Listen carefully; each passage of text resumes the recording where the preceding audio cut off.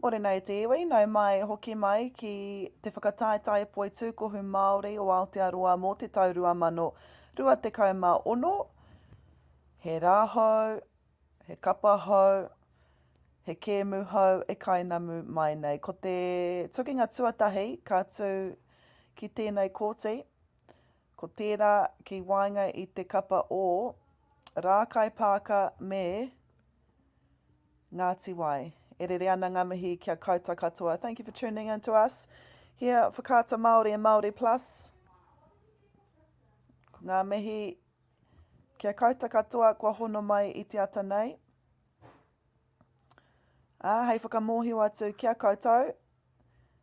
E ono ngā momo kōti ka kitea ki Māori Plus. Mō te roa ngā ke tēnā tirohia te pai tukutuku, te whārangi ipurangi YouTube o Māori Plus, ki reira ki te ai te kōti nama tahi, nama rua, nama toru, nama whā, e toru anō ngā momo kōti. No reira e whitu ngā momo kēmu ka whakātuhia, ka ripinetia e Whakaata Māori mō te ruanga o tēnei wiki, hei a pōpō tuai ngā whiringa toa.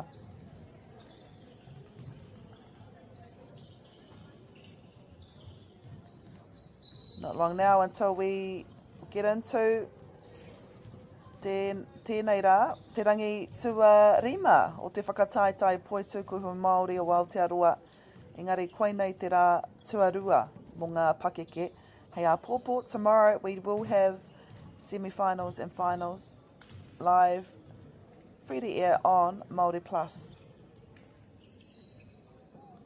Rākai Pāka in the white, Ngāti Wai in the pink. I would say burgundy actually. It's an early start for these teams.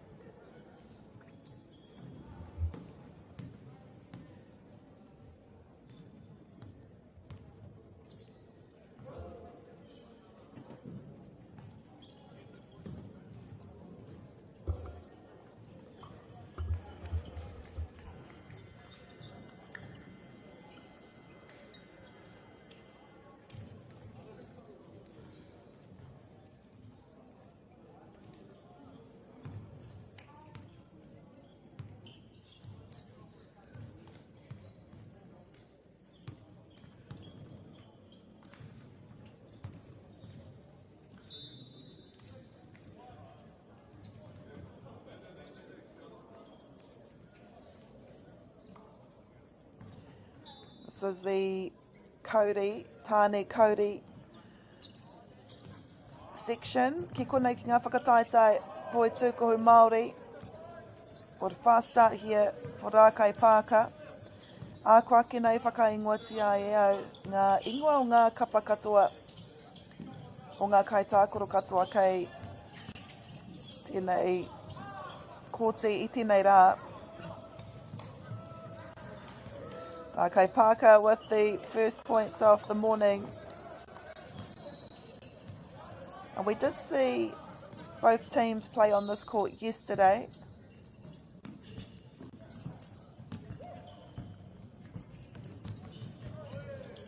For Rākai Pāka, mō te kapa kei ngā kākahu mā, ko tā rātou tukinga tuatahi i tū i te ata hāpara inanahi nei. I te haurua i te waru karaka, i tākoro rātou ki te kapa o here taunga. Āwairua tua i hinga mā ngā tatauranga e rima nuiho. Nā waira, ka tākoro rātou ki a Ngāti Tūwhare toa, ki ngā tua o mua, e ngā tau kua taha ake nei. I tua ia rātou tērā tukinga mā ngā tatauranga e ono. Koia nei, ko tā rātou tukinga tuatoru o te rangi nei. And then later on today at 5:15 they will play Ngāti Raukawa ki te Tonga, which will be another exciting game. Mō Ngāti Wai, mō te kapa e mauana i te wai poroporo me ki. Ko tā rātou tukinga tuatahi, ki te kapa o Ngāti Raukawa ki te tonga karaka, i hinga ma ngā tatauranga te kau, ko tā rātou tukinga tuarua, kia here taunga i hinga ma ngā tatauranga te kau mā whā. So, close games we've seen for both Ngāti Wai and Rākai Pāka. Wairua toa kare anō a Ngāti Wai kia toa i tētahi tukinga. A mō Rākai Pāka, ko tahi te toahanga, kua riwha i a rātou. At the moment, e noho ōrite ana ngā tatauranga e rua kia i a kapa. And one there, nice set up.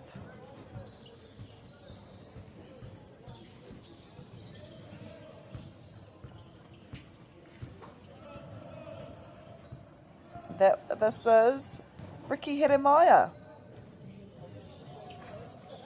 No Ngāti Wai.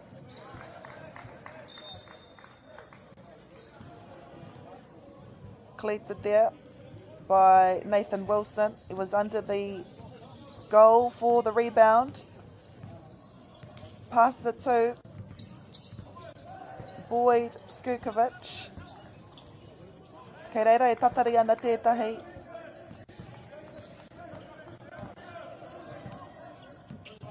Both teams have had good rests after a full day of playing basketball yesterday.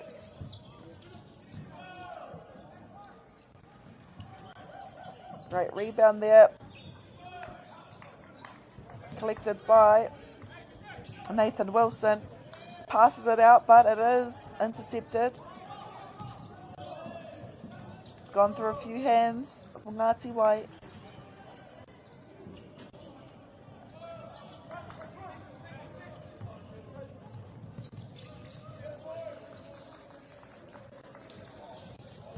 Nice shot there for Rākai Pāka.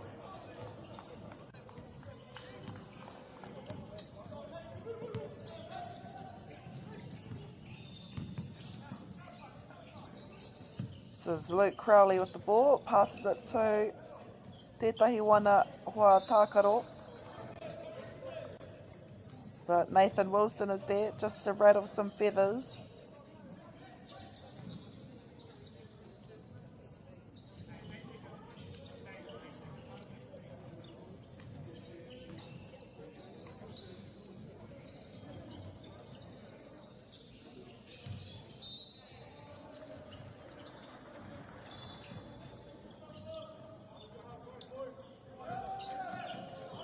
And nei e aru ana Ngāti Wai. We've seen Aperehama Cooper take many of those 3 points. Unfortunately, that didn't go down. Expect to see more. Hei te roa Ngāti o tēnei tukinga.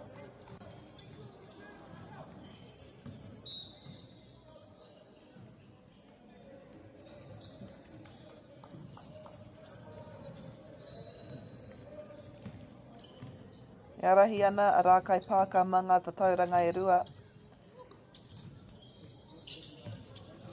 Nathan Wilson here.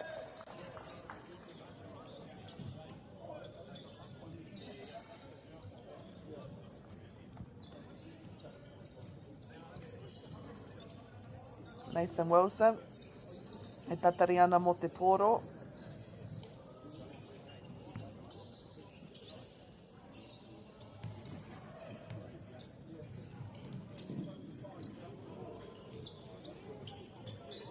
Going to say he's a good shooter, but I didn't want to jinx him. And nei Ngāti Wai, Aperehama Cooper, Luke Crowley to Aperehama, passes it back to Aperehama. Ka tahi te piro pai ko tērā. E toru e whāra ana I ngā kaitākaro no te kapa o Ngāti Wai.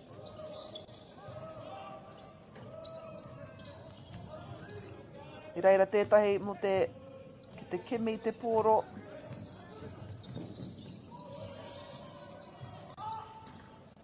Set off. You could feel it was off. kaupaka.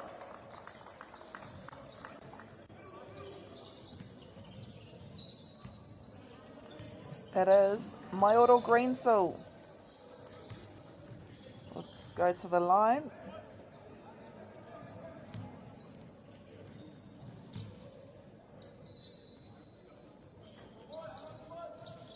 Engari auare ake, kei reira tētahi no Ngāti Wai e tatari ana. And just like that,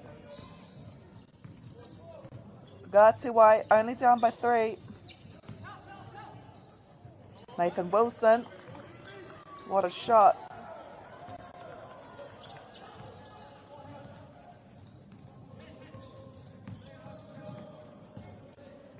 And they taku mōhio.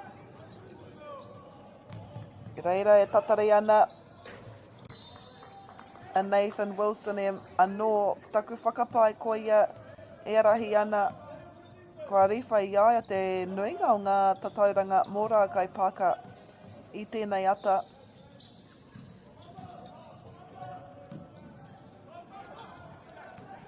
Waiting there though, 2 defenders. This is Boyd Skirtovich. Unlucky. Ai rua miniti e toi ana I tēnei hau wha tuatahi.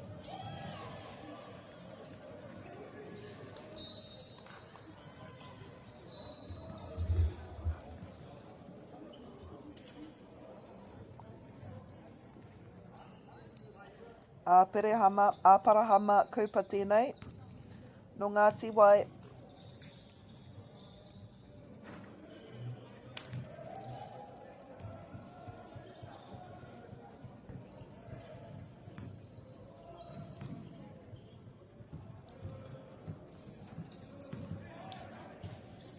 Kei reira e tahi o rā kai pāka.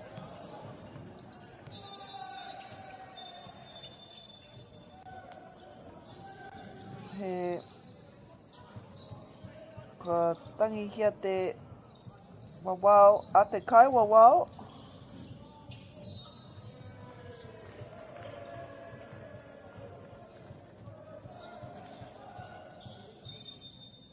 Tīmata no te tukinga. Maioro Greensill, the ball passes it to Corbin Paiwai. This is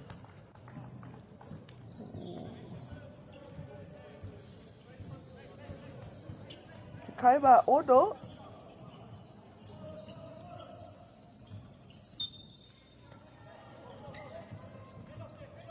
Reira e tatari ana e tahi.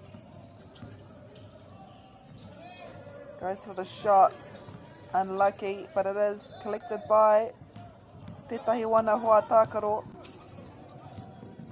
Anea a Parahama Kupa.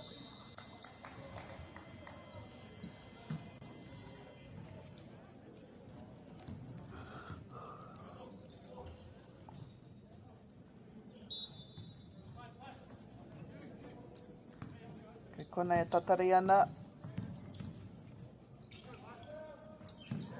Oh, beautiful shot there by Aparahama Cooper.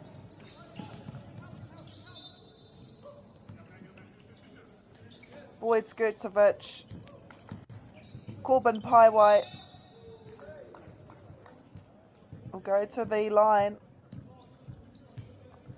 Ko karangahia tētahi hara, no reira, ko ina ia Corbin Paiwai, no rā kai pāka.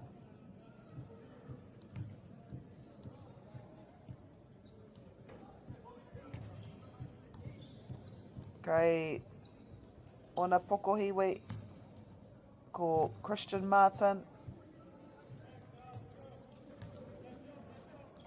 Wairua toa kaori eke. Ko tahi miniti e toi ana I tēnei hau whā tuatahi.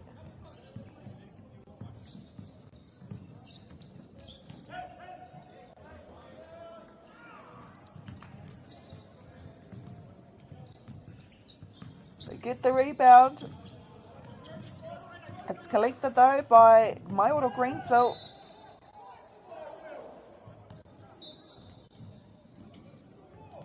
takes a tumble, but he will get the foul.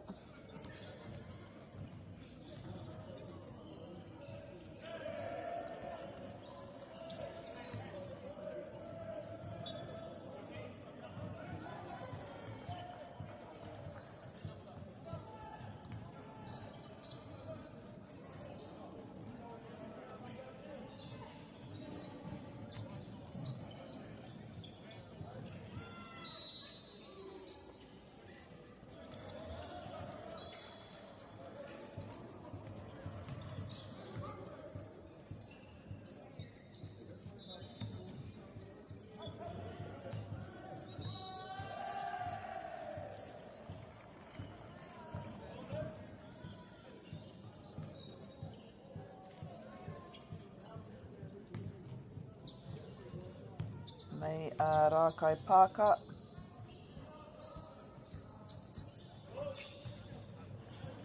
Koe kia eke.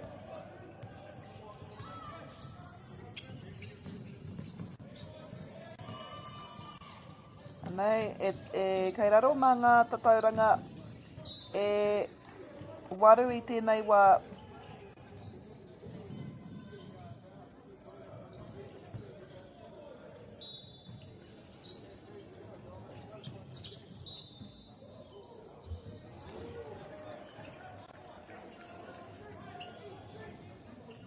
Tore te kau he kona e toi ana.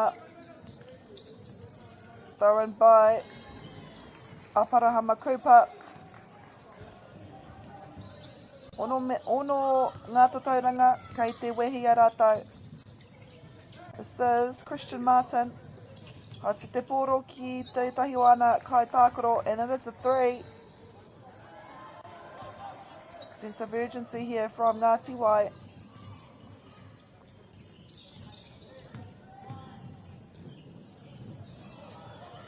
Tata Engari, Kauri Eke. Collected there by Luke Crowley.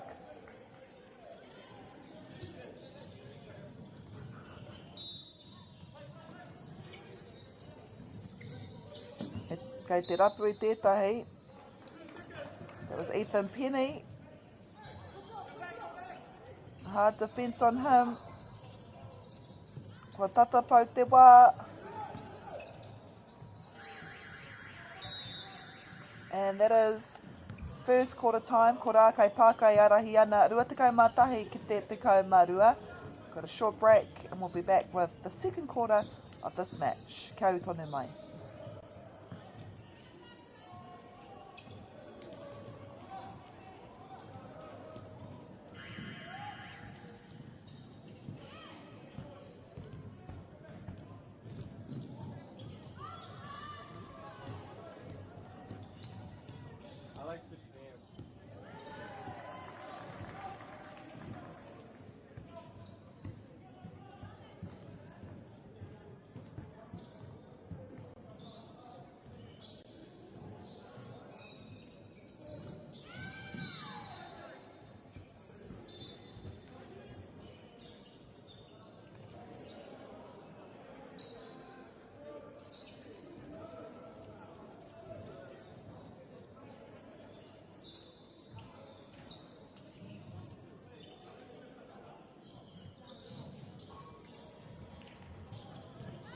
Kei te rete a Rākai Pāka.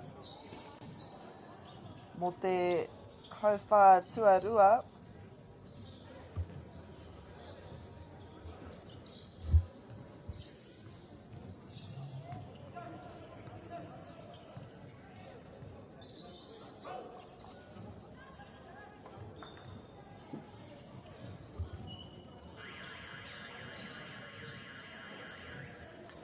Kua hau mai a Ngāti Wai.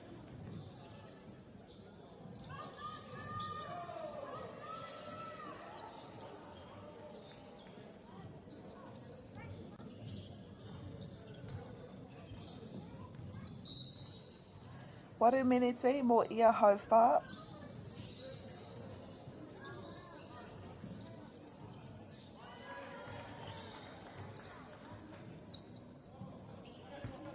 Rākai Pāka leading by 9.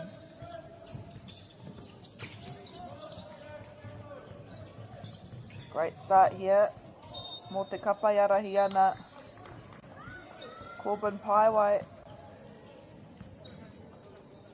I aia e piki ana.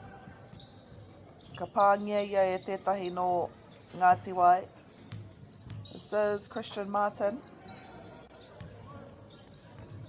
Kotahi.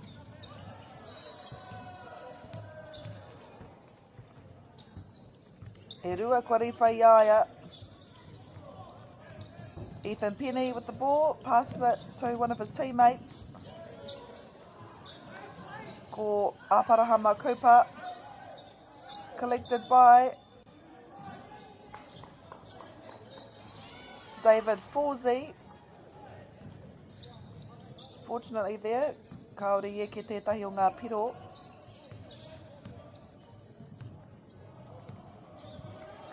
Caleb Smiler. Ka whats te pōro kia Nathan Wilson. Dylan Thompson. Corbin Paiwai anō. Goes for the shot. No, passes it to Caleb Smiler.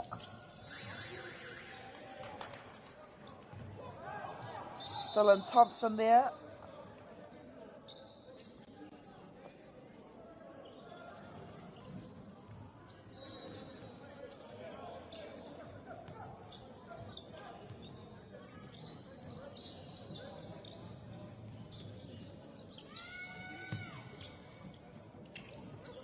And they call Ethan Penny.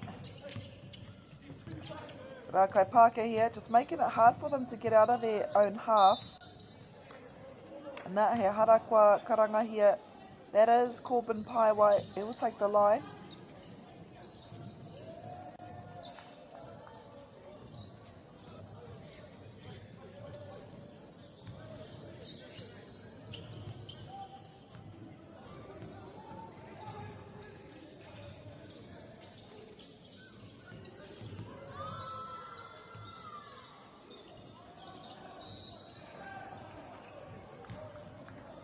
Fortunately there for Corbin, was unable to get his first. It's flanked by Caleb Smiler and Nathan Wilson.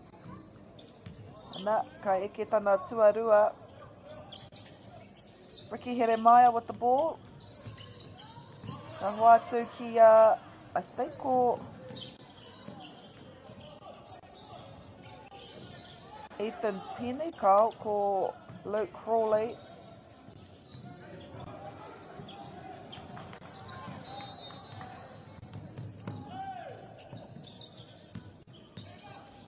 Going through a few hands. And they make sure of it through Nathan Wilson.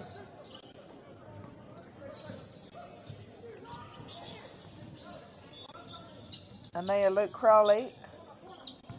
Ka hoatu ki tētahi wana kawatākoro. I think that was Ethan Penny. But just the hard defence from Rakai Parker.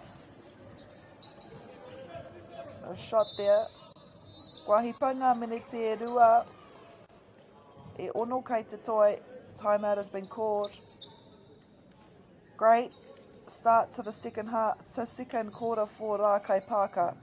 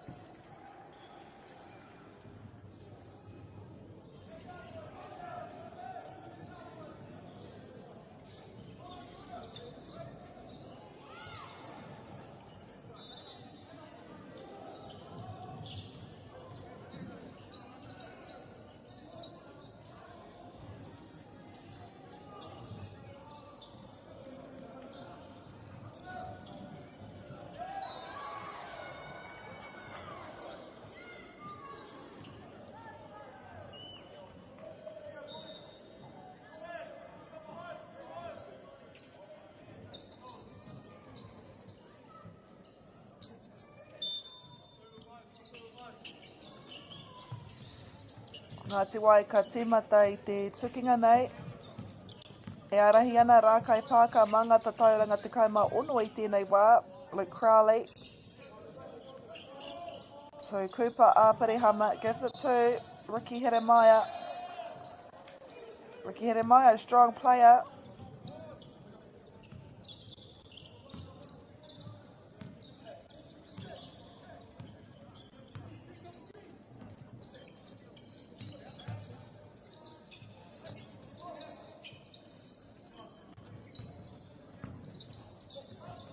Who just goes over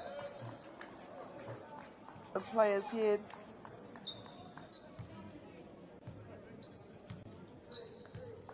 Nā he harakwa hāmne hia anō.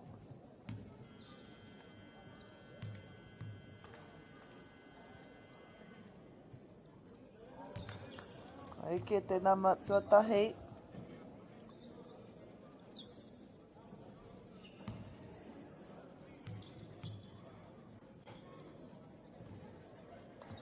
Me te namarua.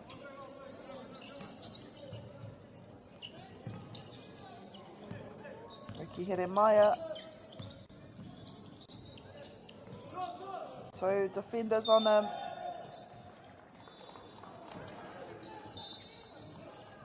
Kua whakawhiwhia kia Rākai Pāka te pōro.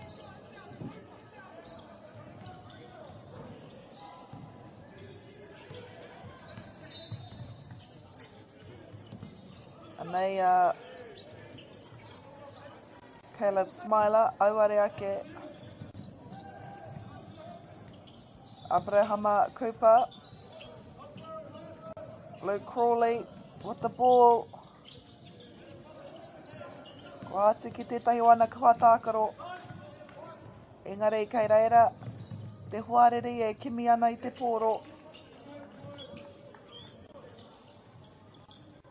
Kua hipa te 3 miniti nainei I tēnei hauwhātua rua.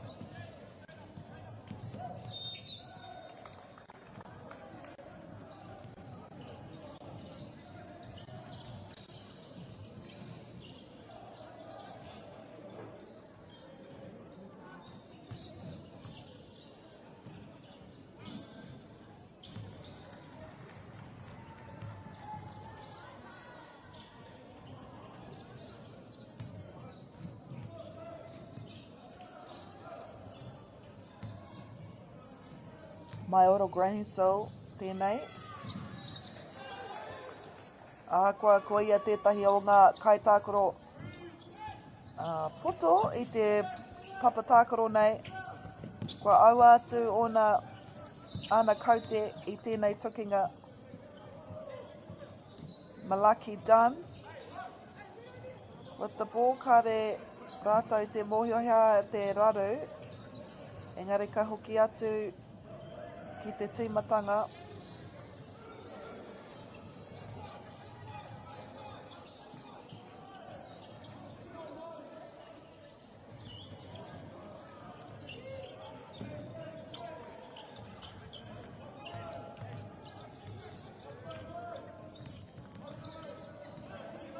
Oh, the defence from Rākai Pāka. It's got all the space in the world, all the time in the world.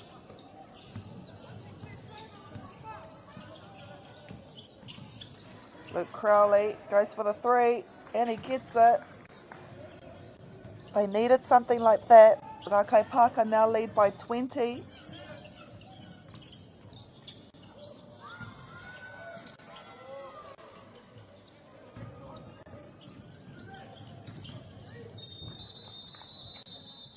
Oh. Raru kua heipū mai. Nō reira, I tēnei wā e arahi ana a Rākai Pāka. Mā ngā tauranga rua te kau, Rākai Pāka lead at the moment by 20 points. We are halfway through the second quarter and a timeout has been called. But Rākai Pāka just having a strong second quarter. Was fairly even in the first quarter. Engari, kaore kore he kupu āwhina, he kupu tautoko rāna I kōrerotia e ngā kaiako, o tira te kaiako Rākai Parker, because in that second quarter, Rākai Parker just came out of the blocks.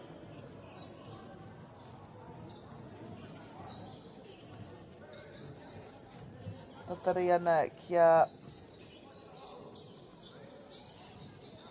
tai wai te mauri.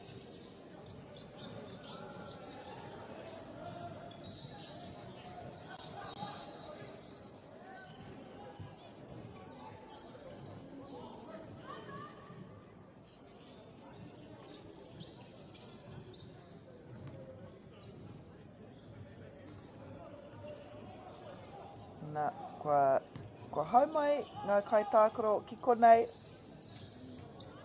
making their way back on the court. Kia pai ai te tīmata anō i ngā tukinga nei.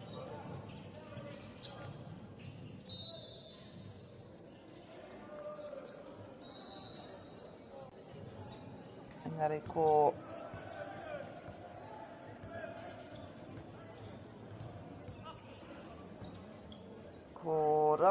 Ngāti Wai. Ko Ngāti Wai ka tīmata anō i te kēmu.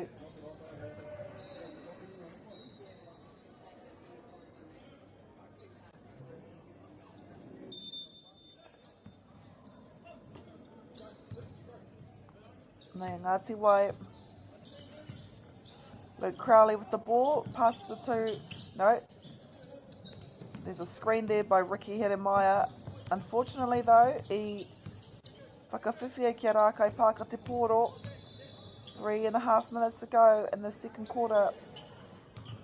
Just a bit short, but he gets his own rebound.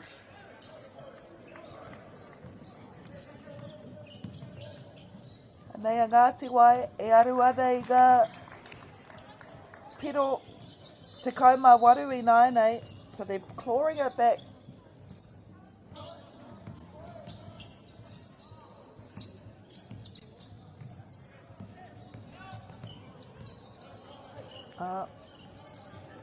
Ricky Heremaya with the ball, passes it to Luke Crawley. And nei kei tēnei taha ko Āparahama Cooper, but it's intercepted there by Boyd Skurkovic. Takes the lead back out to 20 points with under 3 minutes to go. Ricky Heremaya, we saw him slot a few three-pointers yesterday. Hasn't quite got there today. Still early in the morning though.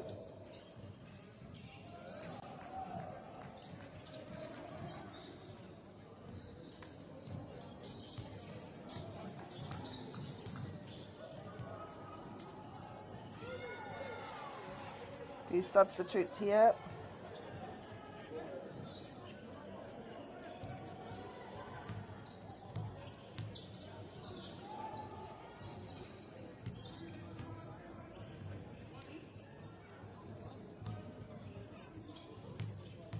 Ko Christian Martin tēnei. Oh, it goes in and out.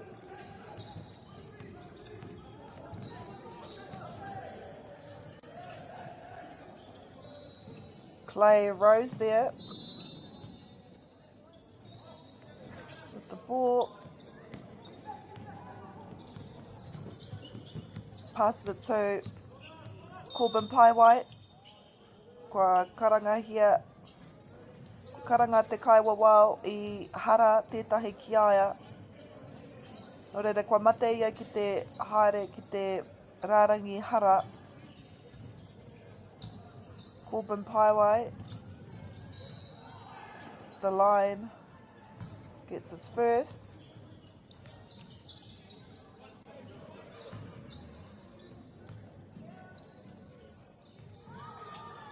And his second, to extend that lead to 23 now. Very successful quarter here for Rākai Parker in the second quarter. Waru meneti I ia hau whā.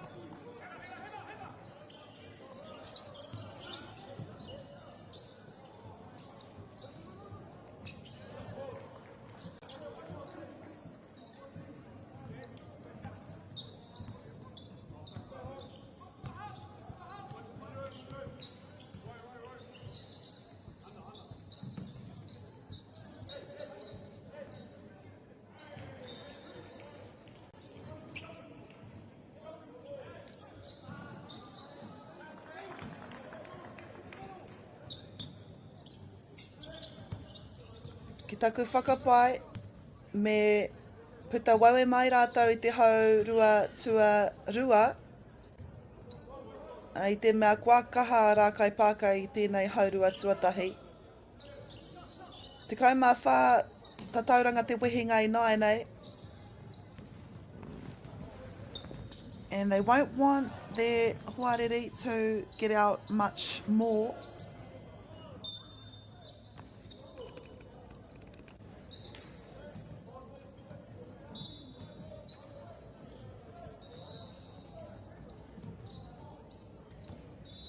Rua te kau he kona e toi ana te rāpea, koinei tētahi o ngā pānga whakamutunga te kapa, i a rātou ka koke ki te pai hihiri, kia pai ai tā rātou kōrero tahi me te kaiako. But no doubt Rākai Pāka will be happy with their efforts in this first half. Bearing in mind, te kaumā ono anō ngā meneti e toi ana. So nothing is for certain yet, but Ngāti Wai do have a bit of mahi to do in the second half. We've seen them on this court yesterday. We know what they're able to do, and they'll be able to come back. Engari, i te wehinga rua, ko Rākai Pāka i arahi ana, whā te kaumā toru ki te kaumā iwa. Kia au tonu mai mo te haurua, tuarua e kainamu mai nei.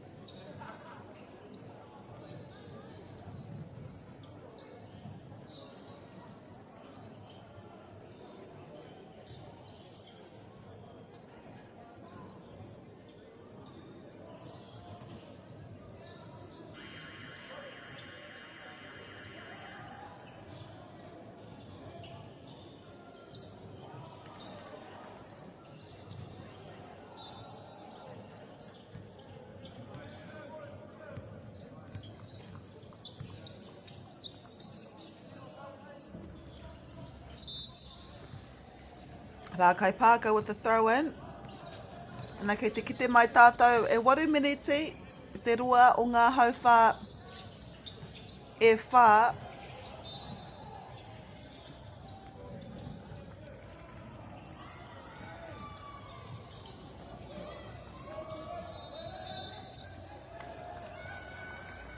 Parehama Kupa, ahua paki pakuraru ai a Ngāti Wai.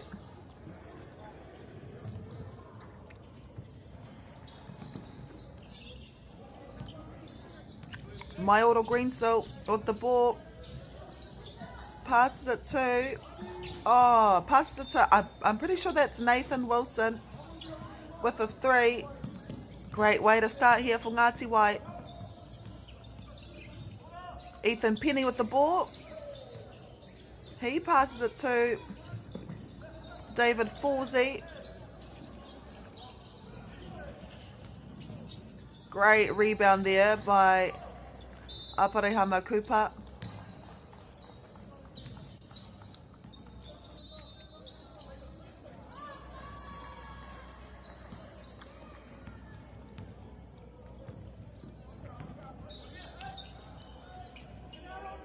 Dylan Thompson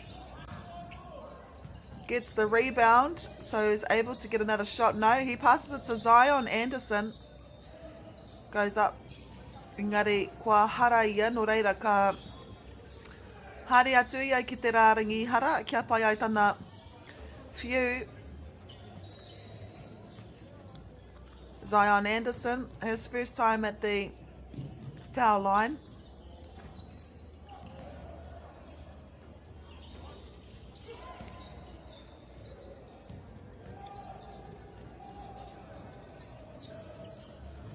Successful shot.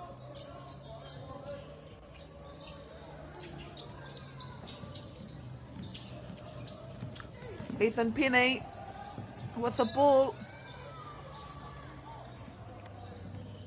Ka hua toki.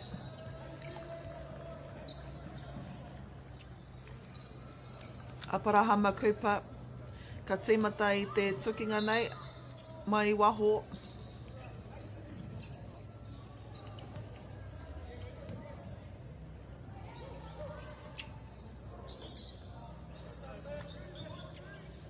Ethan Penny, back to Aparehama Kupa.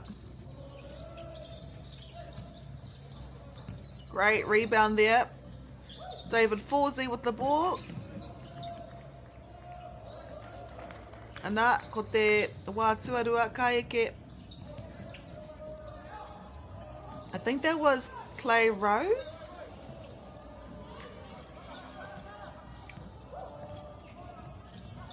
So better start here for Ngāti White. Rua te kaima ono piro te āputa I Wainganui ngā kapa e rua nei.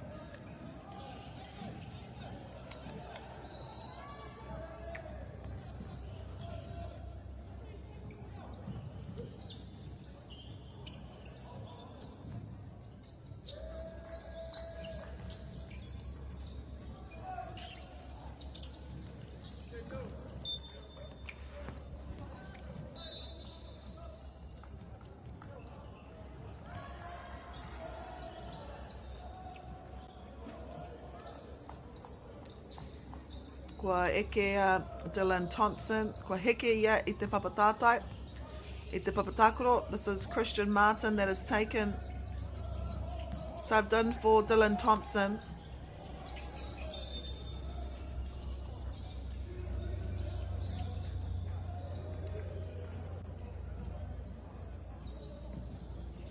E rua miniti kua hipa. Christian Martin with the three. Unsuccessful. However, it's gathered by Tētahi Wana Huatakaro. Gets a second shot.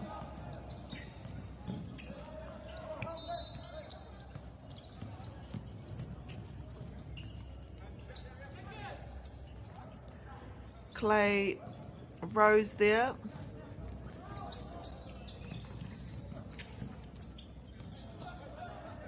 It's read by Alex Manuel. He tries to get the rebound.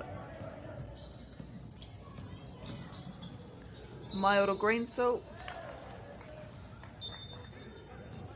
Ko te hiko e tana ki.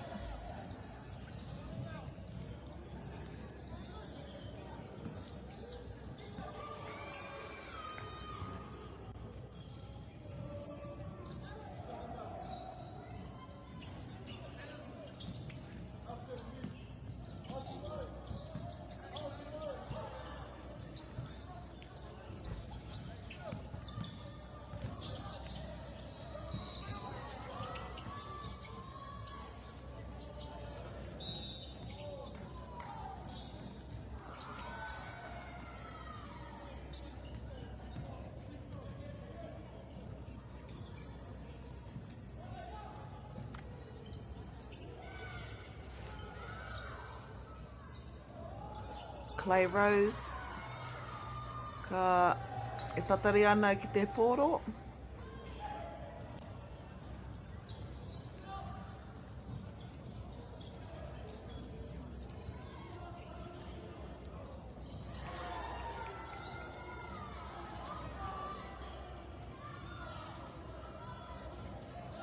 Anea Clay Rose.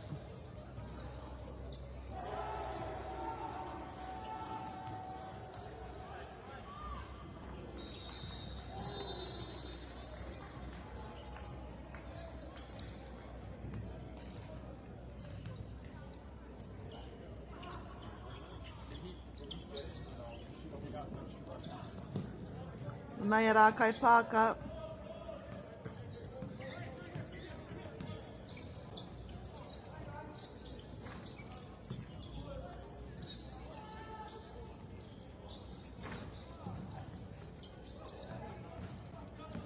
Rākai Pāka me te pōro.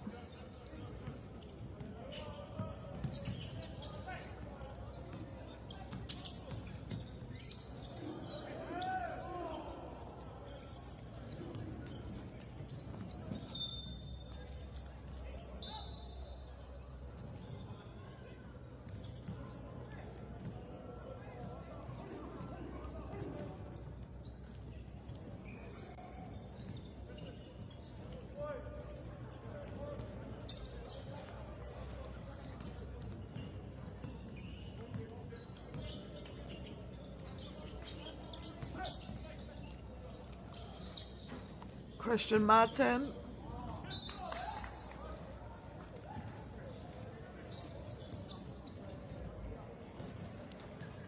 Ngari he hara kua karangahia. This is Luke Crowley with the ball. Goes up. Hai hara kua karangahia.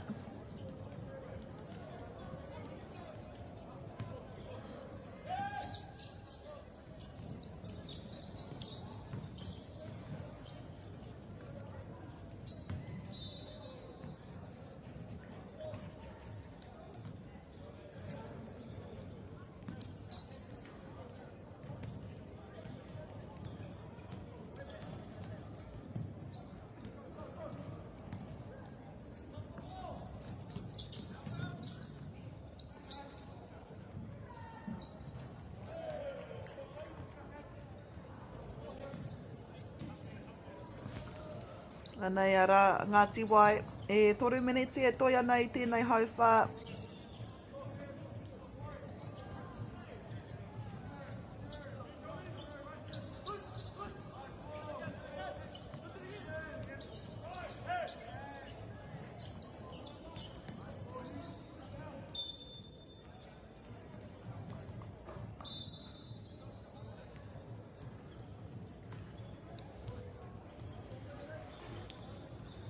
Tore miniti e toi ana.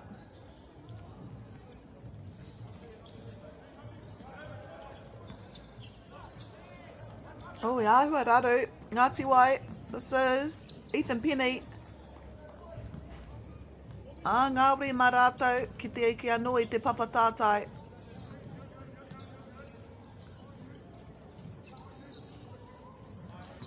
Ko te wehenga rua i nei, it's a 31-point game. Tōrika matahi ngā tatauranga i arahi ana Rākai Pāka. Despite what the score says though, it's been a tight match. You wouldn't think that is the deficit. Ka rau I te paku mōhio hea te take I pēnei ai.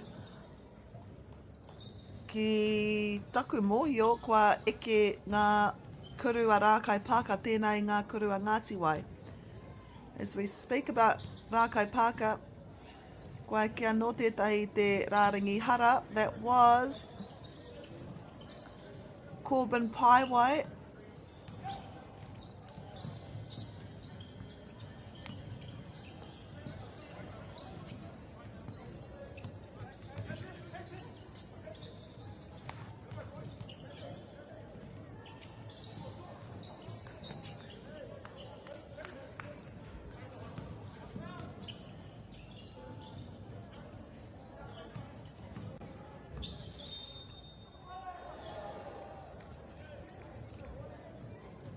Kua karangahia he hara anō with just 2 minutes to go now in this third quarter.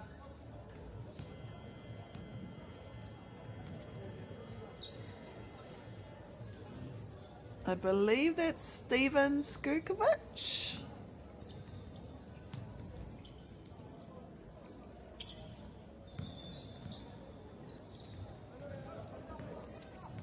Rua minute e toi ana.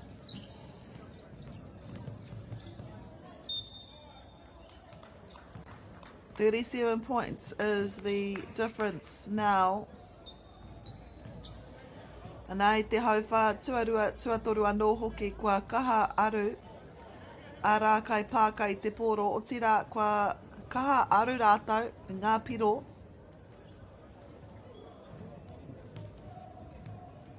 Ethan Penny here at the line. Great shot there by Penny.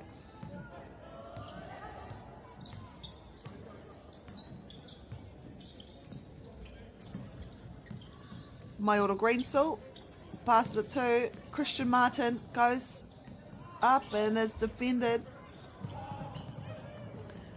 Hioi anō e ahua tītoki te kuru. E rua noi ho ngā kai ara I reira.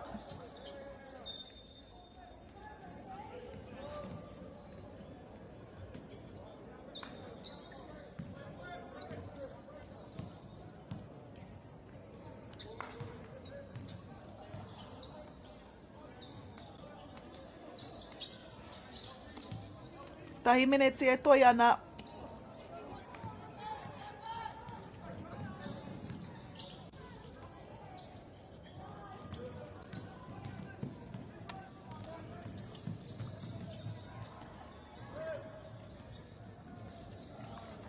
Nā kua riwha ia Ngāti Wai I tahi piro. Great end here to the third quarter for Ngāti Wai.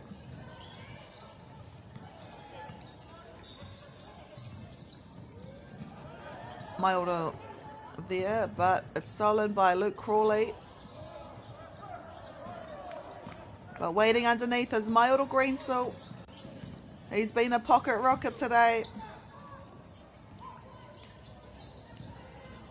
Zion Anderson gets the 3. Rua te kau he kuna e toi ana I tēnei wā.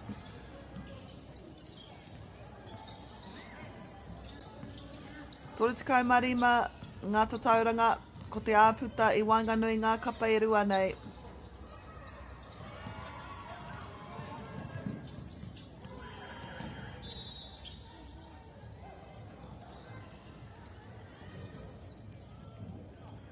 And that is the end of the third quarter. So it is Rakai Parker who've stepped it up. They lead 61 points to 26. Come back for the fourth and final quarter.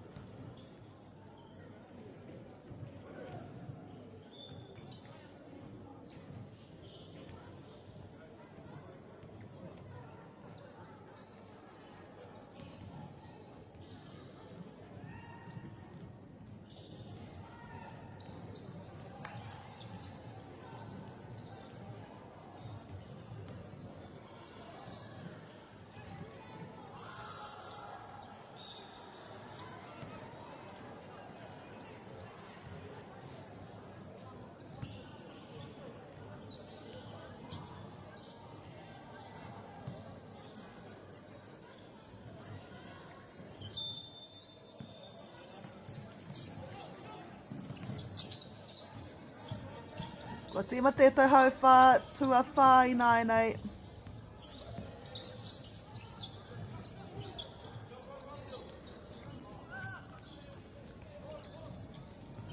Ko rā kai pākai arahi ana. Whetū miniti, whātekau he kona e toi ana i tēnei wā. Kia kite ai ko wai ka toa i tēnei tukinga. So there's a bit of mahi ahead for Ngāti Wai as they head into the fourth and final quarter.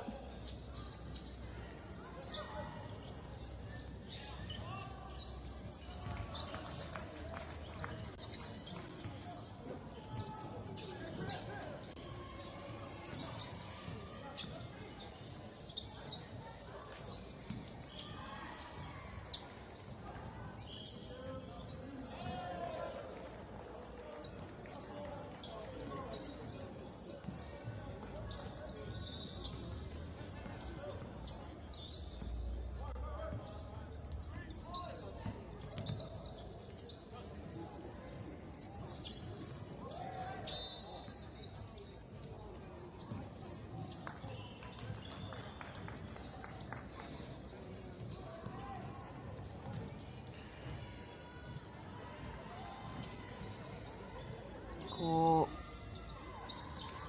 Rākai Pāka. They'll be able to relax just a little bit. Engari mō Ngāti Wai, he nui ngā mahi kei mua i te aroaro. But we've seen Rākai Pāka play yesterday, and they never ever,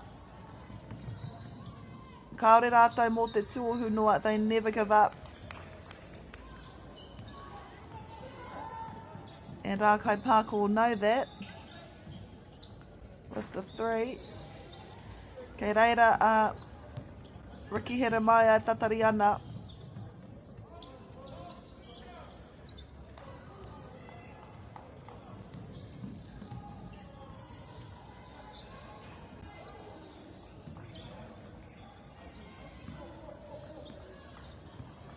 Toru miniti kua hipa.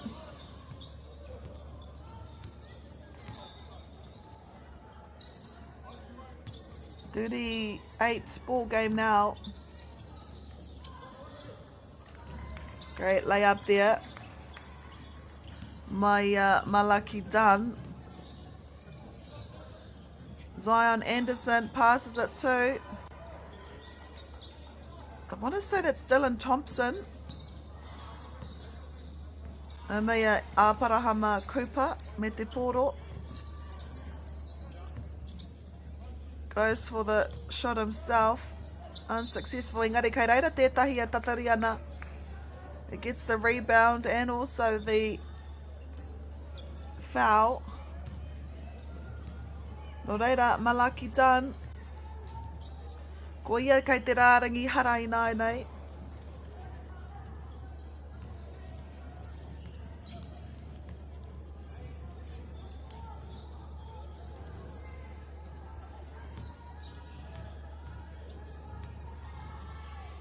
Malaki Dunn here. Auare ake. Kaori eke.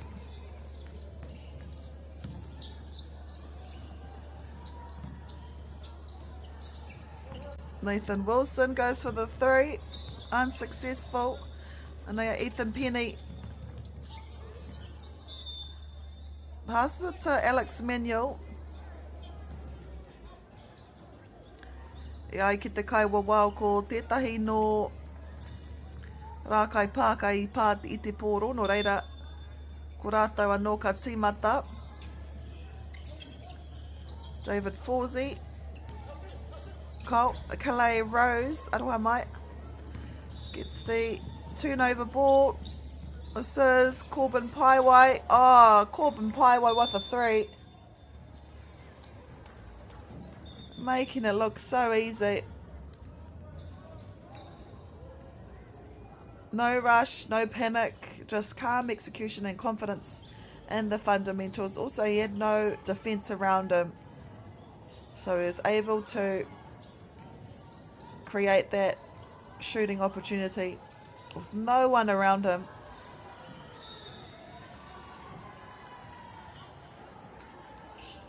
40 points now is the wehenga i ngā kapa e rua nei.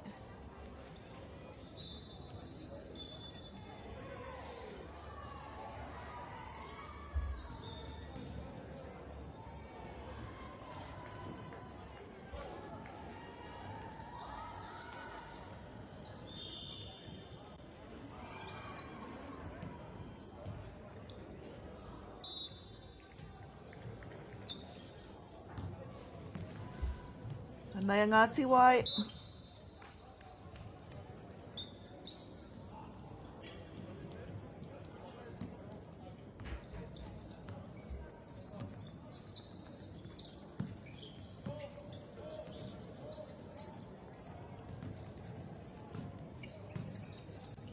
Me te pōro anei, ko tētahi, kua tino piata I tēnei rā Corbin Paiwai. Corbin Paiwai again, whoa, goes for the layup, Christian Martin. Whāmeneti e toi ana.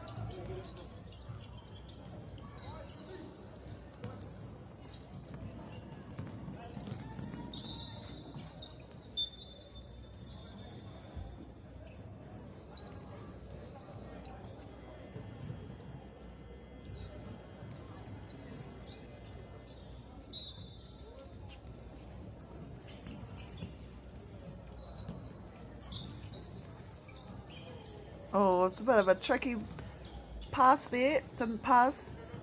Fake. Dylan Paiwai passes it to Corbin Paiwai aroha mai. Oh, what a three. Dylan Thompson aroha mai. Dylan Thompson passed it there to Corbin Paiwai. It's just outstanding team basketball here. Very unselfish play. All the extra passes and just trying to find the best shoot on the floor.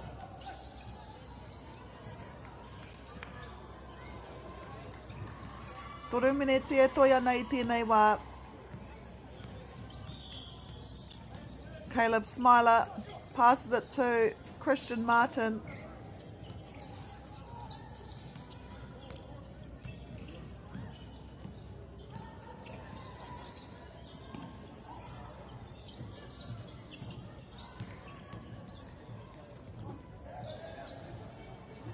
Goes for the three.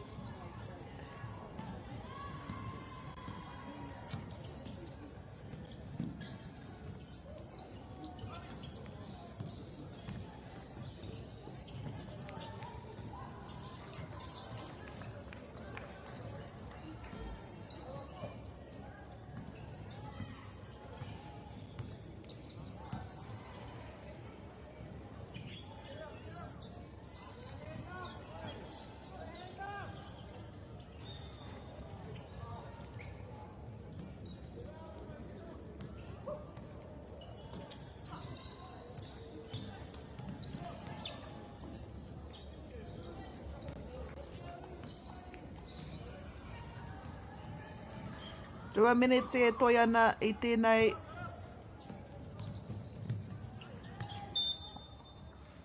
hauwhā.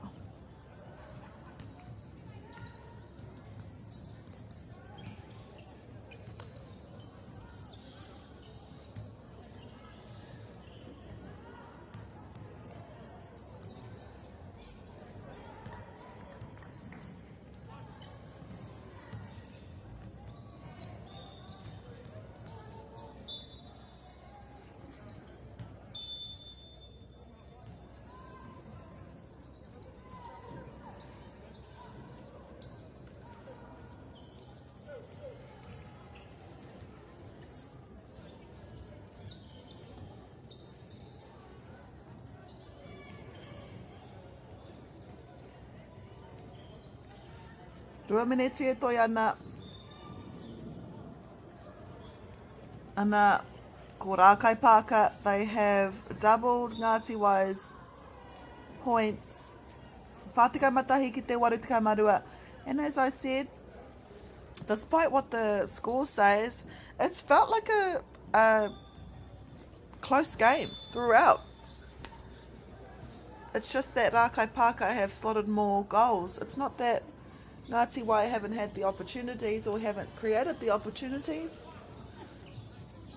Rākai Pāka has just been able to follow through. So this is a boost of confidence for Rākai Pāka.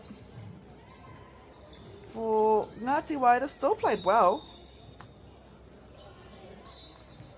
And they have another game later on today. Ko Rākai Pāka tēnei.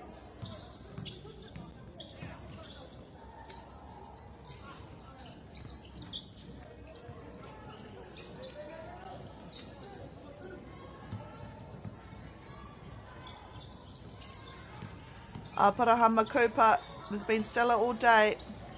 Oh, wow.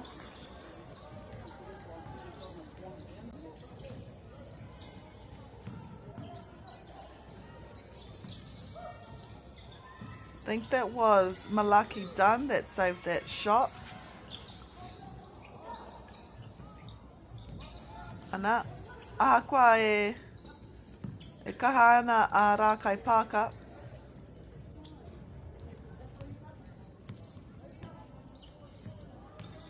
This is Malaki Dunn.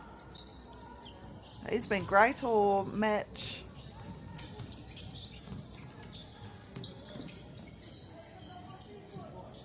Steven Skukovic. Whātikau he kona e toi ana. Ngāti Wai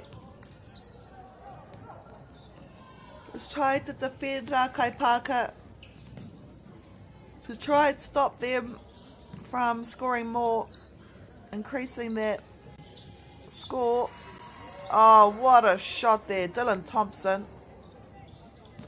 Nothing but net. Te kau he kona.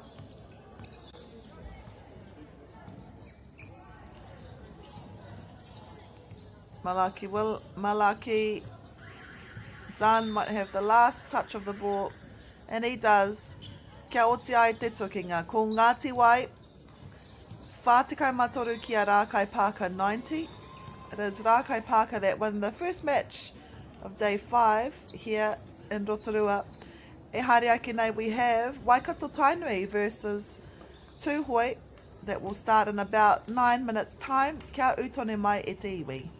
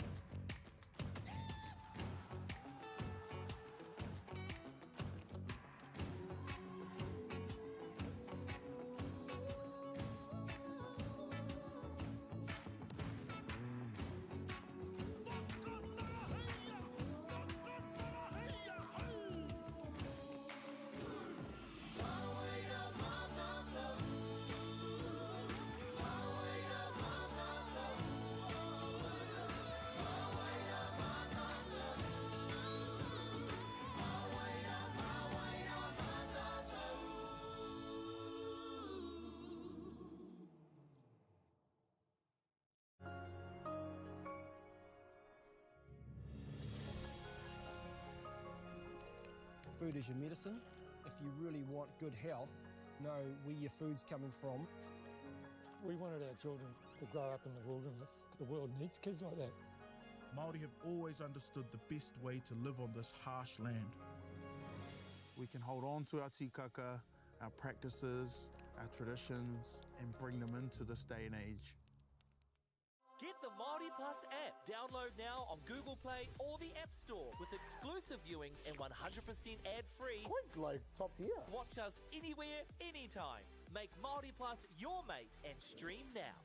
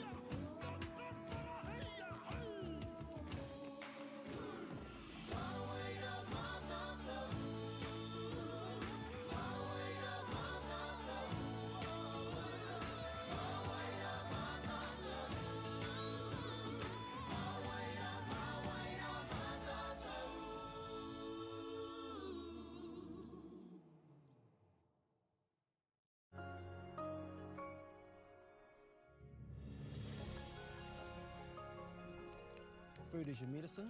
If you really want good health, know where your food's coming from. We wanted our children to grow up in the wilderness. The world needs kids like that. Māori have always understood the best way to live on this harsh land. We can hold on to our tikaka, our practices, our traditions, and bring them into this day and age. Get the Māori Plus app. Download now on Google Play or the App Store with exclusive viewings and 100% ad-free. Quite like top tier. Watch us anywhere, anytime. Make Māori Plus your mate and stream now.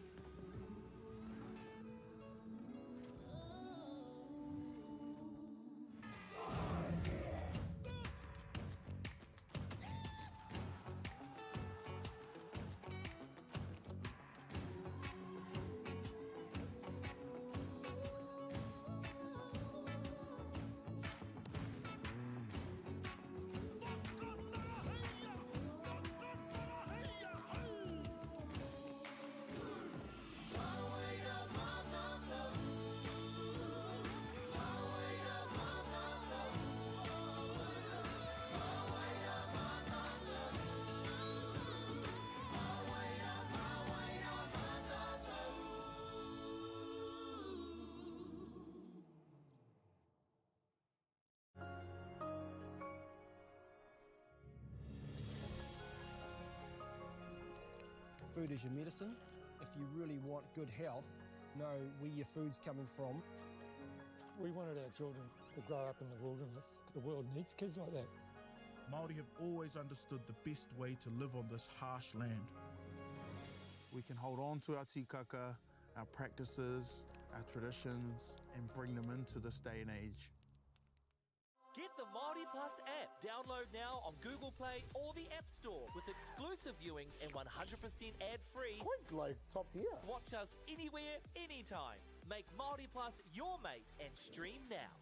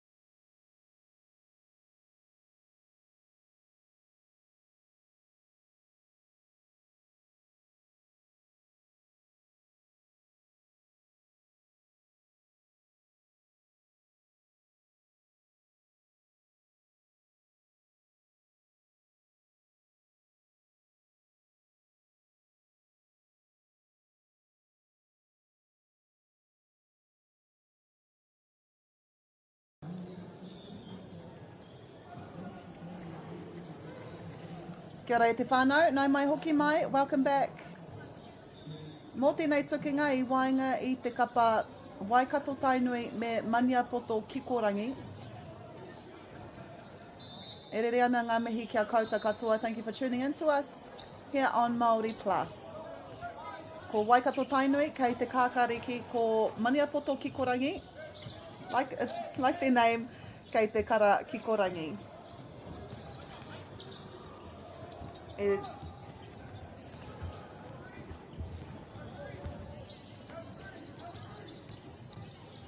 Koinei te wāhanga mō ngā tāne.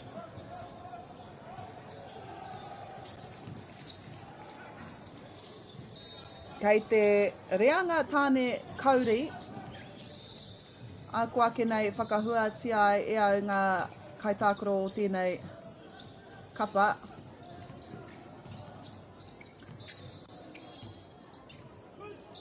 Mō Waikato Tainui, e ngarangi kotaha ke nei, tākoro ai rātou ki te arawa tāne, I toa ia rātou mā te rima tatau. And it was probably one of the closest games we've seen here at the 2026 Poitukohu Māori Championship. In Nanahine, around 2:30 yesterday, they played their last game of the day against Ngāti Toa Rangatira and won by 1 point. It was down to the wire. It was 79-78 I te mutunga iho. Koinei tā rātou tukinga tuatahi I tēnei rā. This is their first game of the day, so they were able to get a little bit of a sleep in against Ngāti Maniapoto Kikorangi.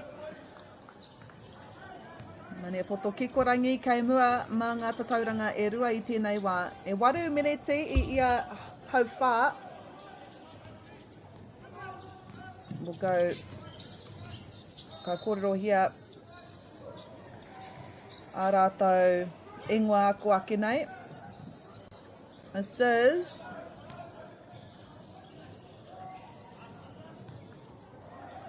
Maniapoto.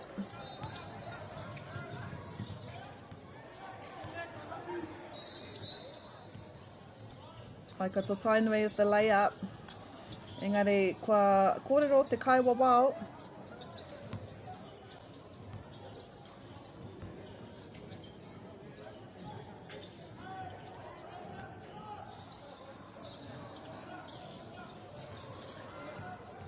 Maniapoto me te pōro.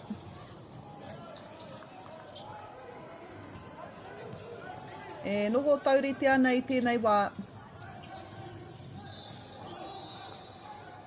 Maniapoto Kikorangi. No reira, kotahi anake, kotahi noa te tukinga I tēnei rā. Ka haere ki ngā whiringa whānui.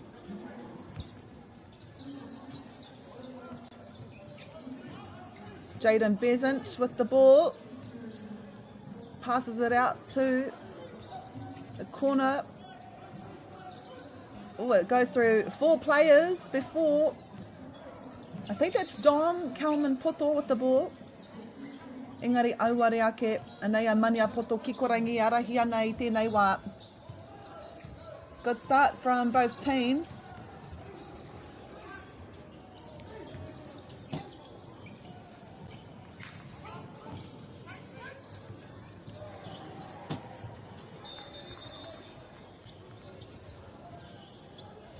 Engari, kua ki te kaiwa wao me hoki whakamuri.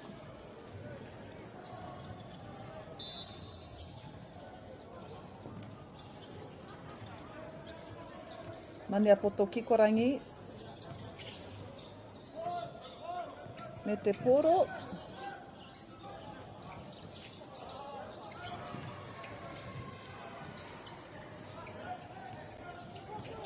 Nā kua hoki mai. Waikato Tainui. Zayden Masters was there to back it up. Engari, kei te pai te mei uru, kua noho ori te ngata tauranga I tēnei wā. All tied with just less than 4 minutes to go in this quarter. So nothing between the two teams. Ka haumai etahi kai tākoro hou ki te kōti. See there, Peter Griffiths has come on. Eru McCulloch, aroha mai. Engari he hara kua papu ake.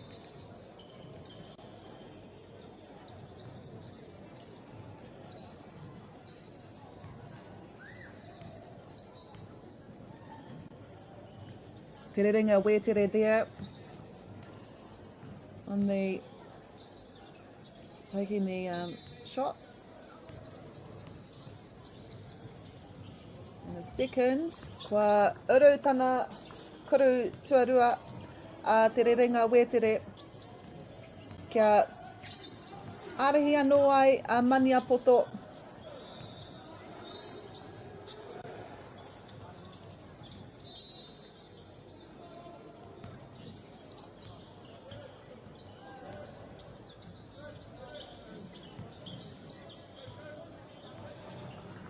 And the Waikato, Tainui. Hanea Waitai here with the ball. And Akwa Eke.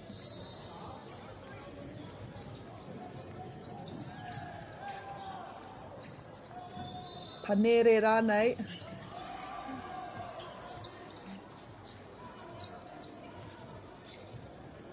Kupa Lepo thinks about taking the shot himself. Gathered up by Maniapoto, but it is regathered by Kupa Lepo. Bit of a reset here by Lepo. You can see a few of his teammates free. Ngari, he takes the shot himself.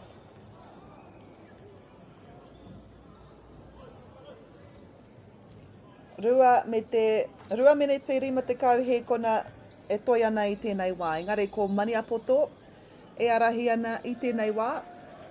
Hei whakamohio atu kia koutou waru meneti i ia hauwha. This is Kupa Lepo. It's a success to bring the margin down to 1 between both teams. Ka aore he tangata I reira. Great foresight there. Unfortunately, Tani Hutchinson wasn't able to get the bucket.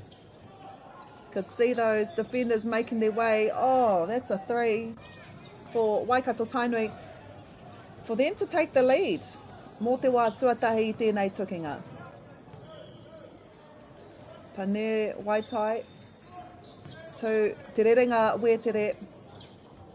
He gets a 3.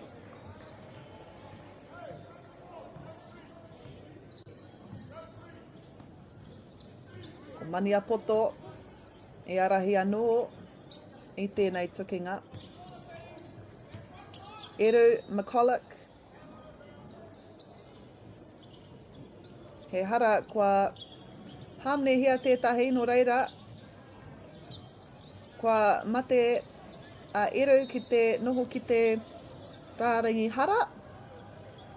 He whakanga kua karangahia. So a quick and fast and close start mō ēnei ai kapa e rua nei. Kua kōrero hia e au mō ngā tukinga a Waikato Tainui I roto I te rangi tuatahi. Tō rātou whakataitai. And we'll go through Maniapoto Kikorangi. Nō reira I nanahi nei I hinga rātou kia Ngāti Toaranga tira. Ono te kaumātoru ki te iwa te kaumāwhitu. Koe rā te tukinga tuatahi tū I nanahi nei, te ata hāpara nei. I nanahi, I te ahiahi. I wairua toa kāre rātou I eke kia te arawa tāne. Whā te kaumā iwa ki te whitu te kaumā waru ngā tatauranga whakamutunga. Nō reira, e kimi ana Ngāti Maniapoto Kikorangi I tētahi toa. And they're playing well. Could potentially get their first win of this competition. Ngare ko te mahi Waikato Tainui. Kia toa anō ai.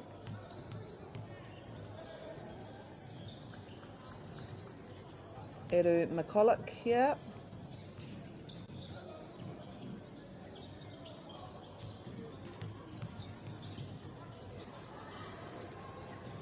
Nā kua eke, e noho tauriti ana ngā tatauranga i tēnei wā te kaumatoru ki ia kapa. Waitai here with the ball. Kei te kimi i tētahi, Kyle goes alone and he gets the buckets. Already showing how dangerous he is on court. Eru, and they are Eru McCulloch. And kua hua uno miniti noiho, engari kei te kite tātou i ngā kaitākoro. Kaha o ngā kapa e rua nei. Same names we've heard in the first quarter. Driving their teams. Great drive here by Mania Jones.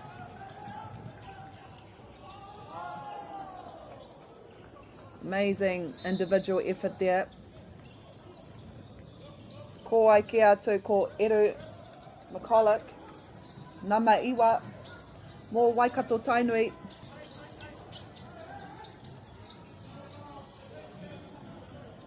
Pero atu, pero mai ngā kapa e rua nei.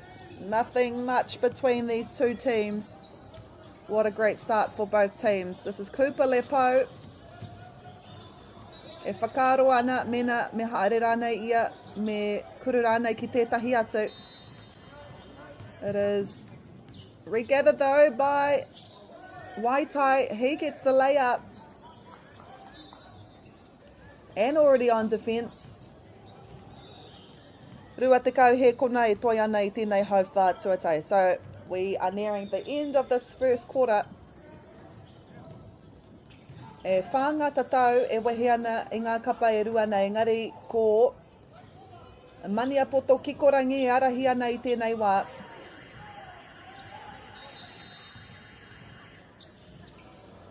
And that is your quarter time. It is Maniapoto Kikorangi leading 19-15 to Waikato Tainui.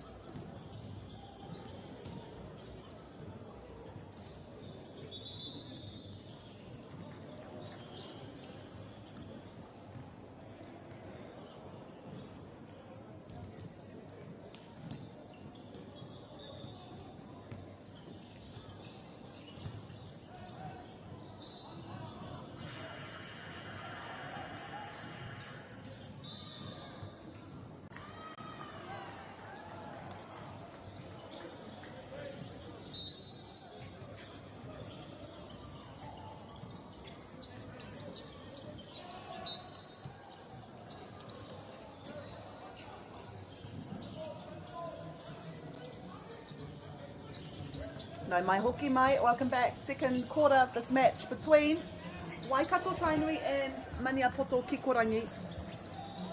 Mō te reanga tāne kauri ki konei ki te whakataitai poitu kohu Māori mō te tau 2026. Waikato Tainui bringing that deficit down to 1 point.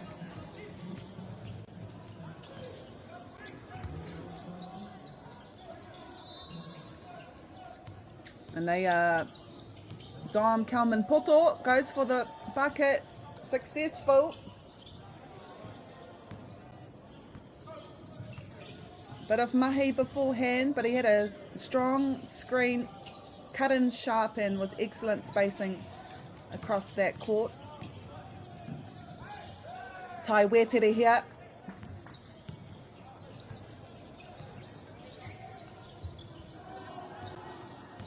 Cooper Lepo passes it to Jethro Taylor.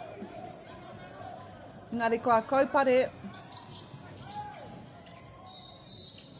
He hara koa kōrero here akau.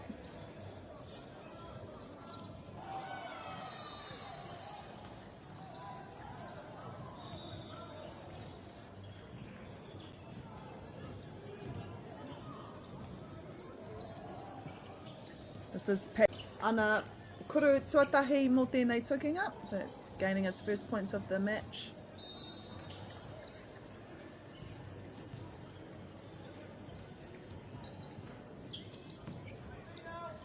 Auare ake mō te mea tuarua. Cooper Lepo sees a space open, passes it to the corner, and they're successful. What a shot there. I'm pretty sure that was Eru again. Strong player here for Maniapoto. Tai Wetere. This is Eru McCulloch. Dom Kalman Poto passes it. Passes it again to Eru. Just to the left. Oh, and it's stolen too by Tamamoko Green. I think he was the one that got the 3 points just before. Oh, and it's a bit of argy-bargy on here. Engari kua karangahia tētahi hara e te kaiwawau.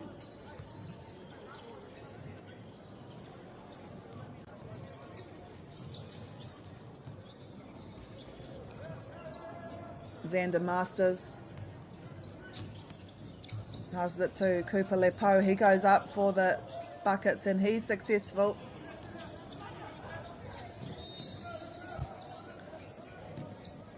Goes for the three. Oh, Tai Wetere. Looked like it was going in, but it was just a little bit to the left. Great footwork here done by Jaden Besant. So Xander Masters, he's successful. And Waikato Tainui are in the lead, probably why a timeout has been called. Great way to start for Waikato Tainui I raro rātou mā te kotahi tatau. And just within the last 2 minutes, they've had a very strong start, which has seen them take the lead, but only by 3 points. Engari ko te pirangi, ko te hia o Maniapoto Kikorangi kia mutu ai tērā momo tākaro. They want to stop the progress of Waikato Tainui. It looked like they were getting a little bit into a flow. Kāre rātau I te pirangi tērā. No reira, kua karangahia tētahi wāwhakanga. Ei huri hoki ki tētahi prene.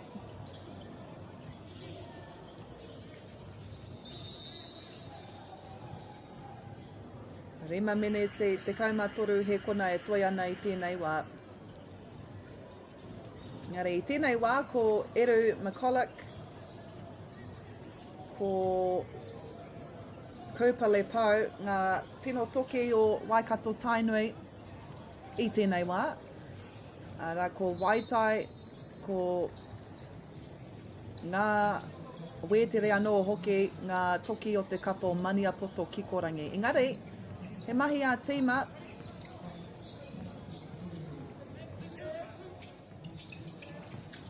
Kobe Olsen Matara with the ball, gives it to Tai Wetere, strong with the ball. Engari reira etahi no Waikato Tainui ki te kimi. That was Nick Brophy with the layup. Speaking of layups, I thought Werumu Jones was going to go for his own layup. Te rerenga Wetere there. Unsuccessful, but it was collected to bring the scores back to 1 point.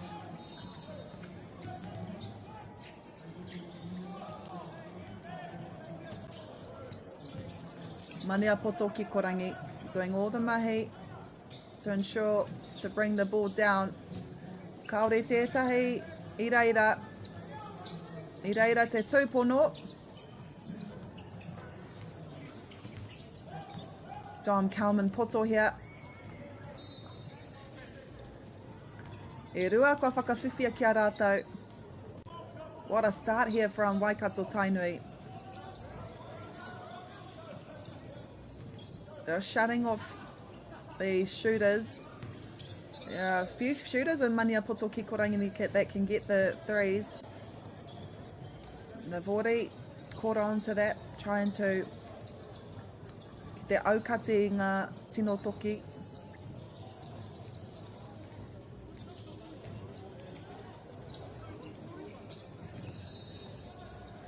Te rerenga wetere.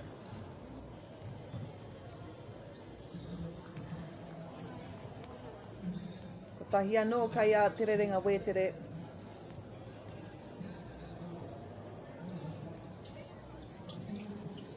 Ka tutuki, e rua ngā kaute, e wehe ana i ngā kapa e rua nei. Just 2 points within this. Xander Masters gives it to Dom Kalman Poto. Kobe Olsen Matara here. To Te Rerenga Wetere. Waiting patiently.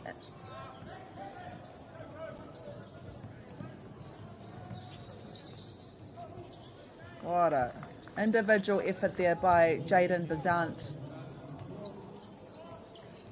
Kia puta whakamua a Waikato Tainui mā ngāta tauranga e ono i nāenei.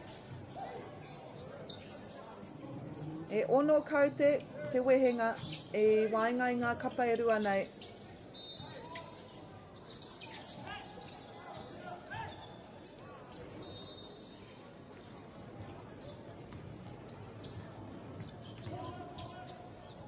Nick Brophy to Xander Masters. Great defence here by Maniapoto ki Korangi. Rua me te hāwhinga miniti e toi ana i tēnei wā.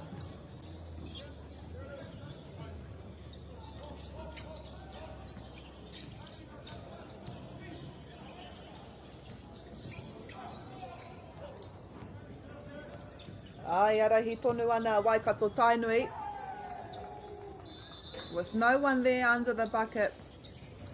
E tae ana. Nā kua karanga hia tētahi whakanga anō.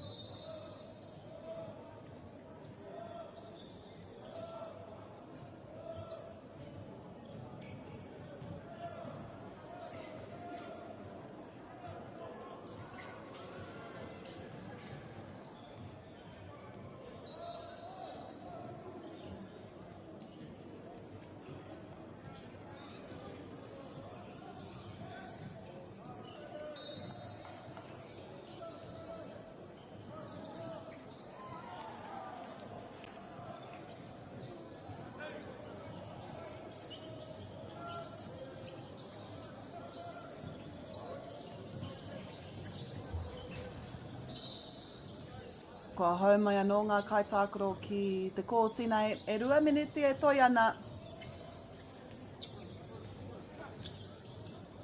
Maniapoto, kai raro mā ngā tatauranga e waru i tēnei wā. Nei a Waitai. Wow. Xander Masters there. Called for that foul against Waitai.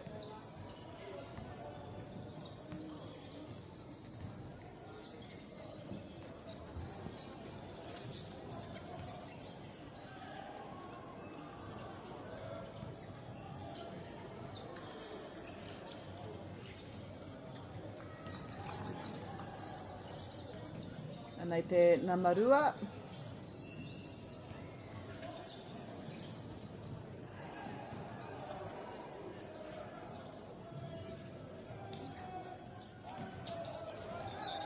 Auare ake engari I reira tētahi no mania poto ki te kimi.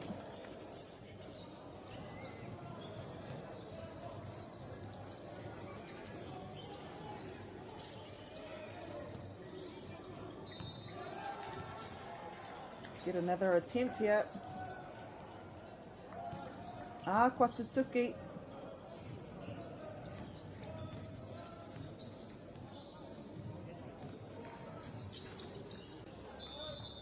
Tana tuarua, no reira, kua iti ake te āputa I Wainganui ngā kapa e rua nei, mā te rimata tau. Nick Brophy passes it to Jaden Bezant. All the time in the world. Gets the rebound as well. That's class. Absolute class there by Peyton Hughes. No rush, no panic, just calm execution and confidence in the fundamentals. Kia puta te ihu ho Waikato Tainui, but as I say that, Mania Poto Kikorangi, only 4 points now. With that, 3. Nick Brophy. Mo te taha ārai, kaha ia.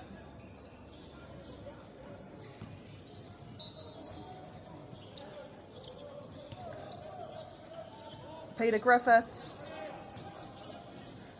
to Peyton Hughes.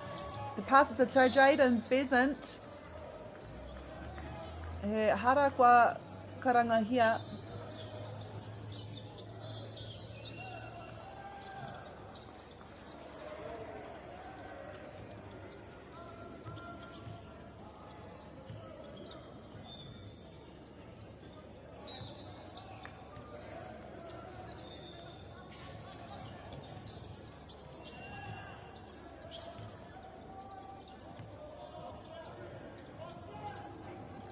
Waikato Tainui looking to add to their lead. Ko tahi mineti e toi ana, and they are Waitai. E ai ki ngā kōrero I ōna rā I whakaharatau. Ia tahi me te kapa, te kaumai watau me raro iho o Aotearoa. Peter Griffiths, kia Nick Brophy, ko hoatu kia Jaden Bezant. Not forcing anything. Jaden Bezant was there to get the rebound. And they are Peter Griffiths.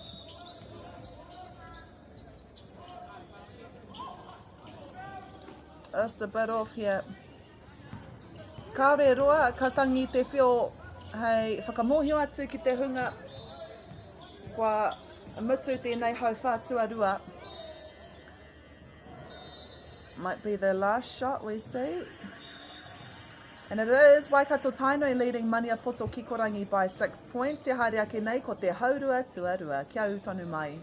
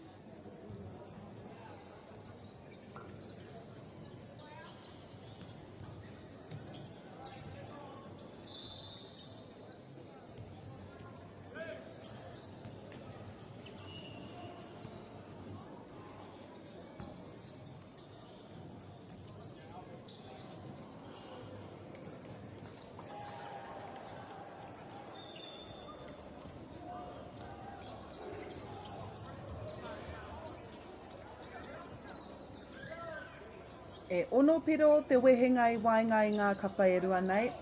Ko Waikato Tainui tērā I arahi ana I tēnei wā. But we must remember, te kauma ono menete e toi ana I tēnei tukinga, and anything can happen in that time. Waikato Tainui at the ball. What a start here.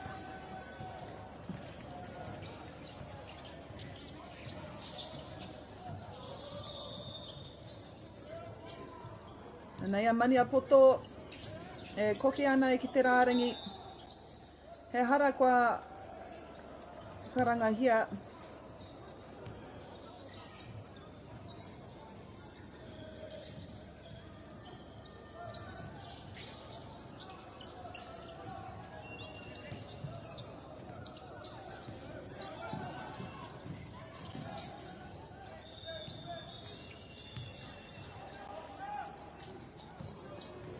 Waikato Tainui, slowly but surely edging their way further. Te kaumatahi te āputa I tēnei wā.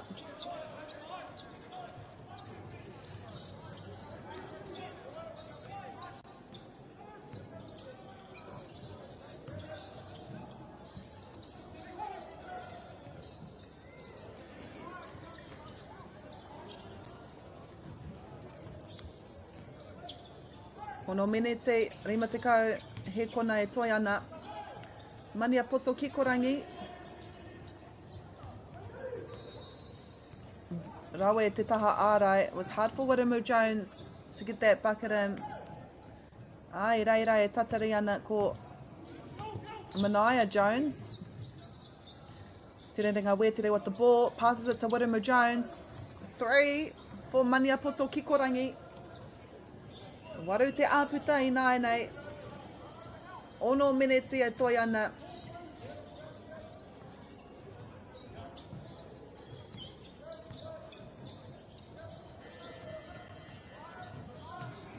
Jethro Taylor.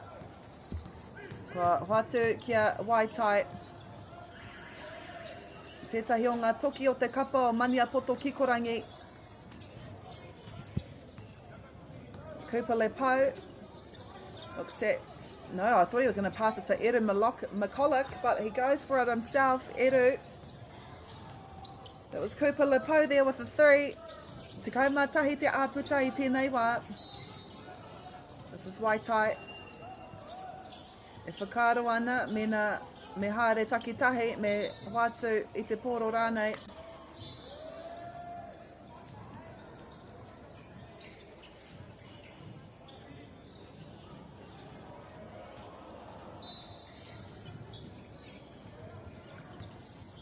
Waikato Tainui, me te pōro.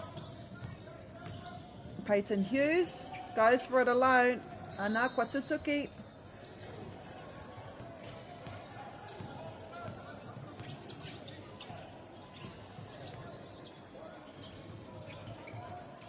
Look at Waikato Tainui's defence as well. Defending as a unit. They recover quickly as well. Oh, wow. What a... That was a 3 from Waitai. Kua e hia nei ngā wā kua karangahia e au tana ingoa. Koira tana pai.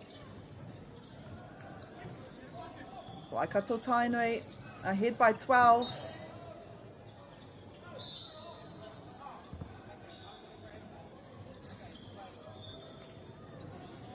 Whāmeneti, me te hawhe e toi ana I tēnei hau whā tuatoru. Maniapoto Kikorangi, ka wātu kia. I think that was Te Rerenga Wetere. Engari he hara, kua karangahia e te kai wawao. E rua ngā whiu ngā hara. A Te Rerenga Wetere.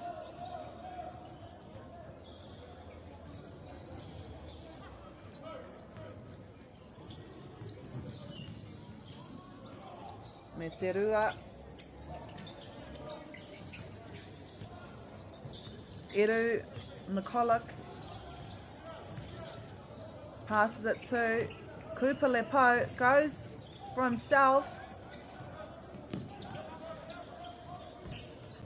Waitai. Oh, he's had a great game today. What a force.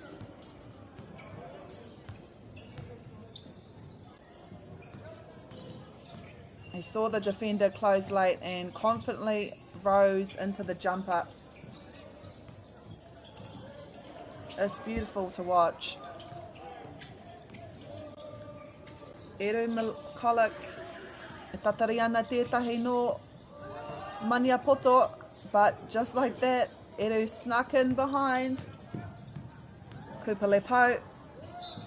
Oh, unfortunate there. Jethro Taylor was waiting there. The deficit is 9 now. Toru miniti me te whātekau he kona e toi ana I tēnei hauwhātua toru. But what a close game we've seen here. The first 4 I nei kapa e rua nei.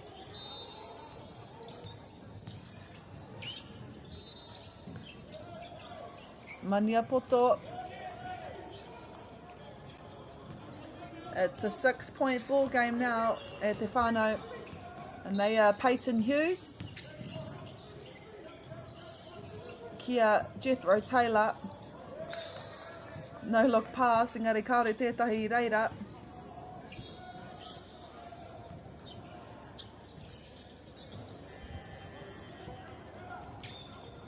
Kobe Olsen Matara.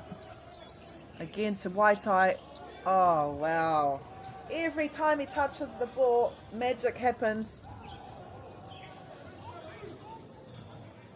Waikato Tainui leading by just 4 points now. I runga rātou mā ngā tatauranga te kaumā whā I tētahi wā.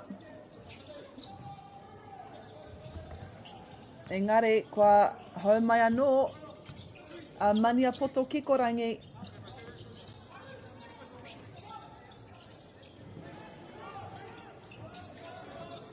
Maniapoto Kikorangi look to close that gap even closer. Potentially, the way they're playing as well, e tai ana e rātou te arahi I tēnei hauwhātua toru.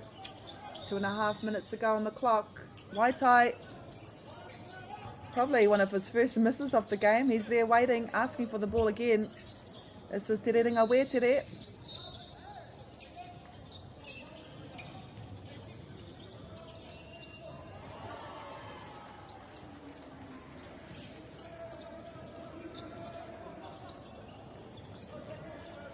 Nick Brophy, me te poro. Nick Brophy, kia Eru Wills.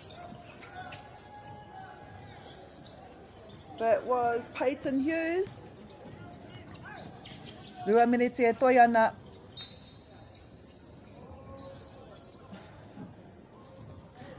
E ono ngā tatauranga e wehi ana I ngā kapa e rua nei. E kimi hoki ana a Ngāti Maniapoto Kikorangi I tā rātou toahanga tuatahi. And they've got the skills and the players to get them there. Ana he hara kua karangahia.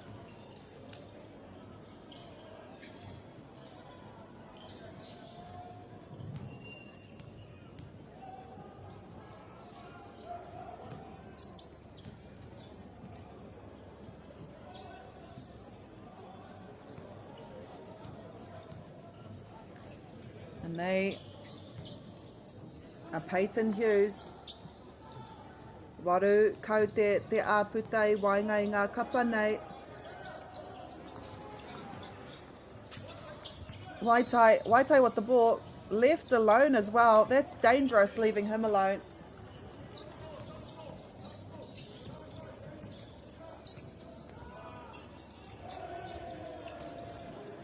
Eru Wills.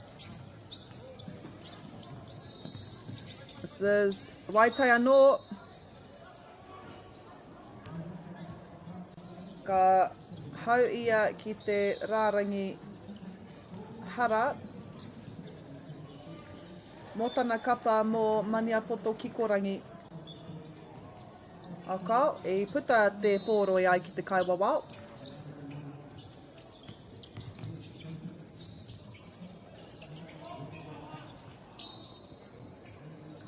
I saw Patrick Milgate here all by himself. Ngari āhua tītaha te whiu, he uaua ki te hopu. Eru McCulloch by himself.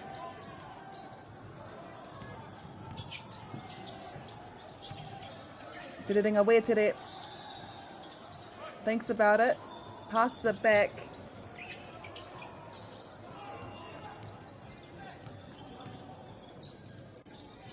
Ai kato tainui ko Tamamoko Green tēnei. To Eru McCulloch goes for the 3. Ruarua he kona e toi ana I tēnei hau whātua toru.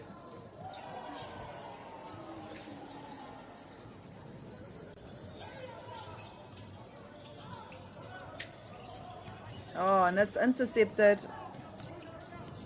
Intercepted by Peyton Hughes. Passes it to Nick Brophy. Engari he hara anō kua karangahia. Tērā pea koe nei hoki te wāhi tākoro whakamutunga I nara e ononoi honga he kona e toi ana I tēnei hau whātua toru. Leading by 8, Waikato Tainui. Look to lead by a little bit more as we end this third quarter. Tamamoko Green there. And that is it. So it is Waikato Tainui leading Maniapoto Kikorangi by 8 points, 60-52.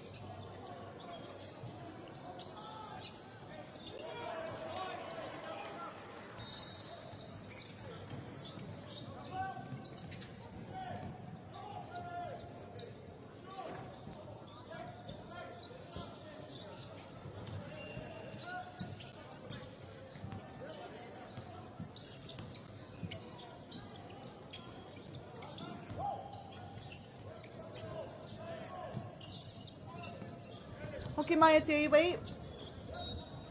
Ki tēnei hauwha whakamutunga I Wainganui ngā kapa e rua nei. Waikato Tainui e arahi ana ma ngā tatauranga e whitu I tēnei wā. Kāre kore he kupu āwhina, he kupu tautoko I tō haina ki ngā kapa e rua nei, nā ngā kaiako. Anyone's game. A slight advantage though to Waikato Tainui, leading by 7 points. This is Nick Brophy. Tētahi o ngā toki o te kapa nei. Mania poto kikorangi. Taku mōhio.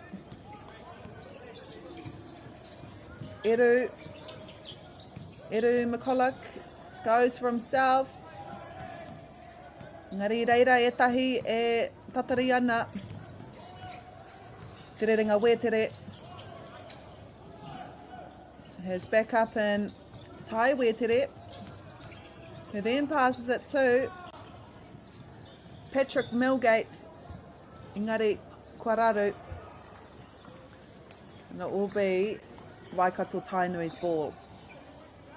Reima tatauranga te wehenga I ngā kapa e rua nei. Peyton Hughes to Eru Wills.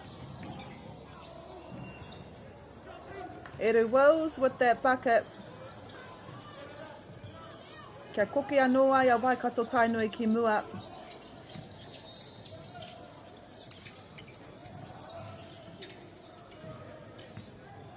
Eru Wills waiting for the rebound. This is Jaden Bezant. He gets the two.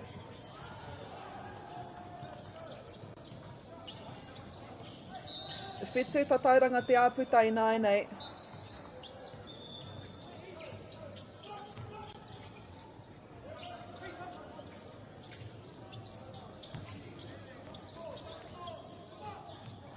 Jaden Bezant, 1-on-1, and he gets the two against Waitai.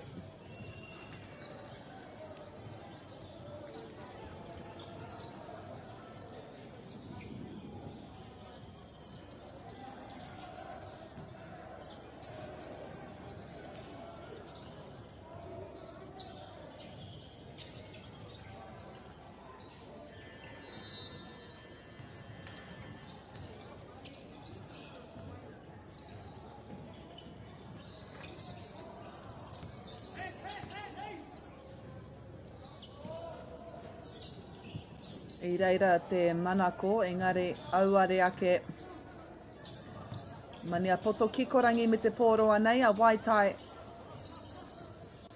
He's been enforced today. They want to stop him.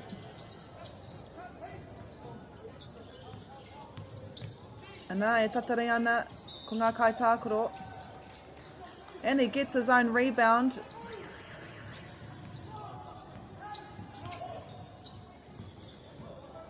Iwa tatauranga te wehenga, make that. Te kaumatahi I nai nei, no reira kua piki whakarunga. Anā kua karangahia tētahi wāhi, tētahi wā whakanga Waikato Tainui. They were on a bit of a roll in the last 90 seconds, I believe. And with 4 minutes 40 to go, I arahi ana rātou mā ngā tatauranga te kaumatahi.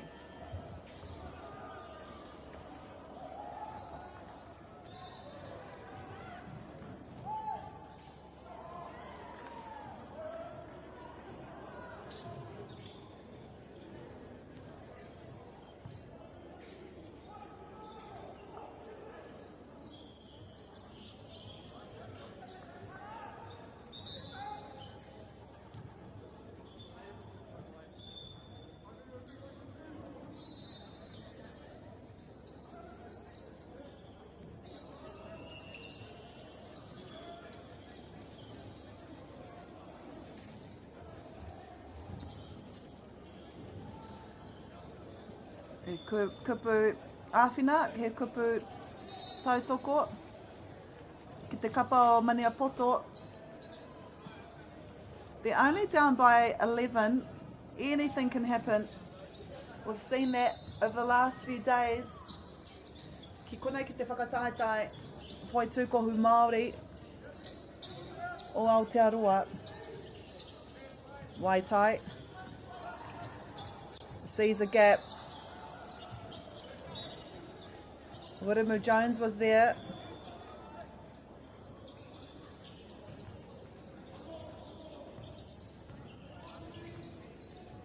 And they are Waikato Tainui.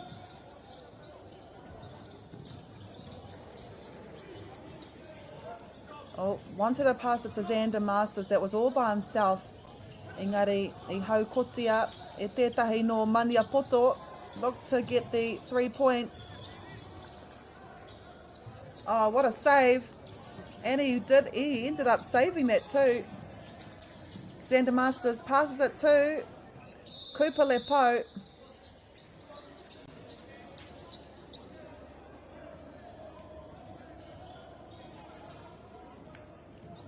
Kua whara tētahi, no reira.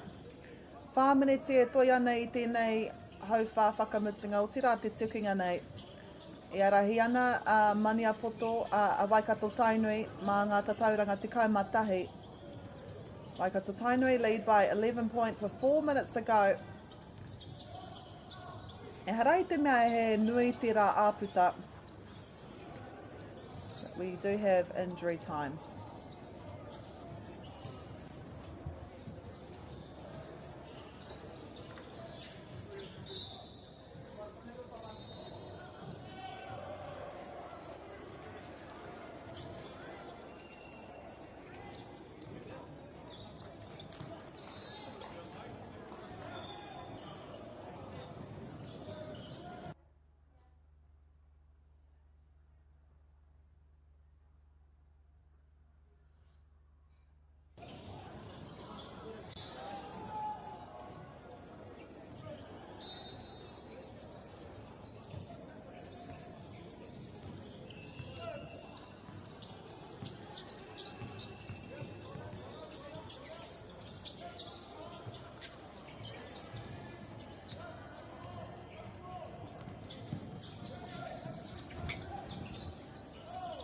Waikato Tainui with the ball. Toru miniti, toru te kau he kona e toi ana. Ana he hara anō kua karangahia.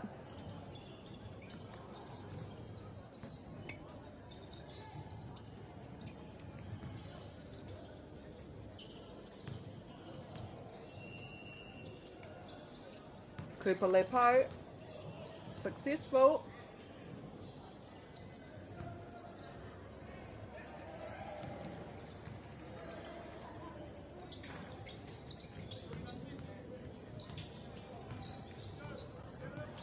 Maniapoto Kikorangi. E whai ana I nāna I mga tatauranga te kaumarima.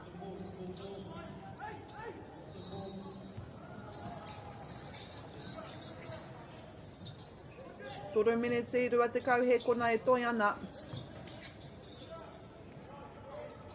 He goes for the 3, he gets it. Te kaumāwaru tatauranga te aputa I nānei.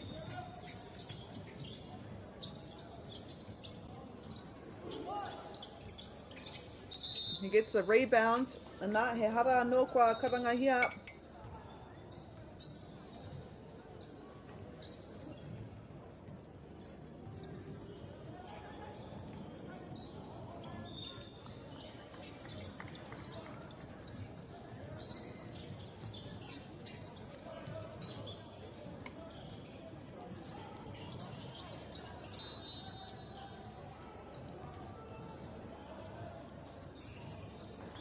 Tai Wetere here.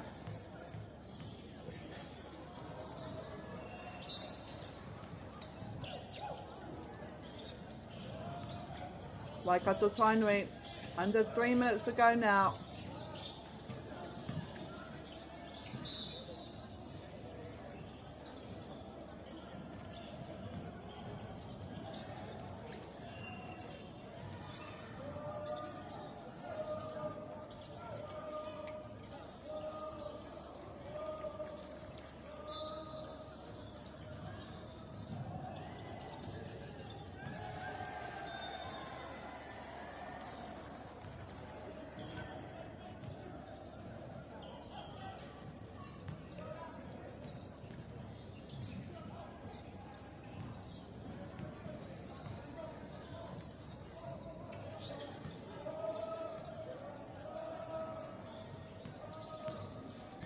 Waitai here. He's been a solid rock for Maniapoto Kikorangi all match. Kupa Lepo to Xander Masters.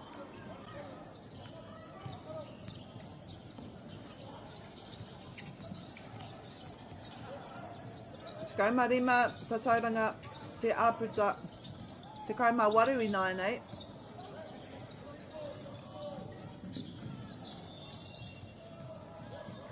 Ko rua te kau. Kupa Lepo. Make that 23. Rua minutes e toia nei tēnei tukinga. O te hauwha, whakamutunga o tēnei tukinga. Gets the rebound. Waitai makes sure the second time.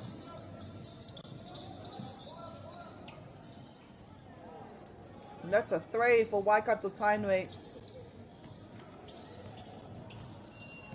I tēnei hauwha nui ho, te hauwha kua tino koke a Waikato ka Tainui ki mua. I hara I te mei te arahi mā ngā tatauranga nui rau atu pēnei I 9-8.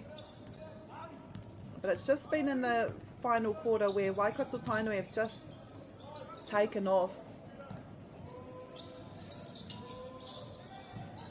Now leading by 22 with just over a minute to go in this match. That was Kupa Lepo making it 24 now. Maniapoto, they've had a great game. Kua heke taua āputa ki te rua te kaumatahi.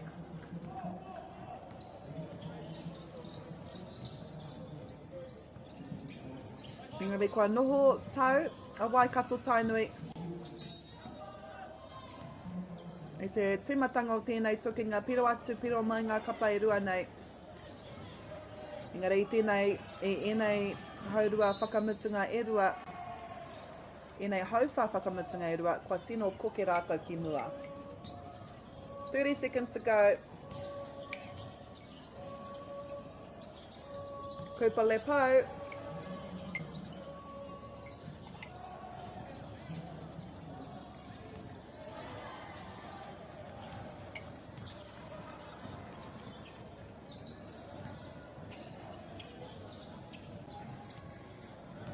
And they are Waitai, Kauria mo te tuo hunua.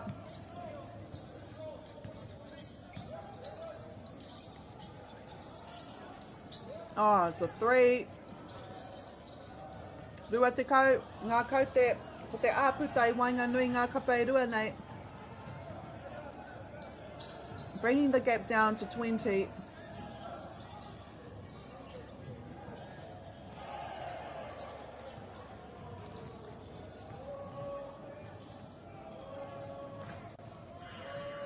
And that is us. Koira, ko te tukinga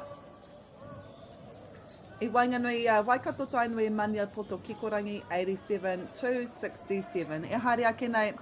Coming up, we have another Tāne Kauri match between Ngāti Wai and Ngāti Tū Wharetoa happening in about 10 minutes time. Kia au tonu mai.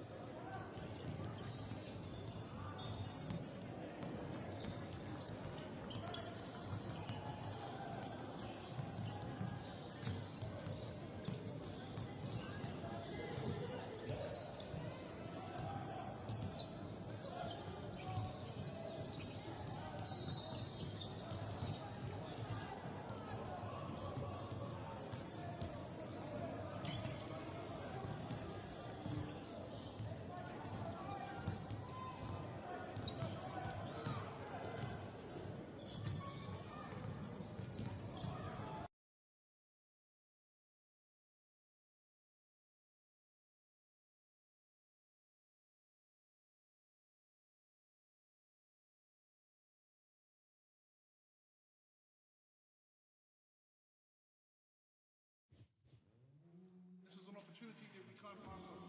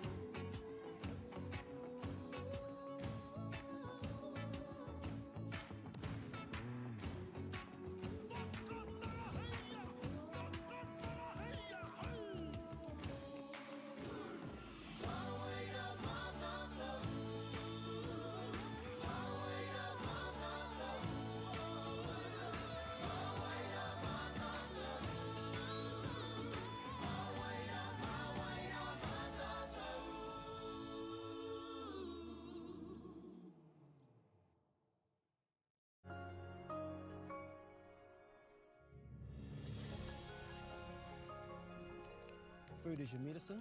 If you really want good health, know where your food's coming from. We wanted our children to grow up in the wilderness. The world needs kids like that. Māori have always understood the best way to live on this harsh land. We can hold on to our tikaka, our practices, our traditions, and bring them into this day and age. Get the Māori Plus app. Download now on Google Play or the App Store with exclusive viewings and 100% ad-free. Quite like top tier. Watch us anywhere, anytime. Make Māori Plus your mate and stream now.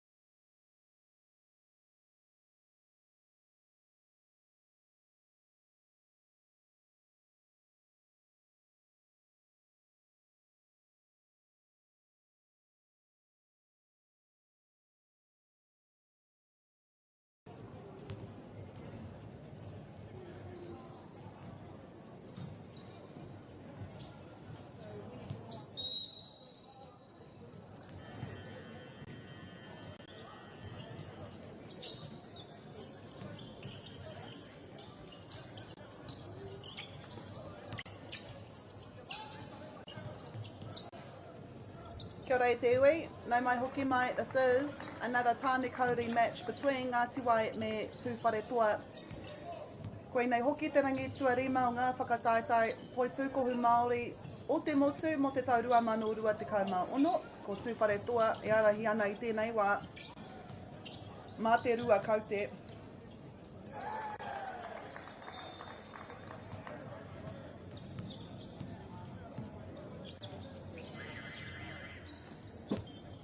Nā hei whakamohiu atu kia koutou, koe nei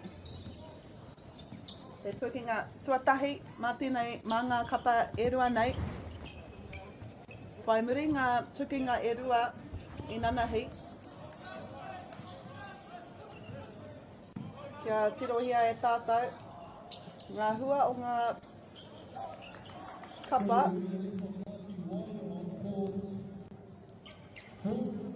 No reira, mō Ngāti Wai, i tā koro rātou ki a Ngāti Raukawa ki te tonga karaka. Ana i hinga mā te tekau tatau. I te ahiahi tā koro i rātou ki a here taunga, ana i hinga mā te tekau mā whā tatau. This morning actually, earlier this morning at 8:30 a.m. was their first game of the day against Rākai Pāka. He kapa kua kitea e tātou ki tēnei kōti i nanahi nei. Ana i hinga mā ngā tatauranga whātekau mā toru.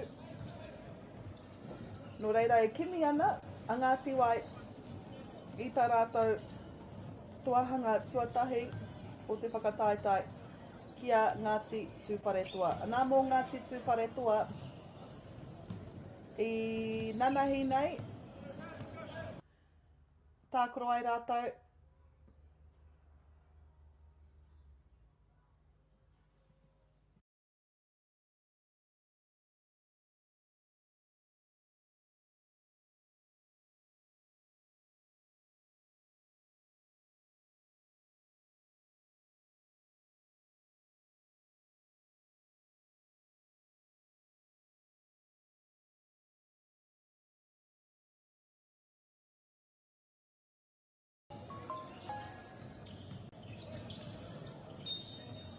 Aroha mai i hapa te wāhi kia mātou.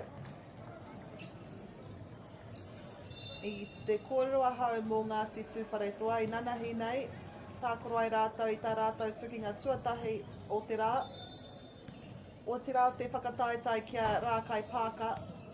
I hinga mā te ono tatauranga noiho, rima te kauma iwai ki te ono te kauma rima. Ana, i te ahiahi, i te pō, i nā pō, ko tā rātou tukinga tuarua ki a Ngāti Raukawa ki te tonga karaka, a wairua toa kaori eke e toru piro nui ho te wehinga i wainga i ngā kapa e rua rā, whitu te kauma ki te whitu te kauma rima ngā tatauranga whakamutunga. Koe nei tā rātou tukinga tuatahi o te rā ki a Ngāti Wai, ana, hei te ahiahi nei, hei te kaumara rima miniti hipa i te rima karaka. Ko tā rātou tukinga tuarua, o te rā tā rātou tukinga whakamutunga ki a here taunga kātu i tēnei pō. Ko ngā whiringa whaiti, ngā whiringa tua kātu hei a pōpō. No reira, ko Ngāti Tū Wharetua e arahi ana i tēnei wā. Ngāti Tū Wharetua, of course, in the red. Ngāti Wai in the purple, maroon.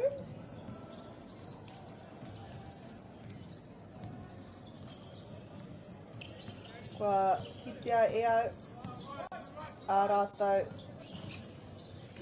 ingoa, ka whakahuatia e au a koake nei.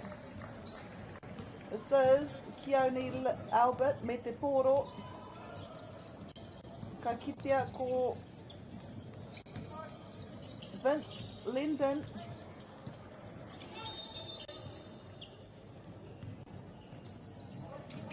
Ngāti Wai me te pōro.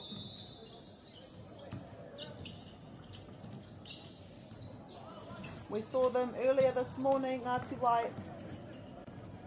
Not much of a break for them today. Nā kua hoki mai me tā rātou tukinga tuarua o te rā. Keone Albert there. Got Vince Linden here asking for the ball. He gets it.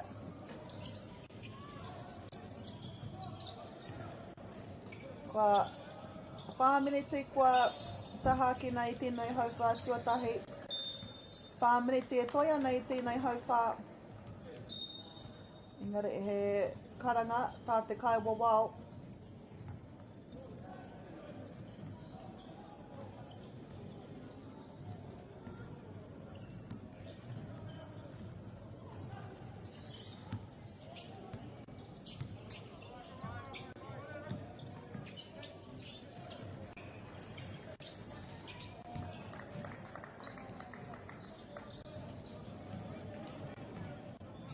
Yeah, Rahiana and Ngāti Wai, they played their first game this morning at 8:30 on this court.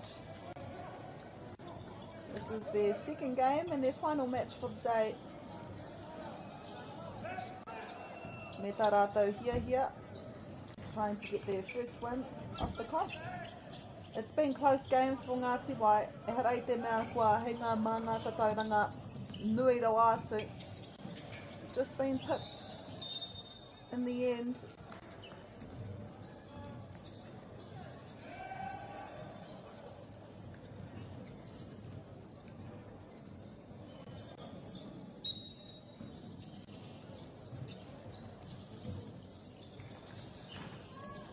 Three-point attempt there. Engari kauri eke. They're still leading by 2 points. Ngāti Tūwharetoa.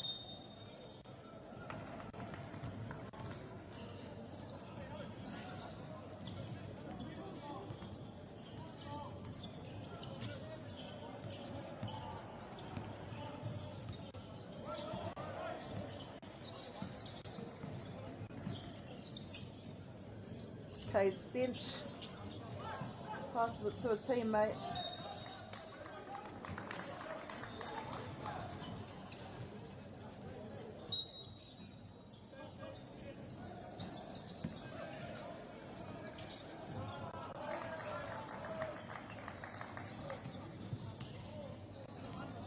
Ihai eke.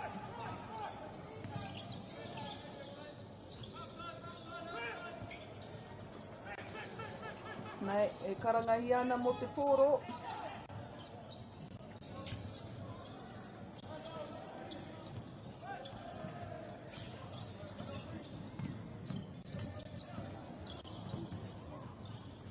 Passes it to, I think that's Clay Rose. Ka ko Aparahama Kupake. He gets the foul.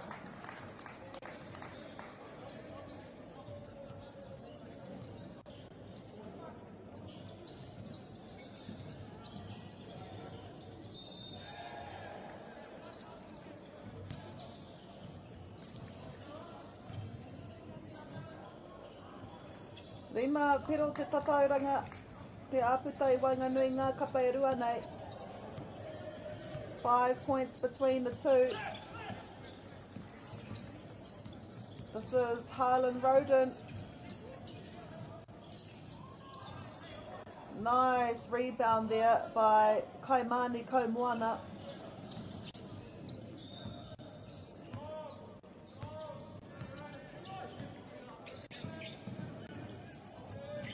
Clay Rose. Iwa te kau he kona e toi ana I tēnei wā. This is te tātou Strother. Kaore he tangata I te kāinga.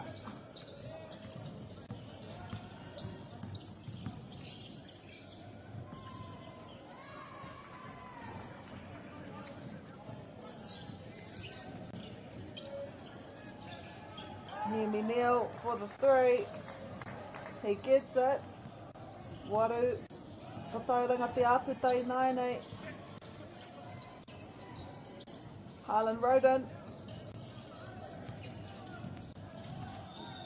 Get the rebound. Unsuccessful though. Kei reira Ngāti Wai e tatari ana. Cade Stench. Luke Crowley. Just a bit short. Manaya Heke there with the rebound, waiting for the rebound. Also waiting for the ball here. No one on him. It was Noah Heke. Or Noah Heke. Aparaha Makupa, he played well against Rā Kaipaka this morning.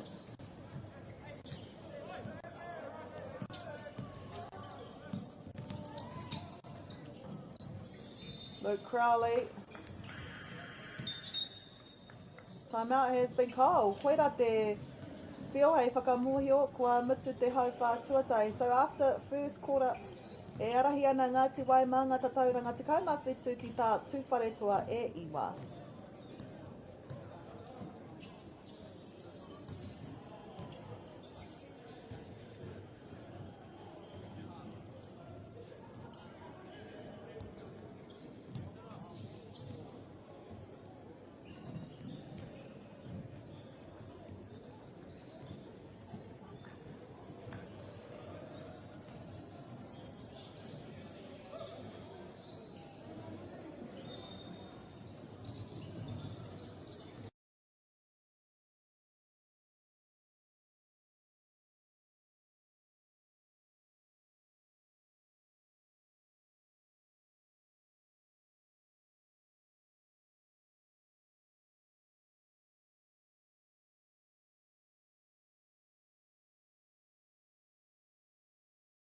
Olivia is over there and she's checking her every time.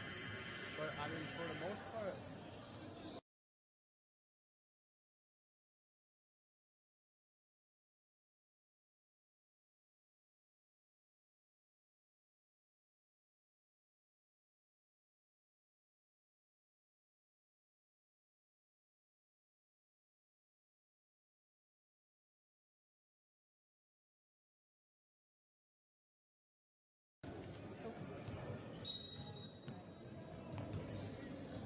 Au whātuarua e kaina mumai nei. E waru minete e toi ana. E waru minete te roa o ngā hau whānei Keone Albert. Sees no one under the hoop. Think there may have been. Ooh. Aparahama Cooper there. Easy bucket for him. Oh, and he gets the foul. Vince Linden there. Gets the two. And akwa hau ia ki te rārangi para.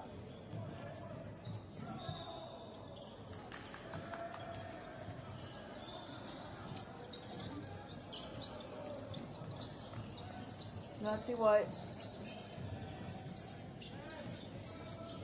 Alex Menu under. Kei konei e tahi a tatari ana. Goes for the three. Manaki Kaumoana with the ball here.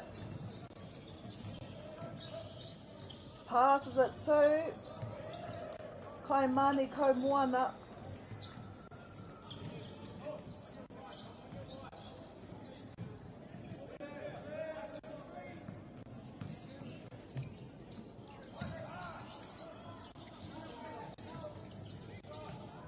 Oh, nice shot there by Alex Manuel. Te kaimatahi ngā tatauranga e wehi ana i ngā kapa e rua nei.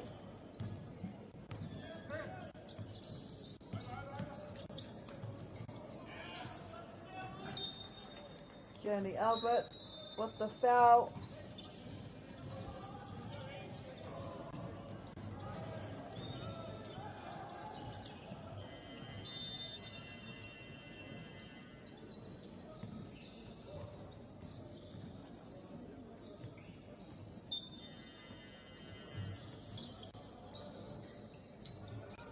Waiting patiently. No one around him was Vince Linden. Engari, kei Ngāti Wai te pōro. Ethan Penny deciding what to do. Passes it to a teammate. Waiting here is David Forsey.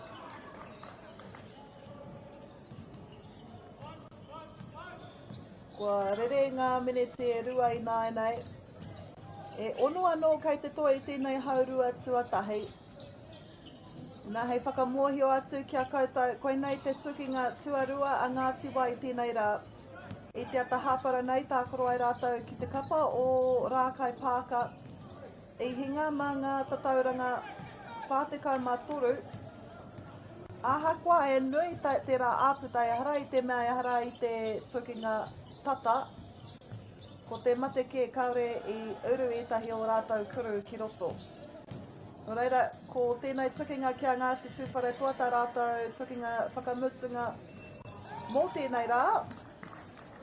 Me tā rātou hiahia kia mutu tēnei rā me tētahi wikitoria.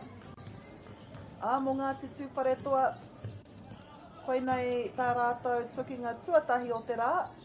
Hei te ahiahi nei, hei te 15 minute hipa i te rima. Tū ai tā rātou tukinga tuarua o te rā kia here taunga. Kare anō rātou kia toa i hoki i tētahi tukinga. I hinga kia Rākai Pāka i te ata i nanahi nei. Mā te ono o tatauranga noiho, koe ra hoki tā rātou tukinga tuatahi o te rā. Ko tā rātou tukinga tuarua i tū kia Ngāti Raukawa ki te tonga. Ana i hinga mā te toru piro noiho. No reira e hara i te mea kua hinga mā ngā nama nui me ki. Engari tēnei wā ko Ngāti Wai arahi ana mā ngā tatauranga te kaumawha. Me tā rātou hiahia kia nui ake tērā āputa. Kai Māni Kaumoana there with the ball for Tūwhare Toa. Now in the hands of Hear Me Neil. Alex Manuel there. Save it. Pass it to Aparahama Kupa, who had a really good game this morning. Ricky Hiramaya.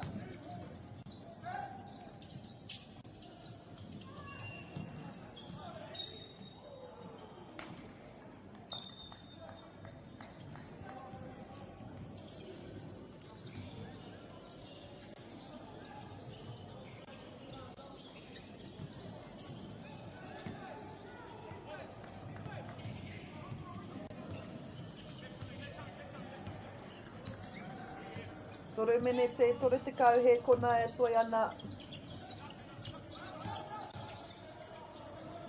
Ko Ngāti Wai tērā i arahi ana i tēnei wā.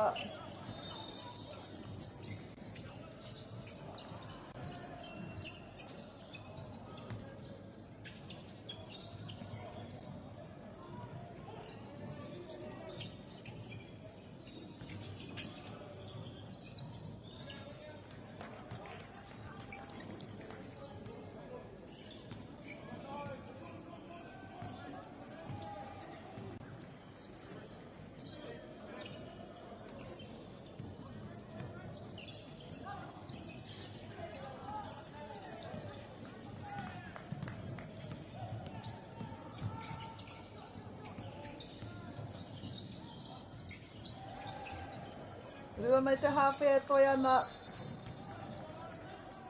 Ngāti Wai.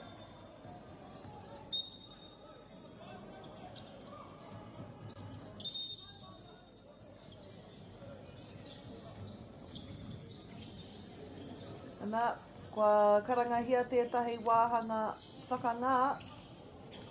Engari ko Ngāti Wai arahi ana i tēnei wā mā ngā tatauranga te kaumārua. Real team effort that we're seeing here, especially some high-level shooting. No forced play, everyone willing to make the pass that creates the better looks and better opportunities as well. There's also a great defensive pressure from both teams. They're looking to force those rush shots and limit the second chance opportunities as well. But you can see from both teams how connected they are defensively.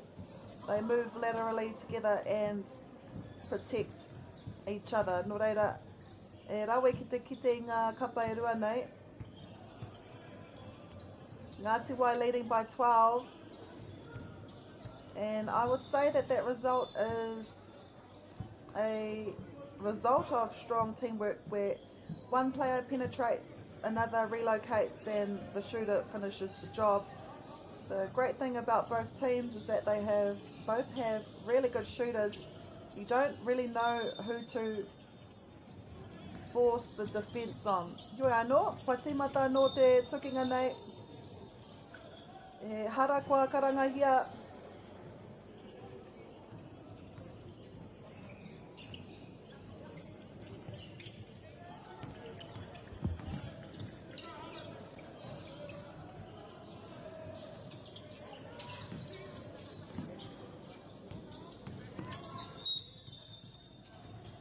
Rua minete e toi ana.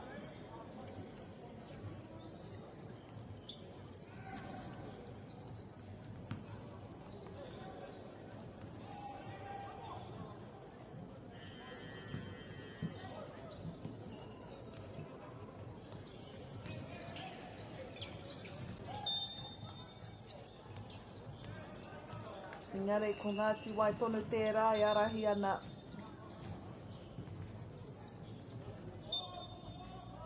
B2 wharetua ball.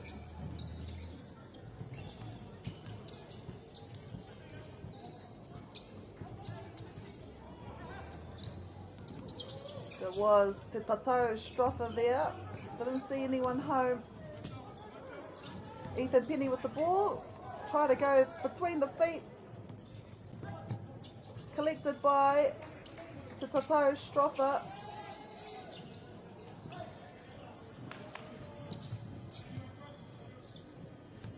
There's 2 14s on the field, on the court for Ngāti Tūwharetoa. Kareo te paku mohi o ko ai a te Tatau Strother.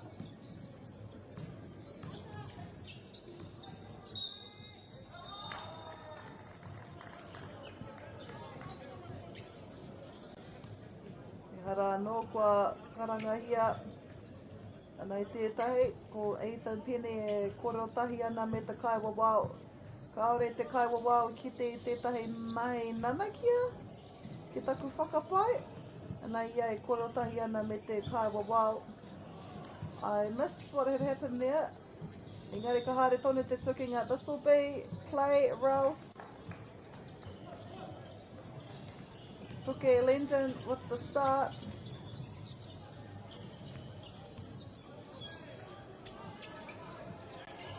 There was Manaia heke.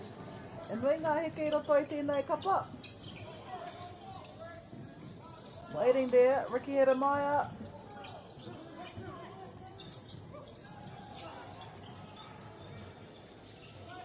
This is player else. Tries to find someone.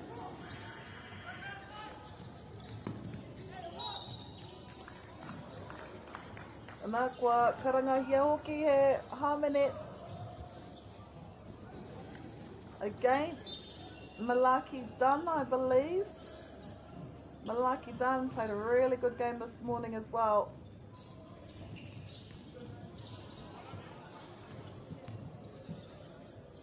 But it will be Harlan Rowden at the foul line. Te kau tatau te aputai nainei, it is only 10 points between both teams. Nō reira kua heke taua aputa. Malaki Dunn sees his teammate free all the time in the world.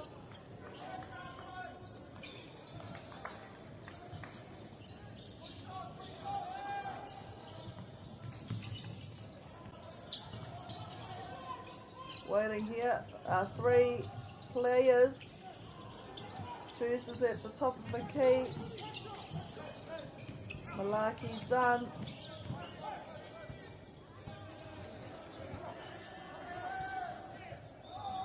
This is Cade Cinch with the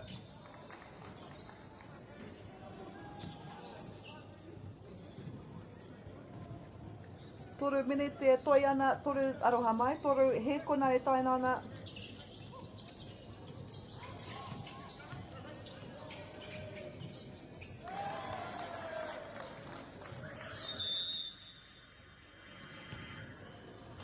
Ana, koe nei te haurua o tēnei tukinga.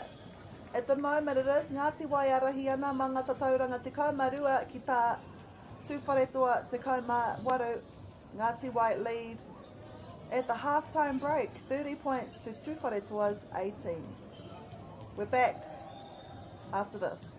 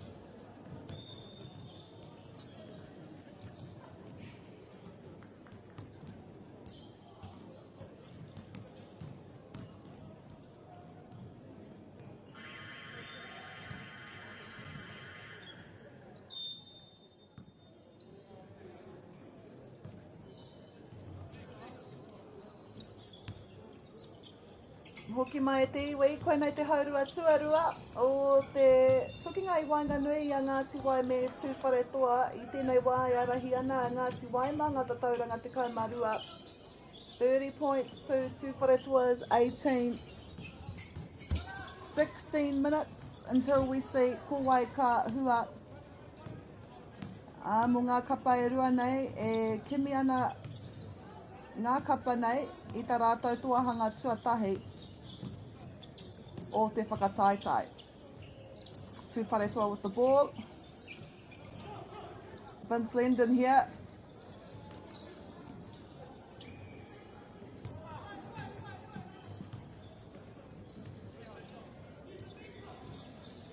This is Cade Cinch. Cade Cinch looks to pass it out. Oh, I think that was Aparahama Cooper. He toki ia I roto I tēnei kapa. Played really well this morning, Aparahama Cooper. Oh, whoa. What a shot by Keone Albert. Brings that deficit down to only 12 now.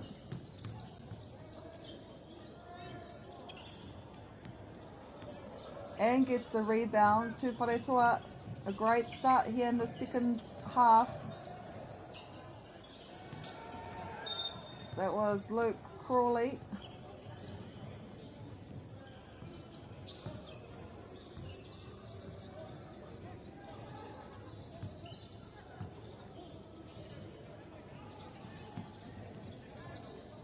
Aparahama Cooper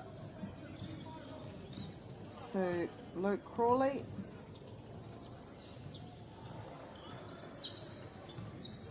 I think that's Ricky Hedemaya.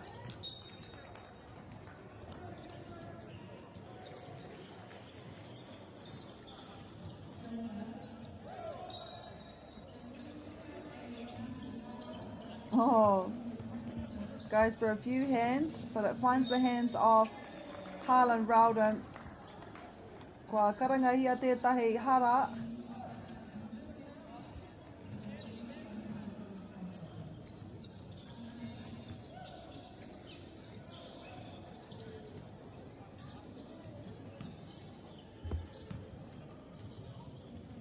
Keone Albert.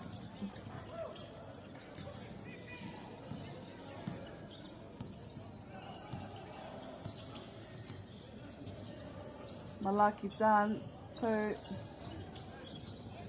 Kate Cinch. The deficit is 9 now. What a great start here from Tūwhare Toa. That would have made it even better. Anei ko Kate Cinch anō. Oh, what a drive. Passes it to James Anderson, who passes it back to Cade Cinch. 9 points. E rimanga miniti e toi ana I tēnei hau whātua toru. Cade Cinch anō. Finds James Anderson. Luke Crowley, just, I don't know if that was hit out of his hands or he may have just lost the grip of the ball. Cole, I believe it will be a Ngāti Wai throw-in, so it must have been hit out of his hands. Waiting patiently here on the other side of the court was Luke Crowley. Oh, what a drive by Keone Albert. Gets the foul. Whāminiti, whātekau he kona e toi ana. After this we'll have one more quarter to go.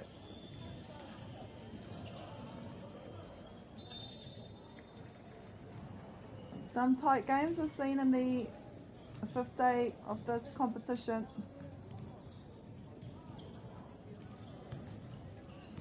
Clay Rouse has come on for James Anderson. Keone Albert.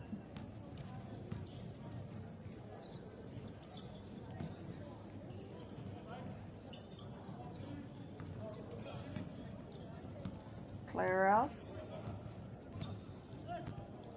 O aroa mai ko Cade Cinch tēnei. He hara anō kua karangahia. Ia tātou e pātata atu ana ki te wehenga. Halfway of this third quarter.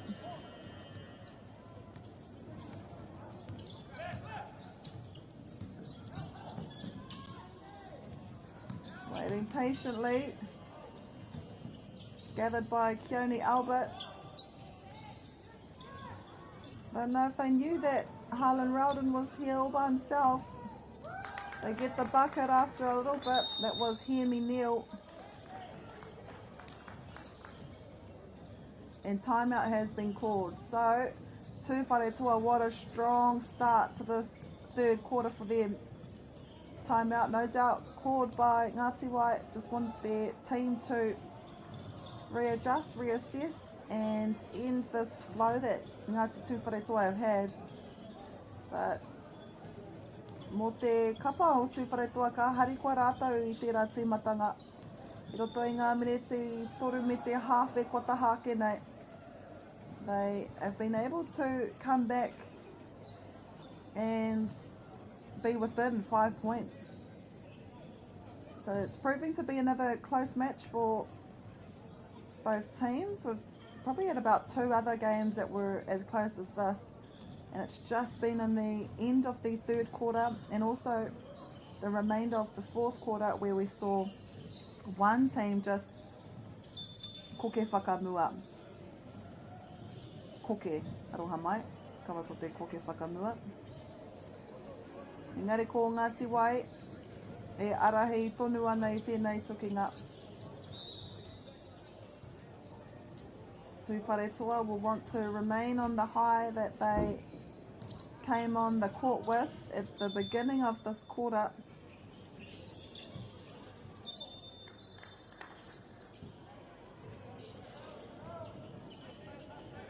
Luke Crowley here with the throw in. Claire Rouse. Back to Crawley.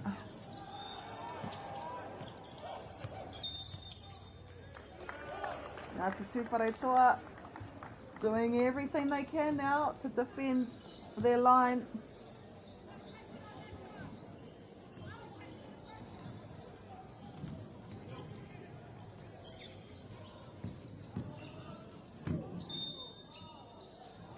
The intensity of this match has changed dramatically.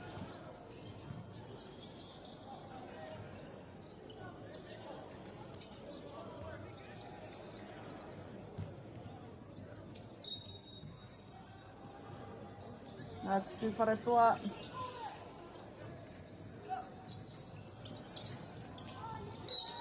Down there with the rebound, gets the foul as well. He took the contact and it looks to finish strong as well.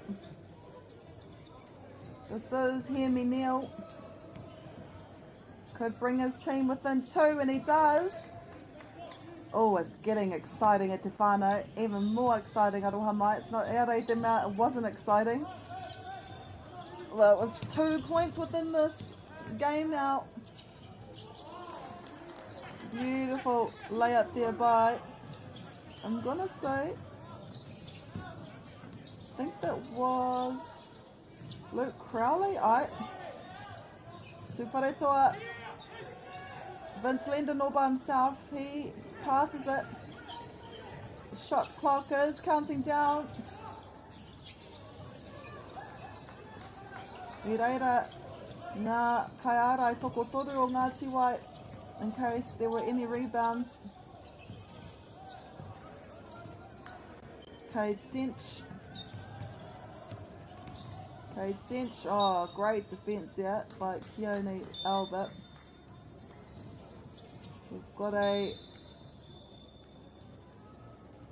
few new players making. I would say half of the court has changed. E whāpiro te āputa I Wainganui ngā kapa e rua nei. Luke Crowley with the ball.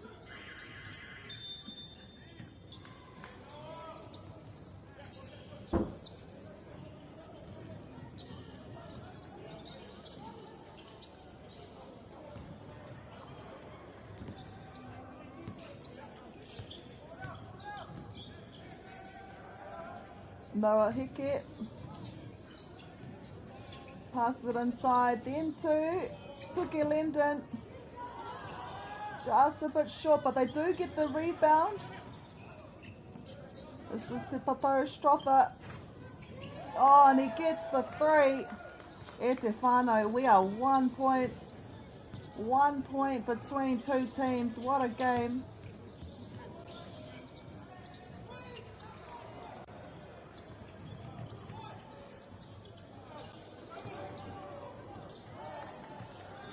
Beginning. Pressure is on for both teams. Noah Heke here. His team has come from behind, but speaking from behind, where did he come from? Luke Crowley gets another 2 for his team, sneaking away. Kia Arahimanga Tatauranga I Rima. And they are Noah Heke. Look at the defence. Tight like a tiger. Alex Manuel. Iwa te kau he kona e toi ana ko Luke Crowley tēnei me te poro, and it's intercepted by Noah Heke. Oh, he gets the bucket. No foul though. It's only 3 apiece, 3 between the 2 teams. What can Malaki Dunn do, actually? Luke Crowley Usually gets those in. Te Tatau Strother passes it to Kaimani Kaumoana. I was holding my breath there.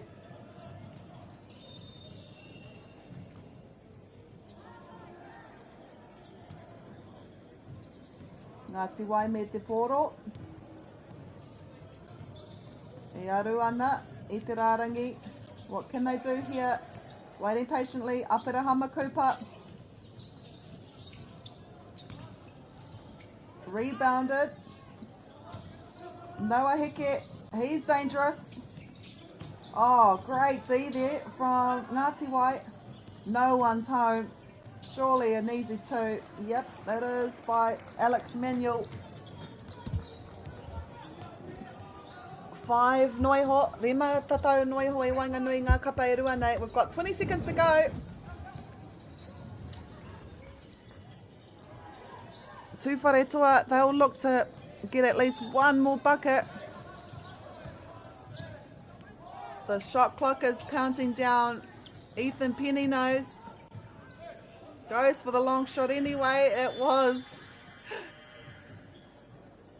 Puke Linden, but at 3/4 time, e rima tatauranga te āputa i Wainganui ngā kapa nei. We are down to the wire, te whānau. Kawe, haere tawhiti.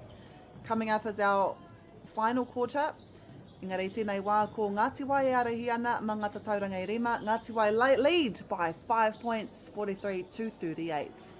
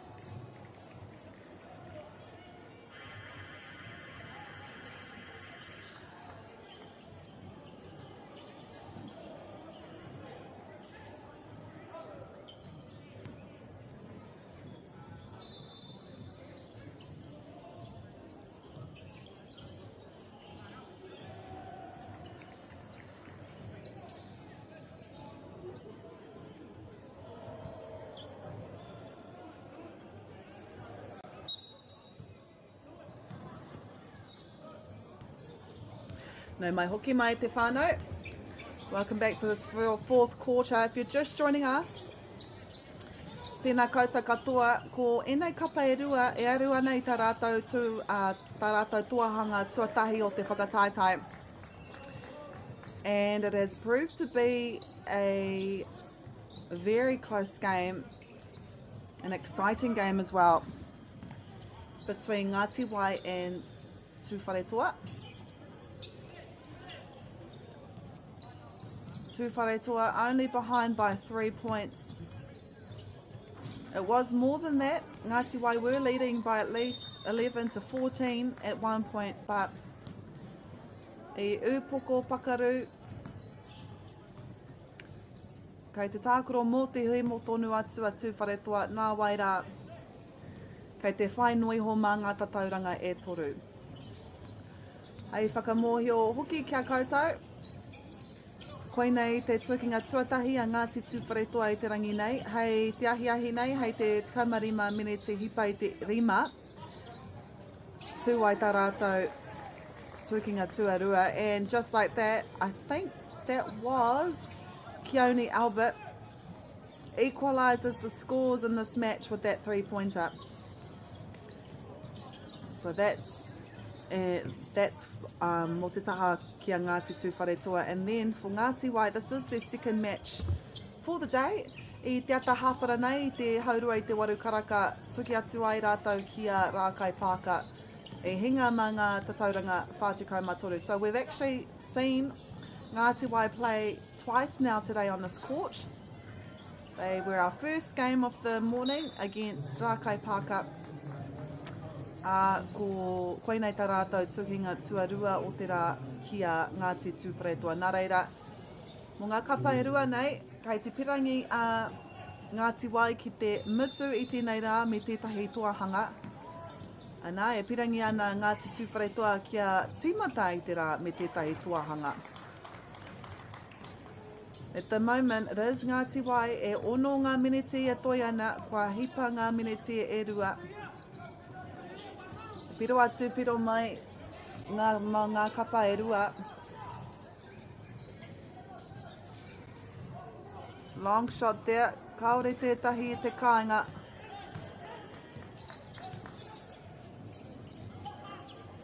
Keone Albert was looking for an intercept.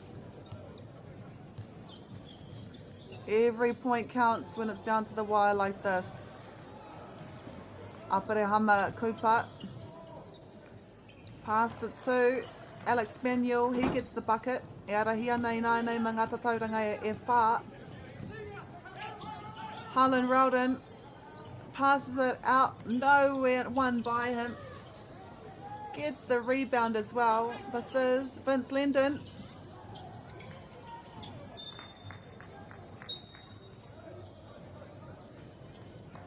Toru miniti e toi ana.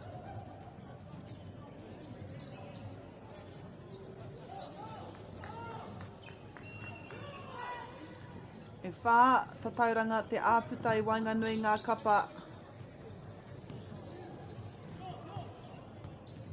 Aparahama Kupa. It's a 3. Kua raru ia. Ka reo i te mōhio hiaha te mate engari. Will be a foul. With just under 5 minutes left in this match. Ko te āputa e whānga tatau. It's anyone's game.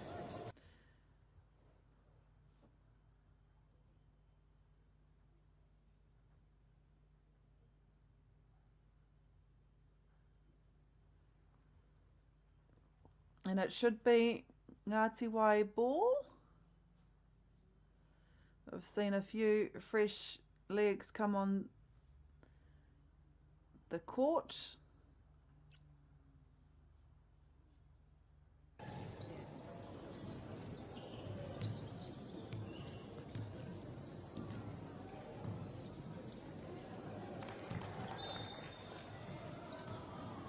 Luke Crowley at the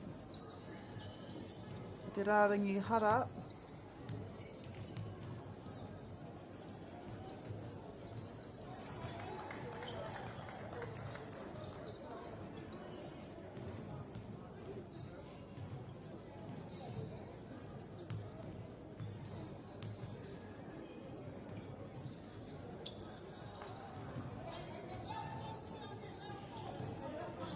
Nei, Ngāti Tūwharetua me te pōro. Keone Albert played a really good game today. What can he pull out? They've got 4 minutes and 40 seconds left. Harlan Rowden calling for the ball. It's pass to Manaya Heke. Engari, he karanga no te tā te kai wawao. Ngāti Wai have started this quarter strong. Tūwharetua only behind by 2 now.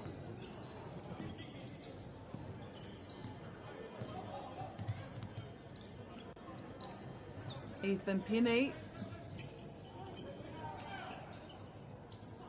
looks to David Forsey. Oh, it's intercepted by Clay Rouse. They needed to do that too. Tūwharetua had a player down the end. This is Luke Crowley. 5 minutes e toi ana i nei.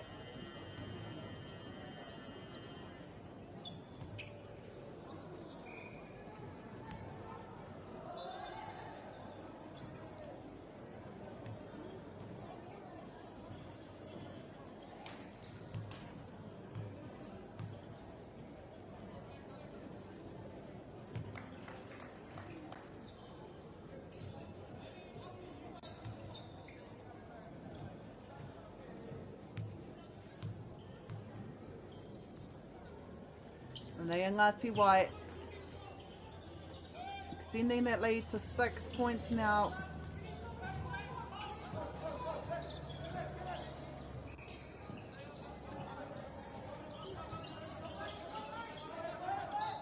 Keone Albert, with the 3, and he pulls it out when they need it the most. E whai noi hoana mā ngā tatauranga I toru I nāinei. Malaki Dunn.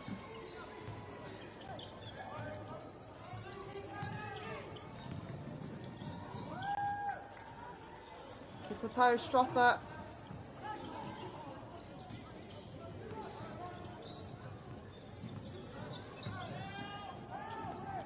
Te Hapa Paku, and waiting at the end was Keone Albert. And now at Te Whānau, it's a ball game.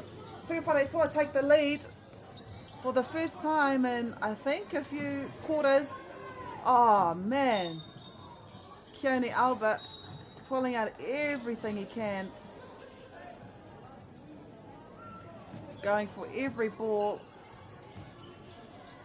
2 minutes 50. Tupare Toa lead by 1.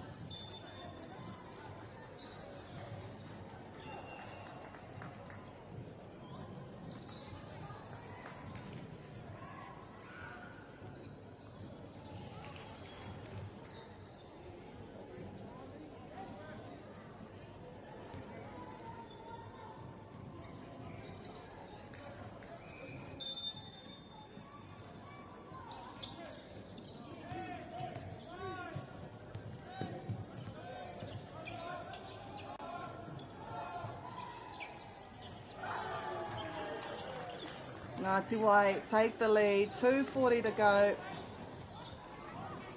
It's going to come down to who scores when the pressure is there. Kua noho oriti anō ngā tatau.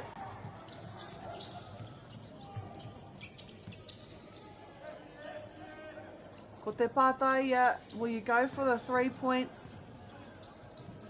Difficult at times, especially when your defence is pressing on you, or do you go for the easy 2? Bear in mind that it's not easy at all when you have all this defence on you. Look at the score at Te Whānau, 54 all. That was Keone Albert. Tahi mineti, whātekau he kona e toi ana.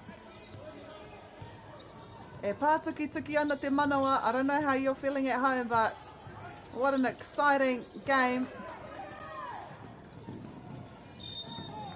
And he gets the foul. That was Hemi Neal. Hemi Neal, a lot of pressure will be on him to get these. With 90 seconds to go. E tukinga nui tēnei manga kapa e rua nei. I nā rā, kare anō tētahi, o rātau kia toa I tētahi tukinga. Me te hiahia, kia wehe I tēnei whakataitai me tētahi tohahanga. With the winner, you always have a loser. Kāre tētahi te pirangi kia wairua toa. Tūwhare toa. Lead by 1, time is called.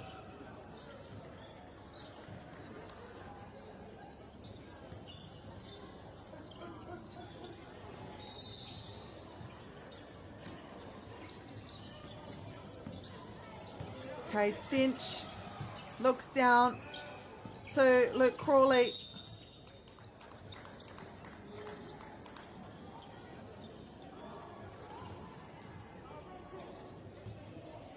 Getting excited.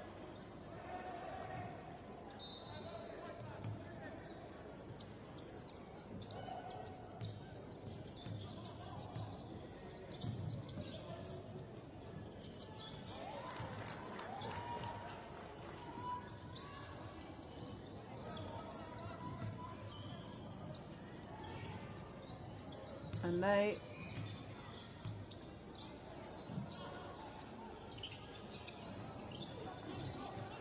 E noho ōrite ana ngā tatauranga. Waru te kaunga he konei e toi ana. Anything can happen in 80 seconds. Waiting patiently there, Keone Albert with the ball. Goes for the 3. Oh, luckily, Tuwharetoa get the rebound. Here waiting is Manaia Heke. To Keone once more. Great rebound there by Ricky Heremaya. One of the biggest guys on the court. Aroha Mai, I think that's Cole. No, it is Ricky Heremaya. And they are Malaki Dunn. Under 1 minute now, e te whānau. Malaki Dunn. Oh, wow. Where did he come? That was Harlan Roldan. Manaia Heke looks to Harlan Roldan. Gives it to Vince Lendon. Then Keone Albert. It's gone through the whole team. Oh, Keone Albert with the rebound. Whoa. Time has been called. You had a feeling something was going to happen. E rua ngā tatau e wehe ana I ngā kapa e rua nei. Tuwharetoa lead by 2 points e te whānau. We have 30 seconds to go, but with the timeouts both teams have, this could potentially go on for a little bit longer. Waimari e tātou I te mea, te tukinga e kainamu mai nei, kāre mātou I te whakātu I te rā kēmu, kia whakangāi a mātou kaimahi. Luckily for us, and this match, our next game at 2:45 won't be shown, won't have any commentary. So if this game does go a little bit over, waimari tātou kei konei tonu ngā kaimahi. We will be back though. Whai muri tēnei kēmu ka hoki mai mātou mō te tukinga ka tū hei te whākaraka I tēnei ahi. We will be back with that match at 4 o'clock between number 2 and 4 in Wahine Kauri. And our last match for the day will be at 5:15.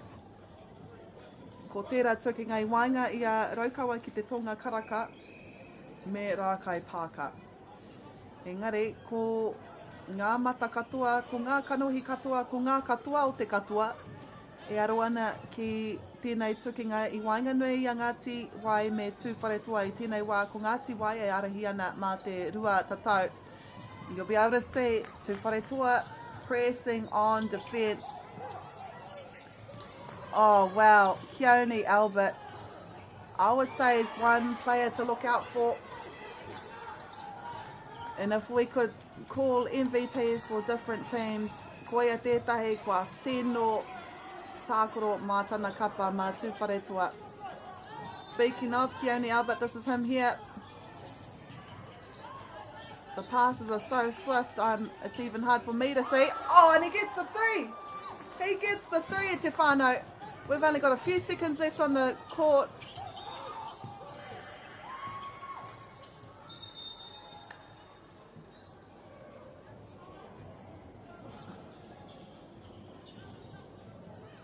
But Keone Albert, if we did have a replay, we would replay that last shot when it mattered the most, forcing Ngāti Wai to attempt a 3 of their own.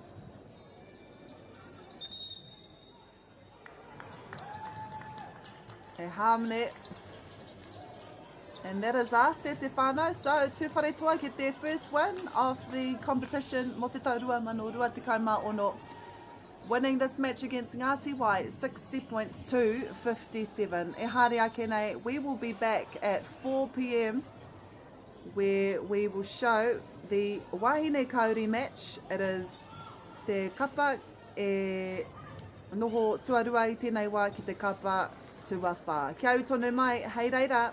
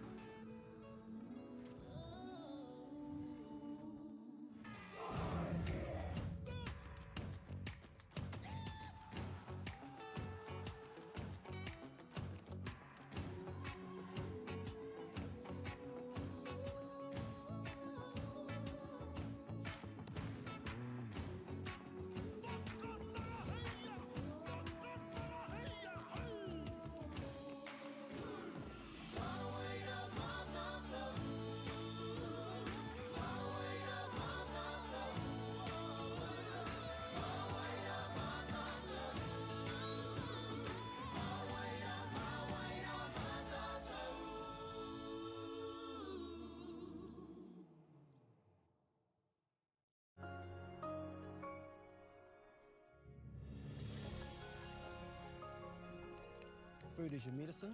If you really want good health, know where your food's coming from. We wanted our children to grow up in the wilderness. The world needs kids like that. Māori have always understood the best way to live on this harsh land.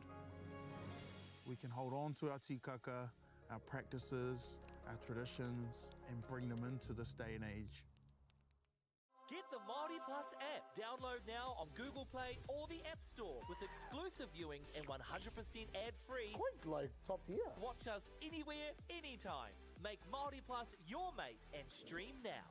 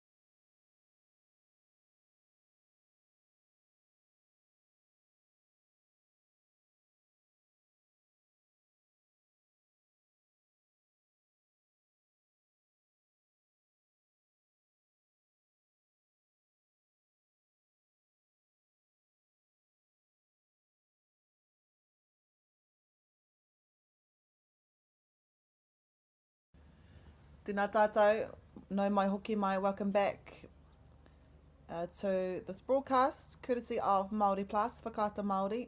I konei i te whakataitai poi tūkohu Māori o te motu ki konei ki Rotorua. Speaking of Rotorua, ko rātou te haukainga, they also have one of the teams in this match. It is between Te Arawa and Maniapoto Kikorangi. E haere ake nei, we will go through the names of the players. He tukinga, I wainga I te kapa rua me te whā. I ngā kapa kei te wāhanga kauri. In Maniapoto Kikorangi, ko rātou e mau ana I te kahurangi, ko Te Arawa me mau ana kei te kōti I tēnei wā. I'm good.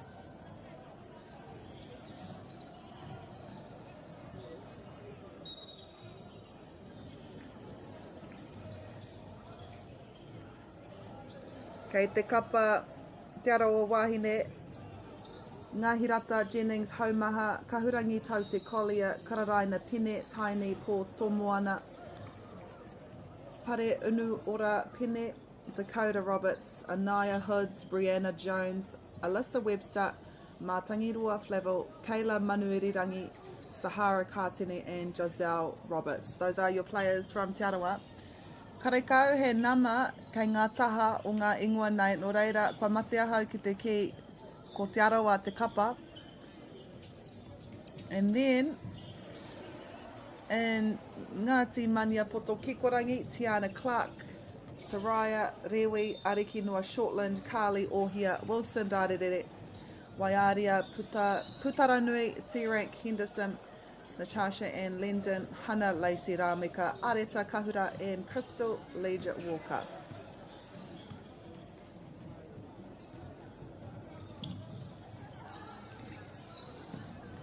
Maniapoto Kikorangi with the ball.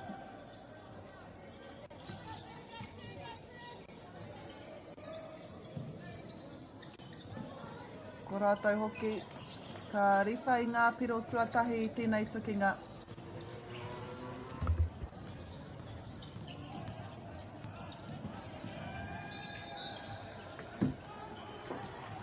I ai ki ngā kōrero, e tukinga I Wainganui, te kapa I tai tuarua mai ai, me te kapa I tai tua whā mai ai. Ko te toa, ka uru ki ngā wharinga whai te katu a pōpō. Maniapoto Kikorangi, me te pōro.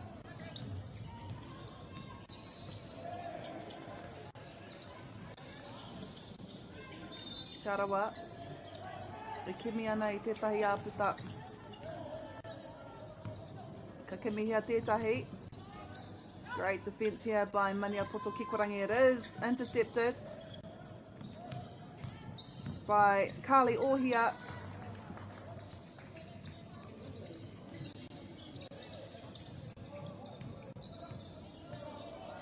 Whātoru ngā tatauranga I tēnei wā, kua hipa ngā miniti, ko tahi me te hāwhenua. This is Hannah Lacey Rameka. Kia puta te ihu o Maniapoto Kikorangi ki mua. Cross court pass for the three. Engari, I reira tētahi e tatari ana. Waiaria Putaranui C-Rank Henderson.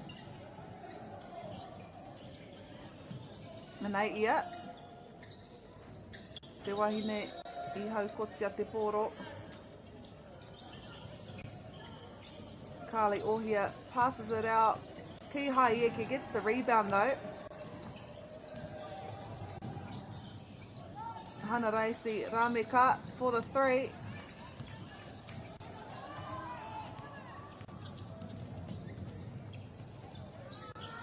Beautiful layup here by Te Arawa.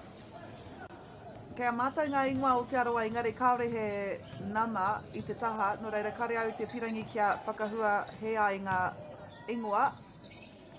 Mō te tūpono kei te kāinga ētahi e mātakitaki ana me te pātai hā te take kāre au i te whakahua i ngā ingoa.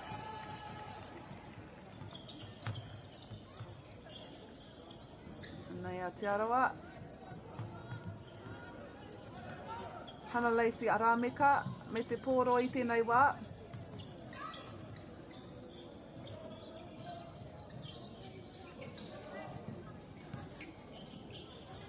Gets the ball.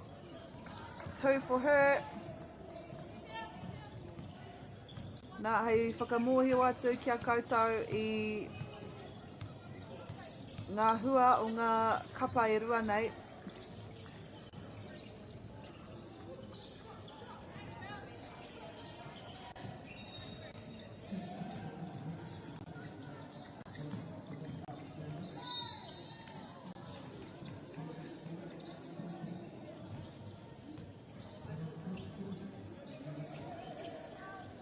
Waru ki te rima kia Mania Poto Kikorangi. Nei mō tēnei kapa o Mania Poto Kikorangi. Tākoro ai rātau ki a Te Arawa Wahine. I nanahi nei, no reira, kua tākoro ki ngā kapa e rua nei. Ko Mania Poto Kikorangi te kapa i tua whakaihu mai ai. Waru te kaumā whā ki te ono te kaumarima. So, this is a repeat of the first game for both teams held yesterday. Their first match at this competition, where Ngāti Mania Poto Kikorangi won that match against Te Arawa Wahine 84 points to 65. They later played Ngāti Wai and went down to Ngāti Wai by 20 points. Whātikau matahi ngā tauranga ki tā Ngāti Wai ono tikau matahi. Ana i te ata hāpara nei, te ata nei, tākoro ai rātau ki a Ngāti Toa Rangatira. Ko rātau i toa whakaihu waka mā ngā tatauranga e ono noa. Ko ngā tatauranga whakamutunga ono te kaumarua ki te rima te kaumā ono. So, they have had 2 wins aroha mai, 1 loss against Ngāti Wai. For Te Arawa Wahine, te kapa no te haukainga, rereke mō rātau kia tahuri ake ki ngā hua i a Te Arawa i te rārangi hara. Nō reira, he hinanga tā rātau i te tukinga tuatahi ki Ngāti Mania Poto Kikorangi. Nā wai rā, ka tākoro rātau ki a Ngāti Toa Rangatira, ka hinga mā te rua tikau marua tatauranga whātekau ki te ono tikau marua. Nei a Te Arawa. Beautiful layout there. Ana, ko tā rātau tukinga tuatahi i tēnei rā, te kaumatahi karaka i tēnei ata. I tākoro rātau ki a Ngāti Wai, 82 ki te 47. Nō reira, e rua nā hinganga. Ko tahi te tuahanga. Akau, e toru ngā hinanga tā Te Arawa Wahine. But they've been close games. Nō reira, e aru ana a Te Arawa i tā rātau tuahanga tuatahi. It is 4th place. E ai ki ngā kōrero ko te kapa tuarua e tākoro ana ki te kapa tuawhā. Ko Mania Poto ki a Te Arawa. Ko tahi anake te kēmu whaimuri i tēnei ko tērā o Ngāti Raukawa ki te tonga karaka me Rākai Pāka. Kia tahuri ake ki te tukinga nei.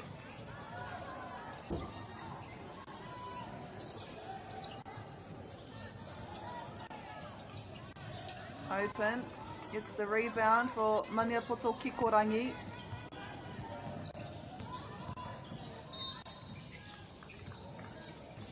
I think that was Areta Kahura. Ka haere ia ki te rārangi hara. Kao, ko Crystal Ledger Walker Care.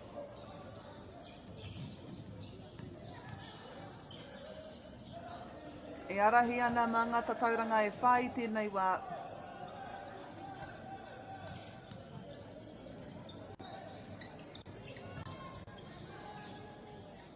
Kua piki ake tērā nama ki te ono. Te arawa with the ball.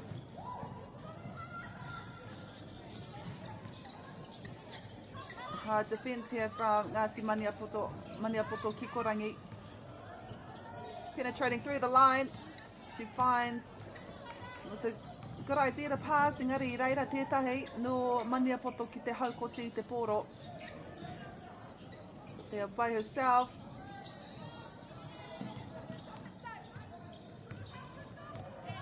And they are Crystal.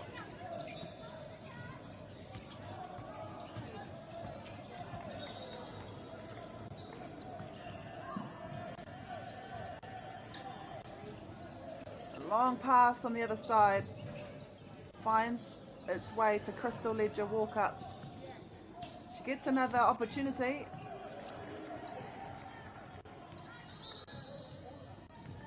Nari he hara kua karangahia e te kaiwa wao.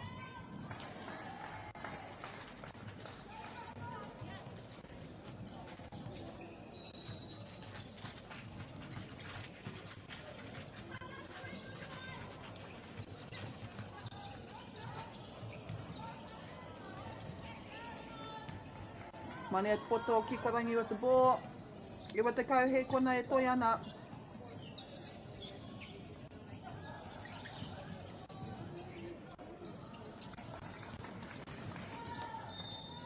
Kua rifa I a rātou.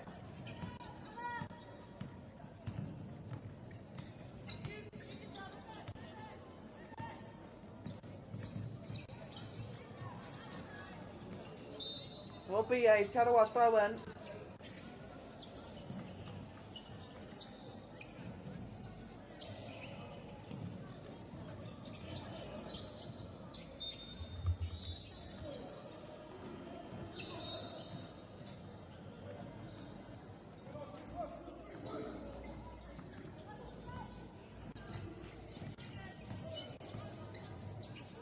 Look at that wall of defence from Maniapoto.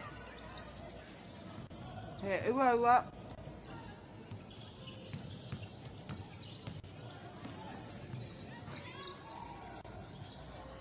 Passes it out to Takai Marua.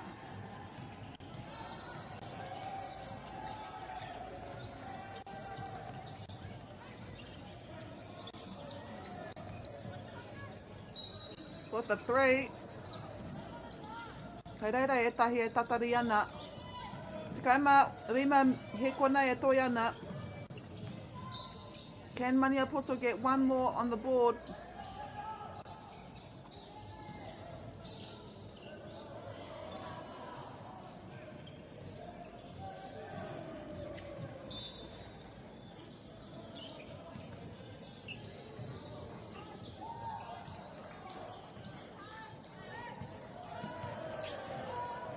And they are Tiarawa. Makes her way down the court. I reira te whakaro. Ko Maniapoto Kikorangi e arahi ana I tēnei wā. Rua te kaimatahi ki te waru. Kia au tonu mai mo te hauwha tuarua e kainamu mai nei.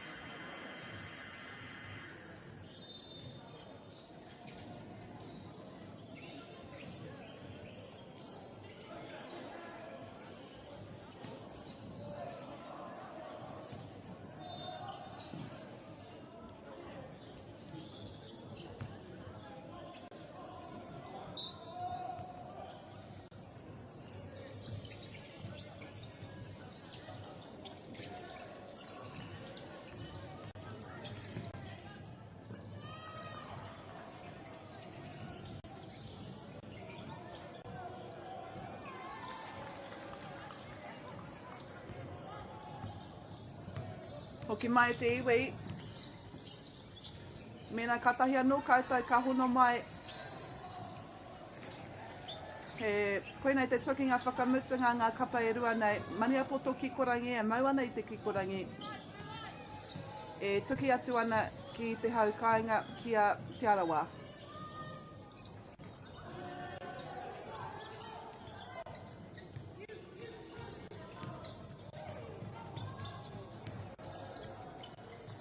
Kei te kimi tonu a Te Arawa i tā rātou tuahanga tuatahi o te whakataitai nei.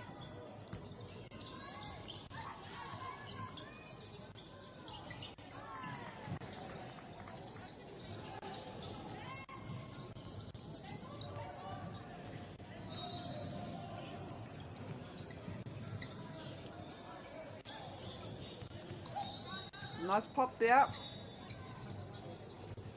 Play on, says the ref.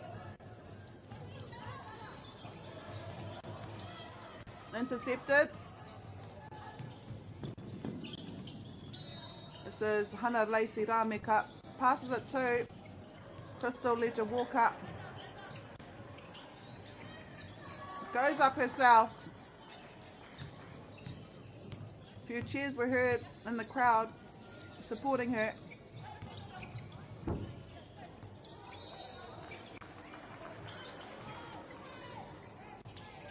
Nice regather here from Te Arawa.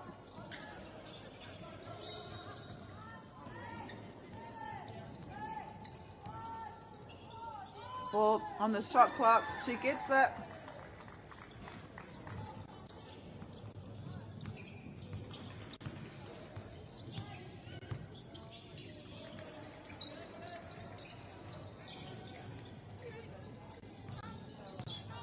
Waiaria Putaranui, C-Rank Henderson with the ball.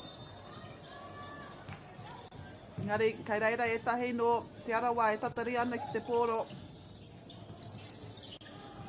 For the three. Gets the rebound though, and a sea of blue.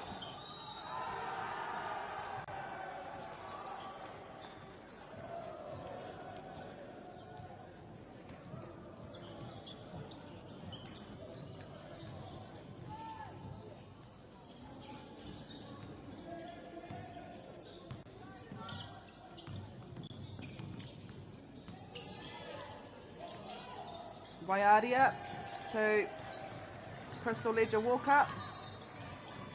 Defended well by Te Arawa.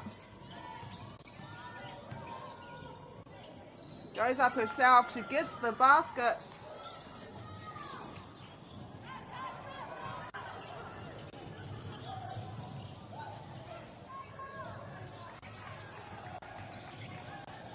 Great individual effort there. Crystal Ledger Walker to Hana Lacey Rameka.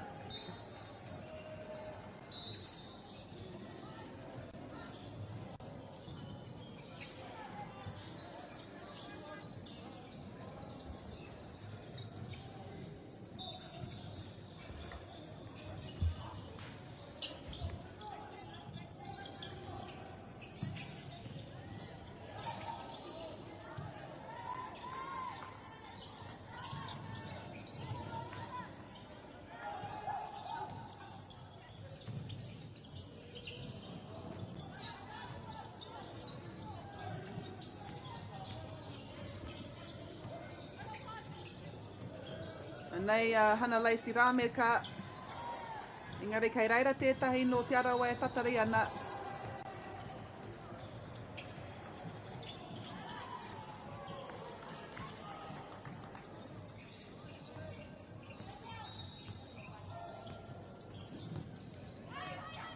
Me te pōro. Mania poto for a three. Rebounded by, I'm going to say Hana Lacey Rameka. No reira, ko te āputa e tēnei wā, e iwa ngā tatau, ko mania poto ki korangi e arahi ana.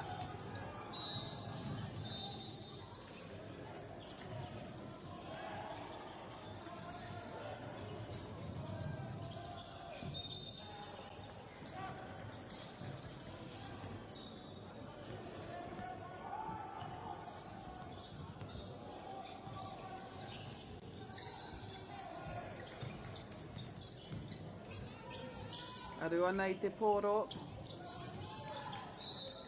Intercepted, but pushed out by Te Arawa, so it will be a Maniapoto Kikorangi ball.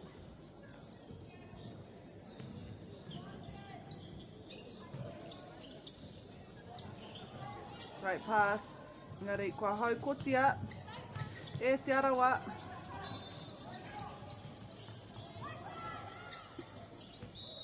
Defences coming in fast from Maniapoto. Trying to close her out.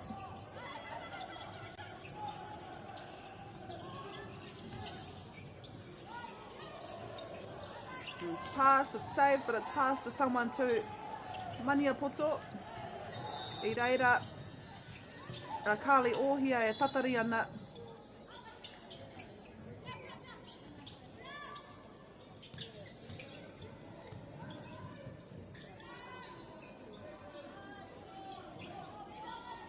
Oh, Waiaria Putaranui C-Rank Henderson with that 3. Puts them out by 12 now. Look at that D.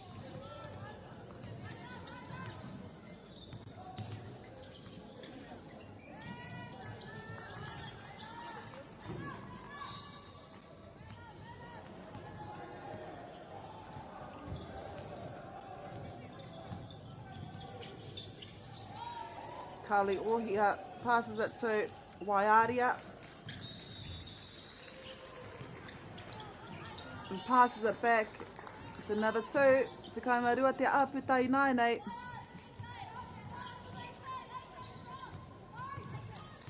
And nei a Te Arawa.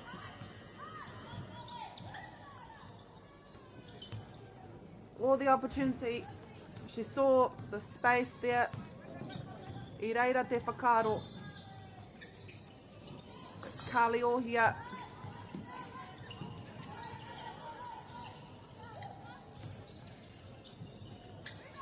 Waiting on the side. Oh, what a beautiful 3 there. She had all the time. No one on her. The 2 feet were facing and her shoulders were square on.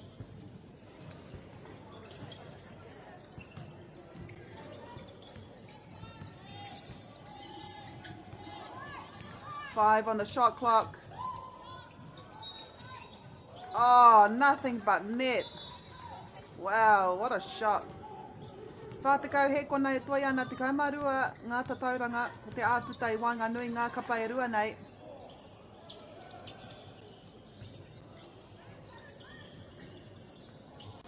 It's another 3 for her. That's her second for this quarter already. Rua te kau he kona e toi ana I tēnei haurua tuatahi. He whakangā te haere ake nei, but ko te āputa he iwa kau te noiho. Pass it to Kali Ohia. Sees a gap. Crystal Ledger Walker, she goes up, she gets it. And that is it. What a way to end that first half. Ko Maniapoto Kikorangi arahi ana I tēnei wā. Tore te kaimā whitsu ki te rua te kaimā ono kia utone mai mō te haurua tuarua e kainamu mai nei.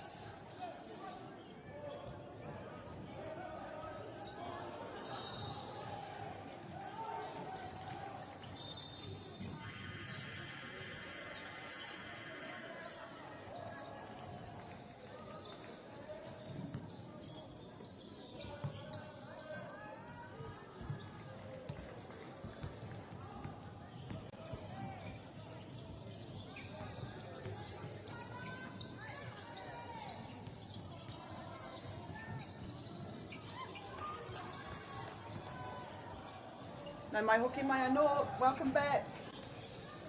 Te kaumātore te āputa I Wainganui, ngā kapa e rua nei.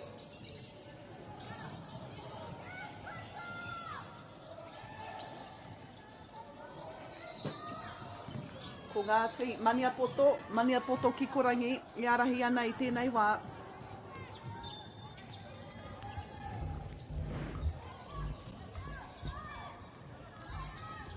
Mā te kaumātoru piro.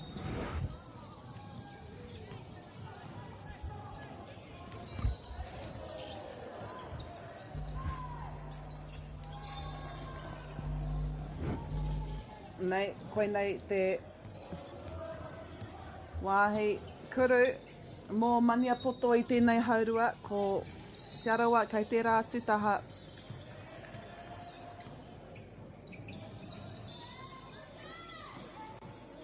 Te Arawa with the ball. But short. Te kamarima te āputa. Maniapoto. Crystal Ledger-Walker heard the ref blow her whistle. It still went for the shot anyway. It was out, no reira, kua mate, rātou ki te tīmata anō.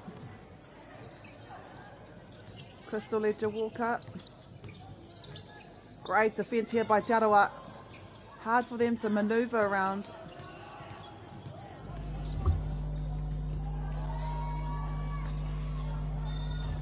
It is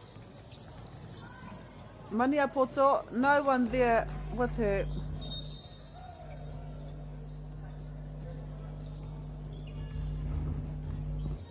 And she is able to get that easy peasy.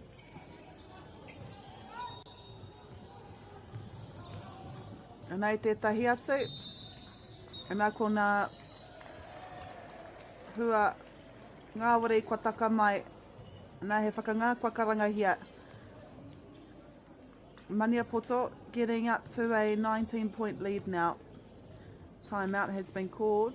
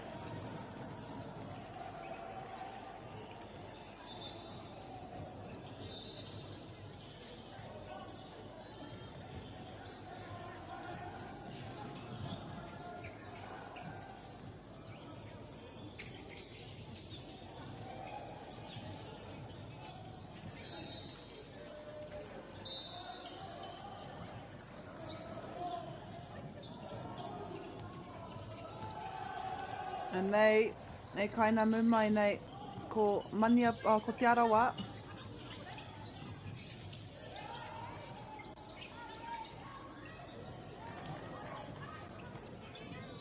Ka piki ki te rua tika māwaru.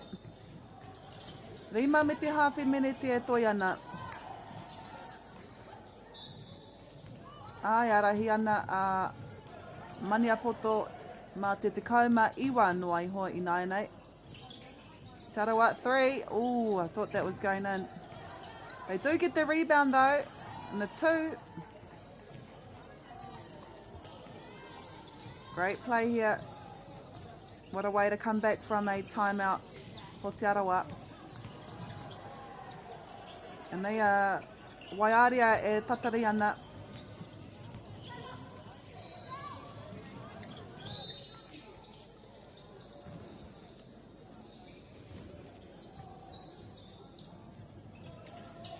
Whāminiti me te hawhi e toi ana. Maniapoto e kemi ana I tētahi tuahanga anō. Ko Te Arawa tērā e kemi ana I tētahi tuahanga. Kua toru a rātau kiemu wairua toa kare anō kia eke, engari e hara i te mea i hinga ma ngā kaute nui.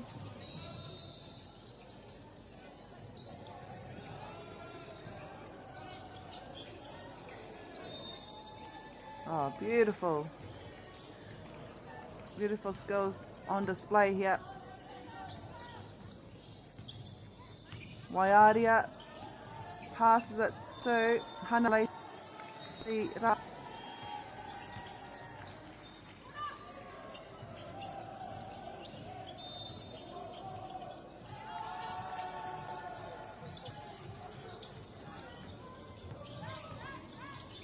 Te kaimarima te aputai nainei, so what a way to come back from their timeout. Nearly halfway through this third quarter. He nui tonu ngā miniti e haere aki nei, but it'll always be hard to come back when you've got skills like Hana Lacy Rameka, making it look so easy.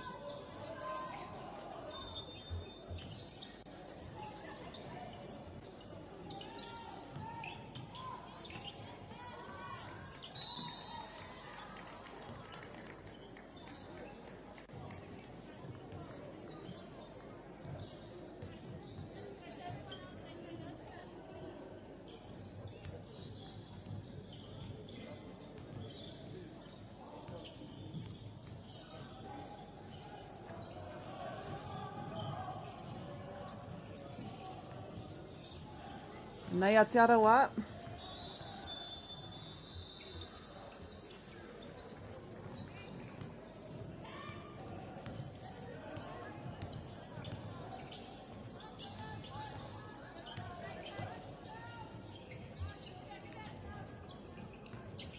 Crystal goes up, gets the rebound.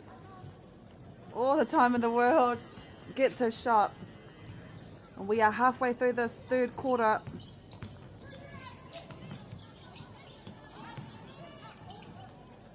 Great defense here by Maniapoto, but Charawa able to make their way around. Oh, I was going to say, if she got that, what a shot. Kei reira ngā kai ārai tokorua e tatari ana ki aia.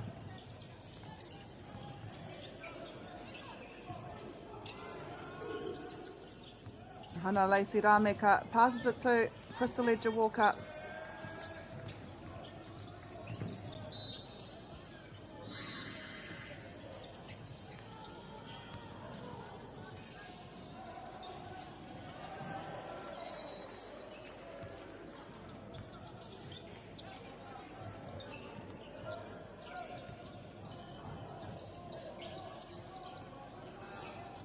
Rua te kaimātahi ngā tatauranga e wehi ana i ngā kapa e rua nei.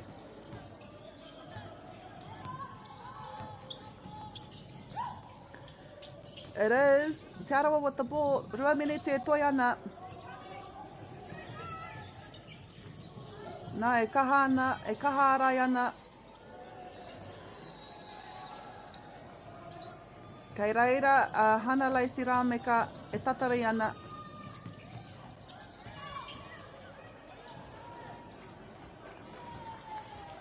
Gets the rebound and the two. No.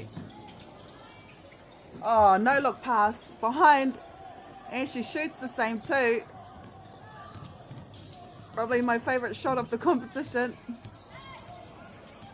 Crystal Ledger Walker trying to penetrate her way through the defence, but the defence from Te Arawa is so hard. Spins. Oh, unlucky.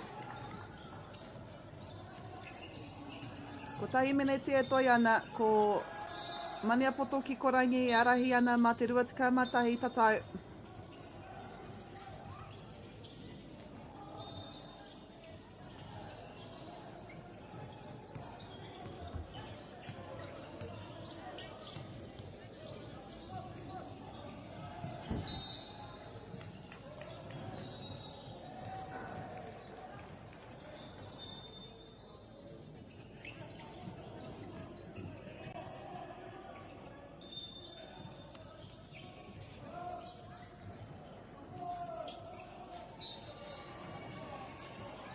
Rima te kaima toru.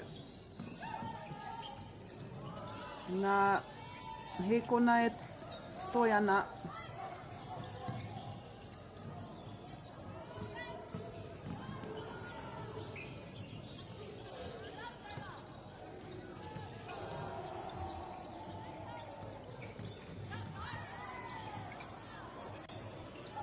Ko hana laisi rame ka tēnei. Ka hoa atu kia Crystal Edger Walker, kia Carly Ohia aroha mai. Rua tekau hekona e toi ana. We've still got time for at least 2 more plays. So it's Te Arawa, will they wind down the shot clock or ko te ahua nei, ka pēra rātou. Oh wow, beautiful. It touched about 5 players' hands. And that is us for our third quarter. E tēnei wā e arahi ana a Maniapoto Kikorangi. Rima te kauma toru ki te toru te kauma ono. E haere ake nei ko te hauwha whakamutunga.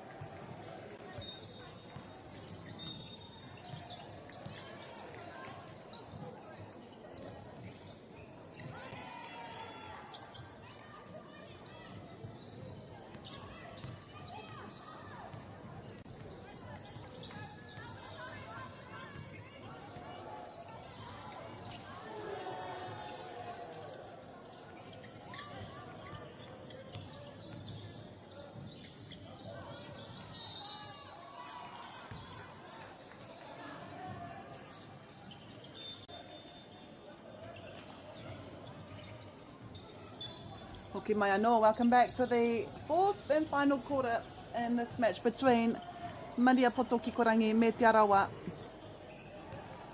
Ko Maniapoto Kikorangi e arahi ana mai te tīmatanga tainua mai ki tēnei wā. Mā te kaima ono ta tauranga ina nei.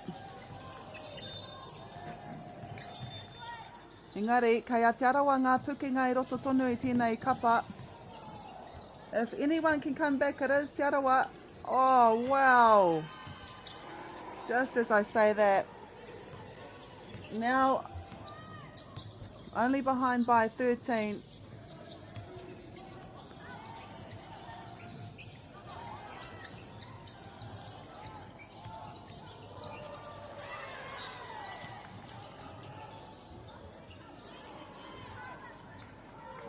Maniapoto Kikorangi off the ball. Passes it to Carly Ohia.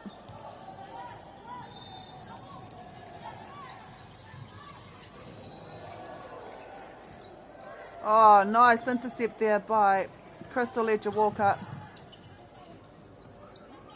The pass had too much power on it though.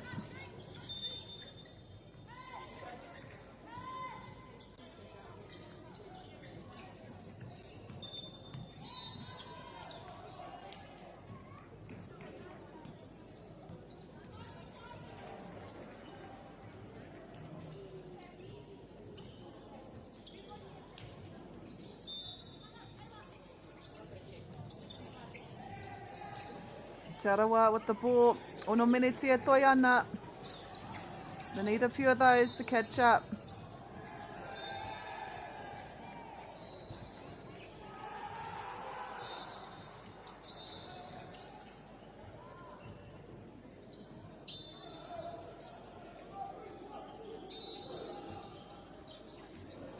Te Arawa look for someone. Oh, beautiful play. Well done. In and out there.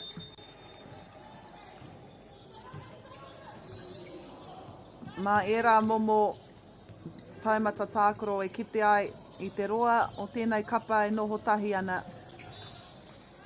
Just knowing how each other plays.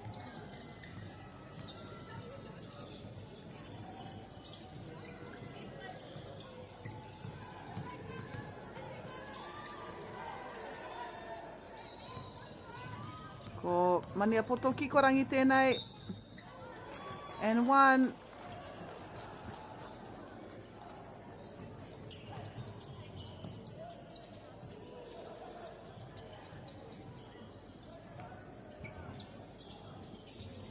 Crystal Ledger Walker kua karanga tana ingoa mo tēnei tukinga katoa, mo te katoa o tēnei tukinga.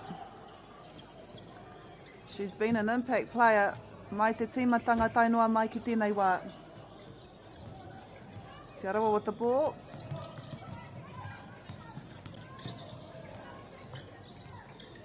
Te kaimā waru ta tauranga te aputai nai nei. Collected by Mania Poto Kikorangi. Rima miniti e toi ana kua hipa te 3 miniti. I think Hannah Lacey Rameka will get the foul.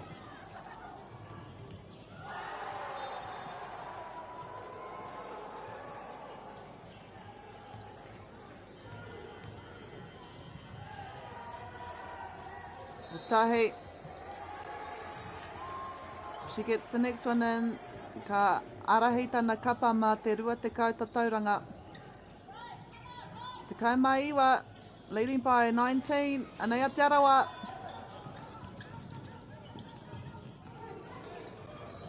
Individual effort there. Unfortunately though, it didn't go in. They do get the rebound though. They will get another opportunity.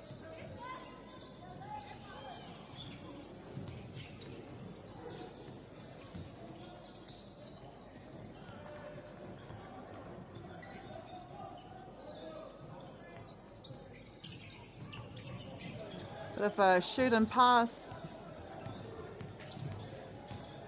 Nea Te Arawa.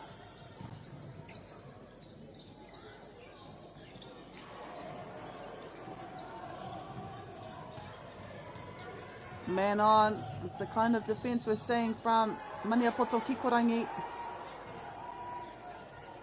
Oh, wow. Oh, I thought it was in. 5 minutes in 9-8. 4 more minutes in this match. Ko te āputa, te kaumā iwa ta tauranga.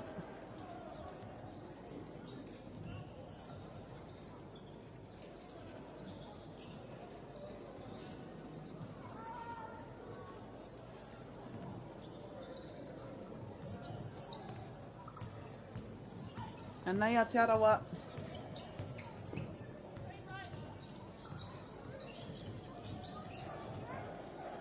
Passes that out. I tata engari. Te tā te eke. Waiaria Pūtaranui C-Rank Henderson. Passes it to Crystal Ledger Walker. Gets the 2. Ana he hamene. He hara kua karangahia.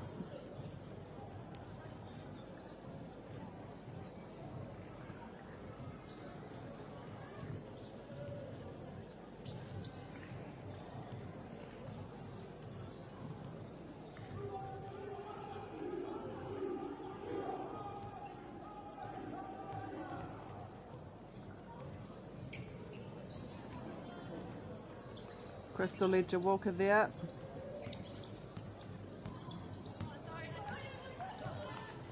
Wow. From one side of the court to the other, and she gets her own rebound.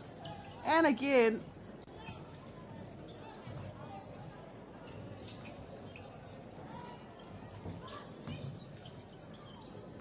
Kei reira tonu ia.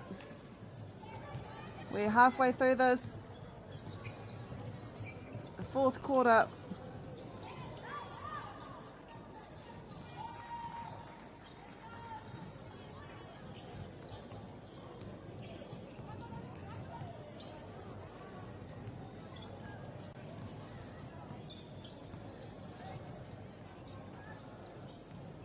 Nei a te arawa e aru ana I te poro. Sees one of her teammates all by herself, and wow, what a shot. Te kaima iwa te aputai nei. She gets the foul.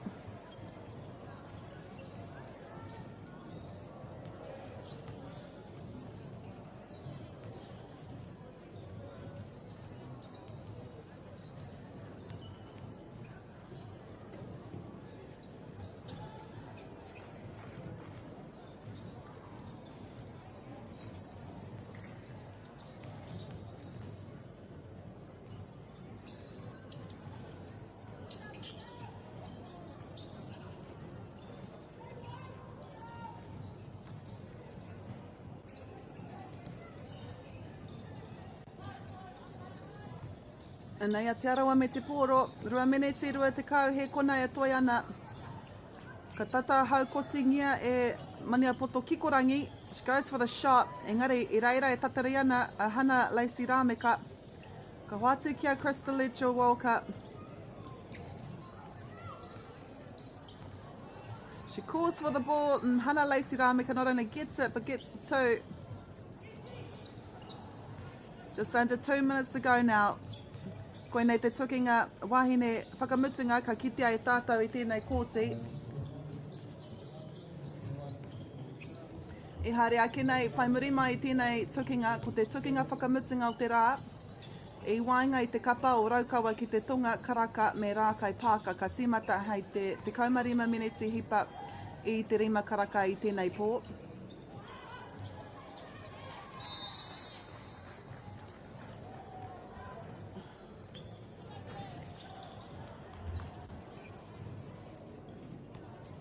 And nei a te arawa.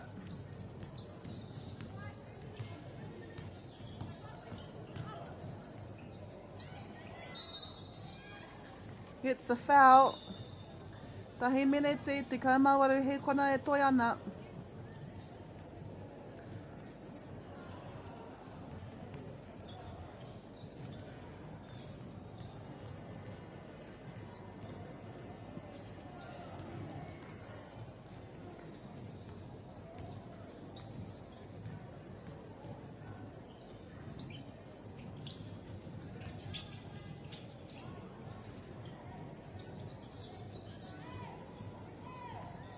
Te arawa with the ball, wanting to close that deficit, and they do. Ko tahi miniti e toi ana I nei. A ko te āhua nei, ko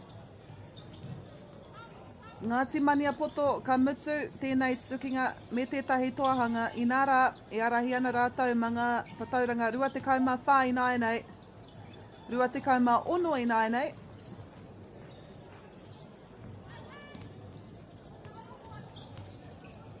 Tarawa have played well. Oh, beautiful shot there.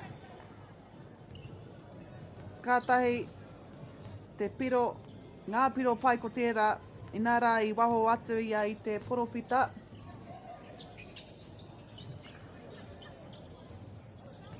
Rua te kau he kona, Crystal Ledger Walker. She goes for it herself, she gets it. Rua te kau marima te aputa. Te kau mawha he kona e toi ana.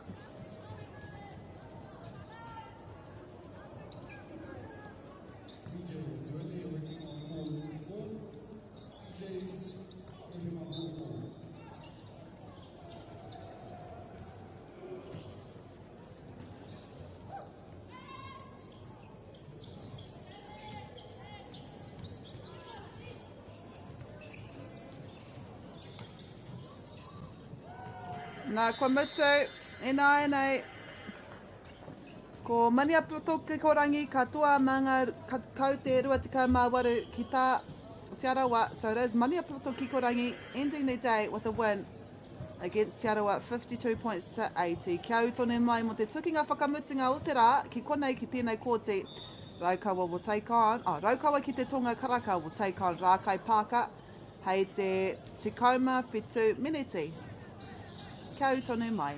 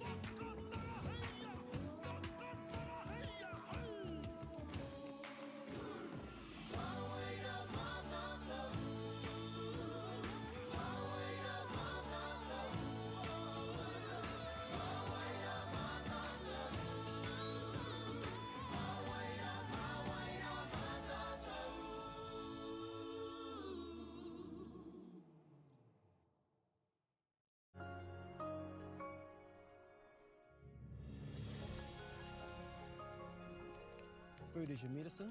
If you really want good health, know where your food's coming from. We wanted our children to grow up in the wilderness. The world needs kids like that. Māori have always understood the best way to live on this harsh land. We can hold on to our tikaka, our practices, our traditions, and bring them into this day and age. Get the Māori Plus app. Download now on Google Play or the App Store with exclusive viewings and 100% ad-free. Quite like top tier. Watch us anywhere, anytime. Make Māori Plus your mate and stream now.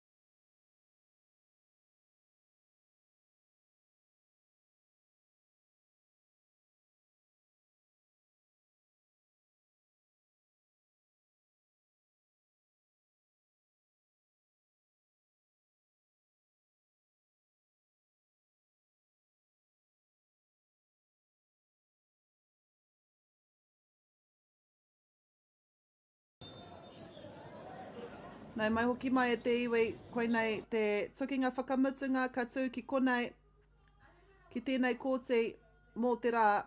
This is the final match of the day. I wainga I te kapa o Raukawa me Rākai Pāka.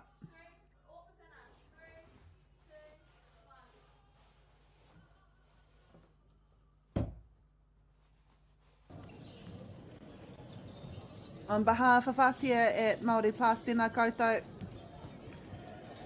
Ko whai wāhi atu ki tā tātou kaupapa.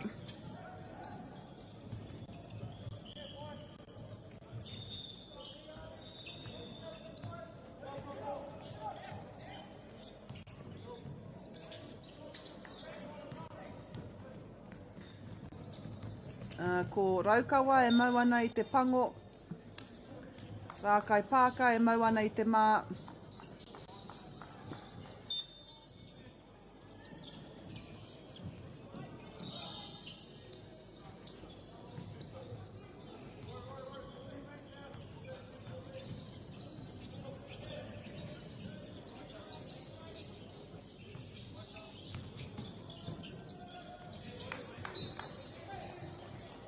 Nā ko I kimi ana I te kapa ka whakawhiwhia ki ngā piro tuatahi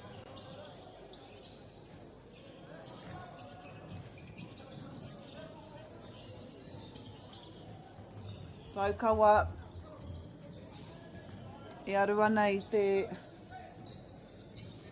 ngā piro tuatahi o te tukinga nei.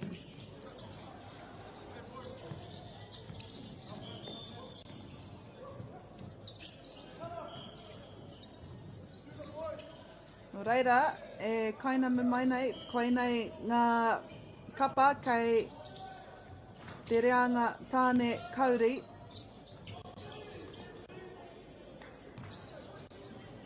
Kei Rākai Pāka te pōro I te tākoro hoki rātau te ata hāpara nei. Long day for Rākai Pāka. Aha kua hipa ngā miniti. Ngahi kona tahi me te hawhe. Kare anō kia riwha piro. There we go, there's our first shot of the match. So Boyd Skirkovic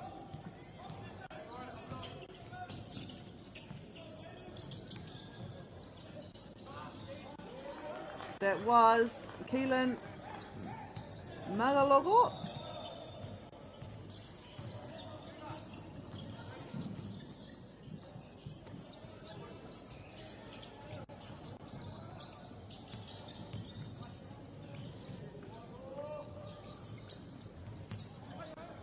Raukawa me te pōro. Keelan anei a Keelan. Nearly gone to hands of Nico Davis. Engari kei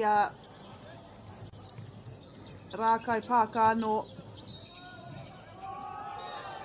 Caleb Smiler and one. I riwha I aia ngā tatauranga I rua. Nā waira, he can possibly get a third.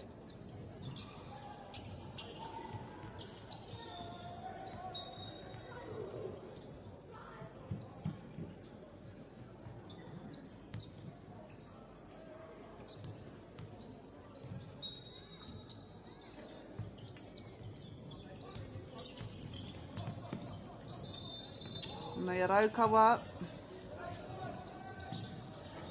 No reira hei whakamohio atu kia koutou. I nanahi nei te haurua I te waru karaka I nanahi nei. Tākoro ai rātou a Ngāti Raukawa ki te tonga karaka ki a Ngāti Wai. Arā, I toa mā ngā tatauranga te kau. Nā wai rā, I Napora, tākoro ai rātou ki a Ngāti Tūwharetoa. And they just won by 3 points against Ngāti Tūwharetoa. I tēnei ahi, te haurua I te tahi karaka, ko tā rātou tukinga tuatahi ki a here taunga, ana I hinga mā ngā tatauranga e ono, narrowly missing out against here taunga a few hours ago, about 4 hours ago, and this is their final match of the day. Mora Kaipaka. So they have had 2 wins, 1 loss. And their first loss was from today. Mora Kaipaka. E hinga kia here taunga mā te rima tatauranga. They narrowly beat Ngāti Tūwharetua by 6 points. They nearly doubled Ngāti Wai's points. Wari te kaumā waru ki te whātikau marima ngā tatauranga whakamutunga. I tēnei ata, i te haurua i te waru i tēnei ata. Nā waira, ko Ngāti Raukawa ki te tonga karaka tā rātou tukinga whakamutunga mō tēnei rā. Nō reira, he ōrite ngā hua a ngā kapa e rua nei, 2 wins, 1 loss. It'll be an even game I wainganui ngā kapa i rua nei, arā ko ngā rākai pāka e arahi ana i tēnei wā mā te whitu kaute.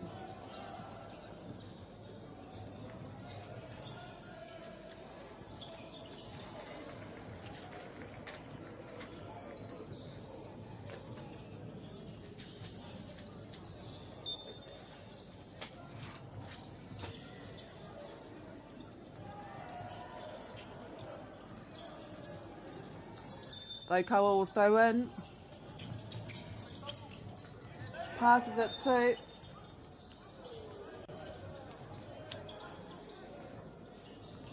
Kia Nico Davis. Arthur Pilcher with the ball. E kimi ana ia I tētahi. Trying to find someone to pass it to. Takes a shot himself, engari, kua hāmne hia tētahi.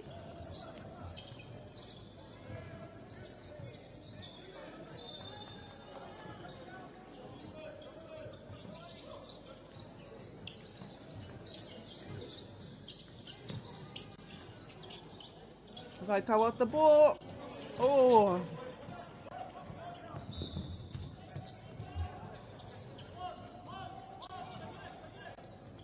Back to Maioro Greensill. Maioro sees Nathan Wilson there and he passes it to Zion Anderson with that 3.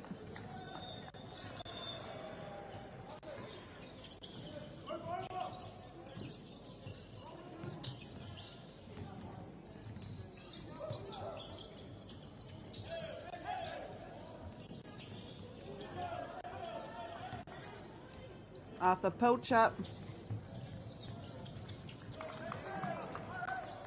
Boyd Skirkovic.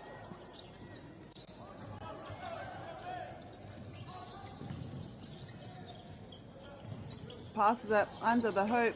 Kāre tētahi reira. Caleb Smiler. That was Nathan Wilson there.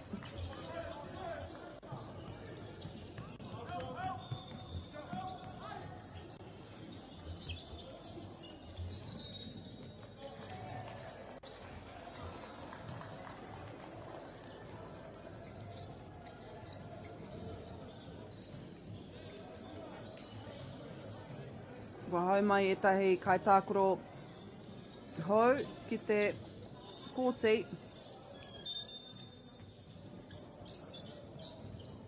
14 points, the deficit I tēnei wā. Luca Richards.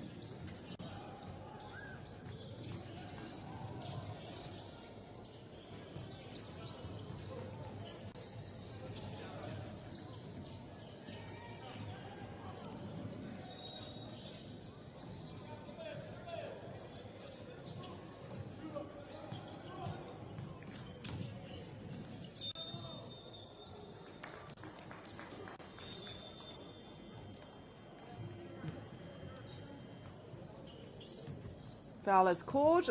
That'll be Keelan. Take the line. Hopefully add in a few more to Raukawa's 2. And he does.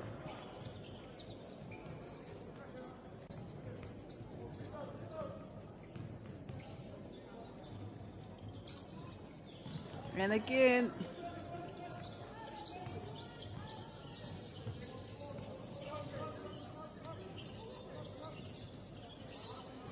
Caleb Smiler with the ball, passes it to Corbin Paiwai. Oh, what a shot there by Christian Martin. Nothing but net. We are halfway through this first quarter.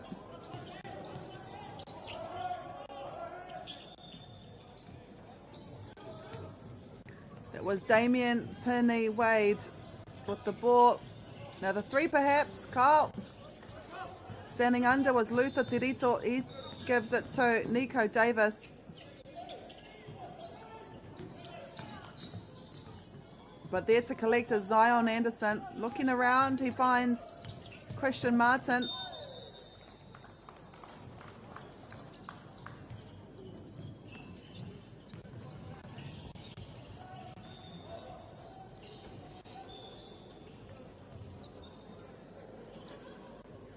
Christian Martin or a few three throws.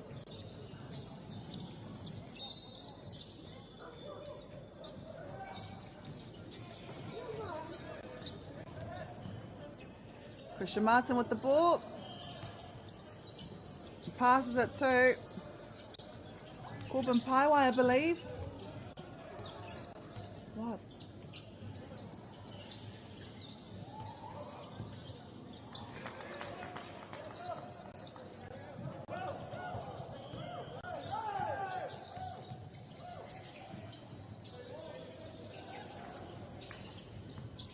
Luca Richards.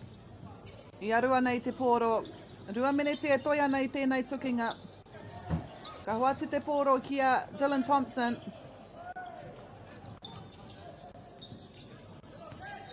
That was Christian Martin. He scored a few threes before. Eruera Shirley with his first three, and it's successful. Tahi minute I whātikau he kona e toiana.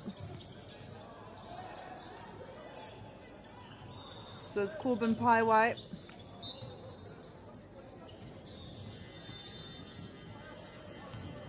Raukawa with the ball.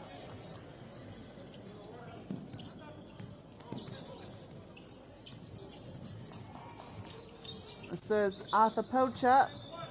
Passes it to Damien Wade. Oh, wow.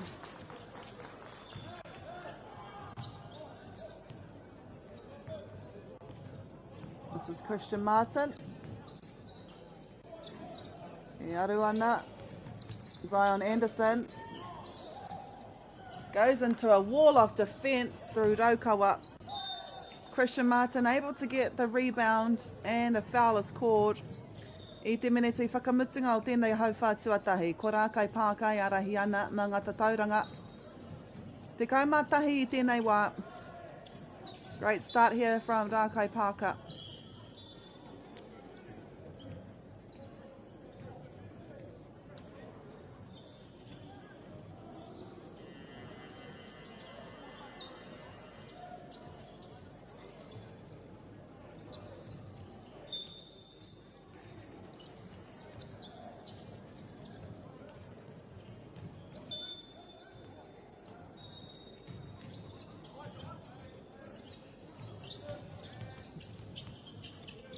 Arua nei te rārangi, gives it to Corbin Paiwai. Corbin Paiwai. But it is rebounded by Luca Richards. Oh, and stolen by Corbin Paiwai. Gets the two. Tore te kau he kona e toi ana I tēnei wā. 30 seconds to go in this first quarter. This is Arthur Pilcher. Foul is called.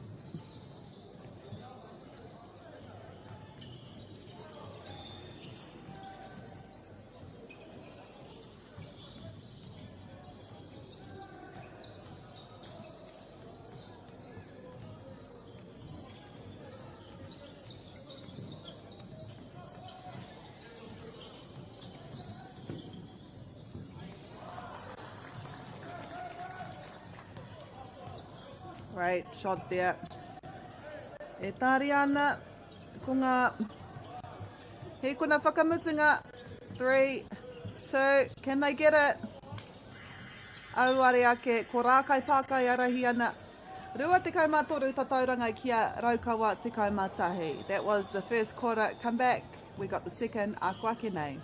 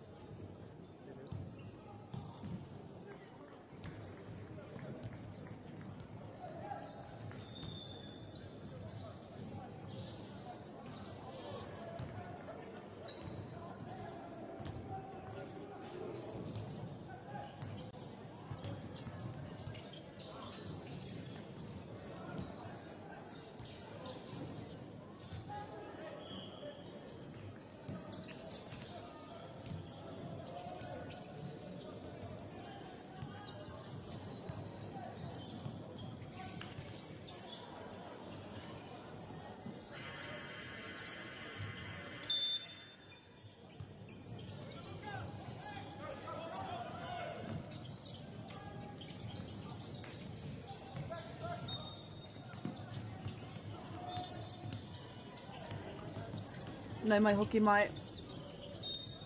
Ko rā kai pākai kei te kahurangi, ko Raukawa kei te pango. Mō ngā kapa e rua nei, e rua ngā toahanga ko tahi te hinanga, and both will be wanting to leave today's games with a win. I tēnei wā ko rā kai pākai arahi ana.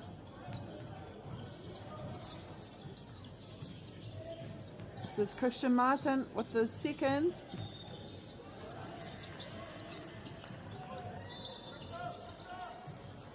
Nico Davis with the throw-in.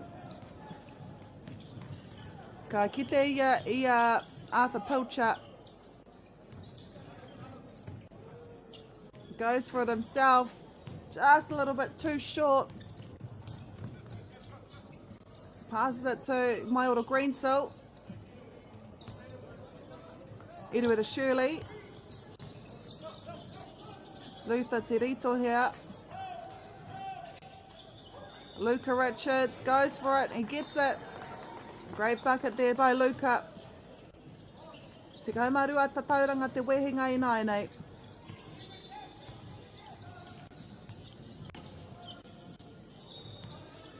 Caleb Smiler. Passes it to Boyd Surkovic. In and out.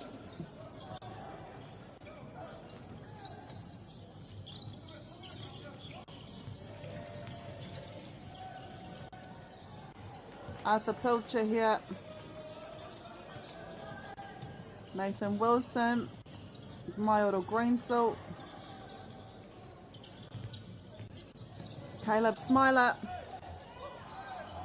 Raukawa get the rebound. There it is. Luther Tirito. Foul has been called.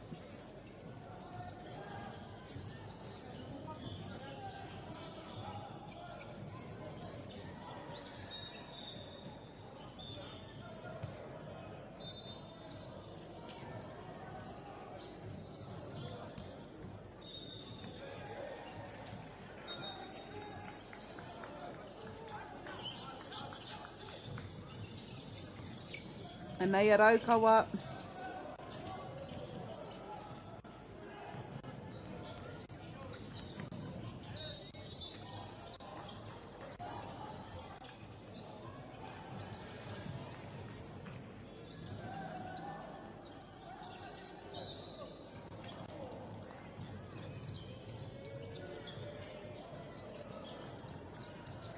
Te kaumarua tatauranga te wehinga I nai nei.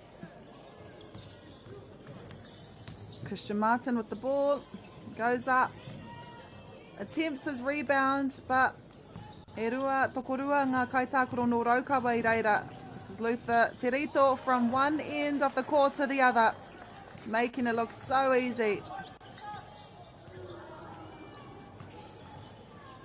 Boyd Surkovic. to Caleb Smiler. Coming around is Mauro Greensill.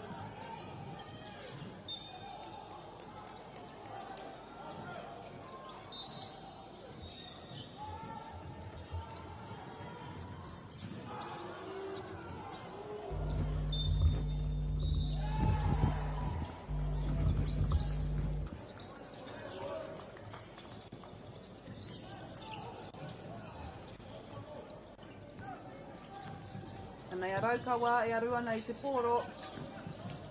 Arthur Pilcher here gives it to, oh wow, I think that was Luther Terito with that 3. Nathan Wilson goes for his own 3, gets it. Rete whānau, Raukawa, they brought it back down to about 8 points of deficit just after that 3 from Nathan Wilson. So it's a stronger quarter here by Raukawa. Whakangā te mahi nai nei.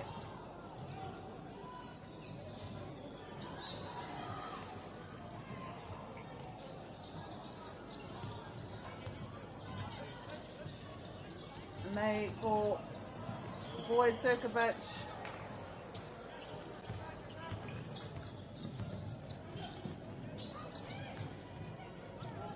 Keelan gives it, and nei a Raukawa, Rākai Pāka. Mauro Greensill, he's got Corbin Paiwai to his left, decides to go for it himself. They get the rebound.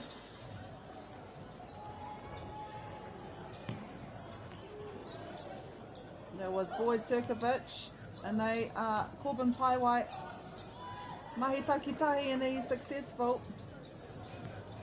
Te kai matoru te āputai nai. We are halfway through the second quarter already.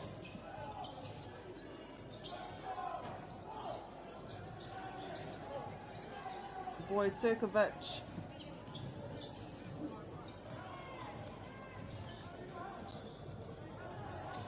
Passes it through. And to Corbin Paiwai, who wants to get closer. But if a roll, gets his own rebound too. Oh wow, saved there by Nathan Wilson. Te kaumarima te āputai nai nei. Nico Davis, foul's called.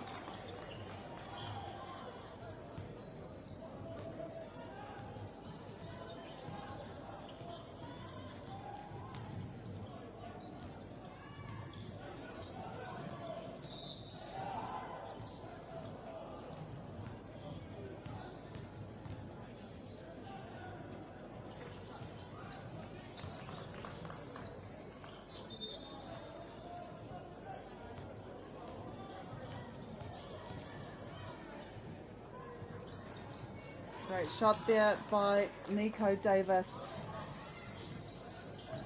Brings it back down to 13. Toru mene te toi ana. Boyd Cirkovic here with the ball. It's tapped by Raukawa. Here they are making their way back down again. Keelan to Damien Wade. 11 points of deficit in 9-8. Just need a few more of those.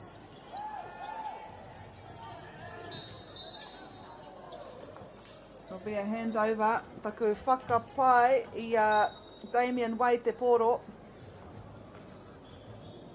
Engari tihaia e tētahi no Rākai Pāka.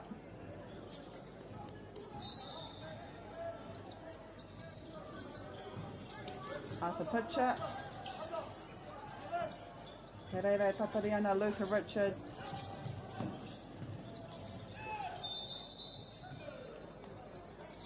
Foot.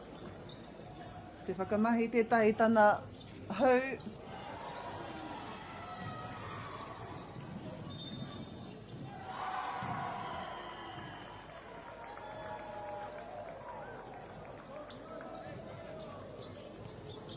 Dylan Thompson passes it to Stephen Sirkovic. Thompson again to Sirkovic. Owe. Kua hipa I te rārangi. It'll be a Raukawa ball going over the half line. And nā kua karangahia tētahi wā whakanga. So it's been a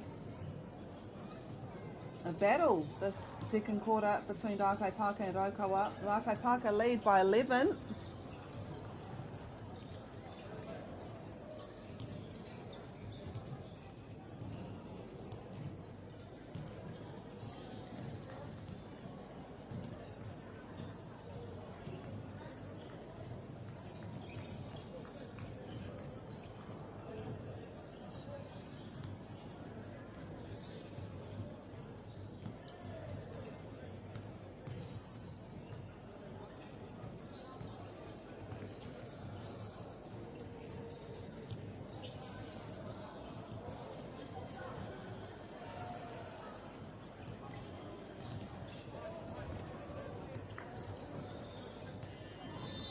Tua minute e toi ana I tēnei hau whātuarua.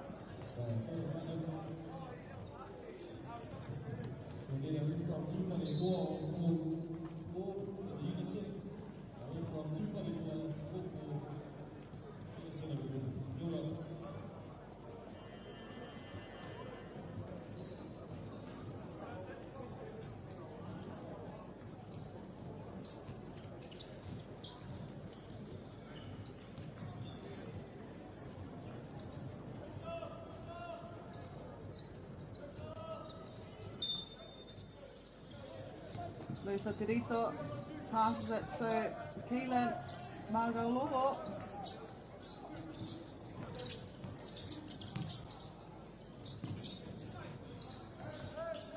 Nico Davis back to Keelan. Oh, and they get the rebound. Kei reira, tētahi toko toru no Rākai Pāka e tatari ana.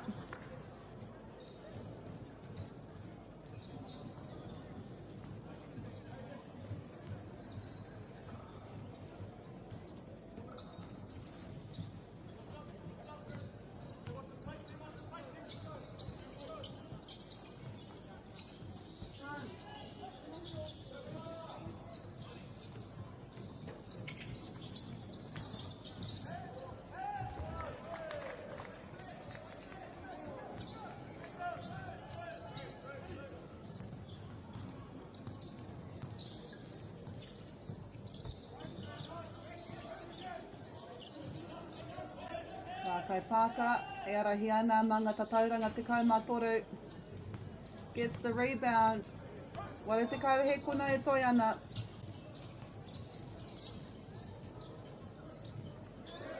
Oh wow, what a three.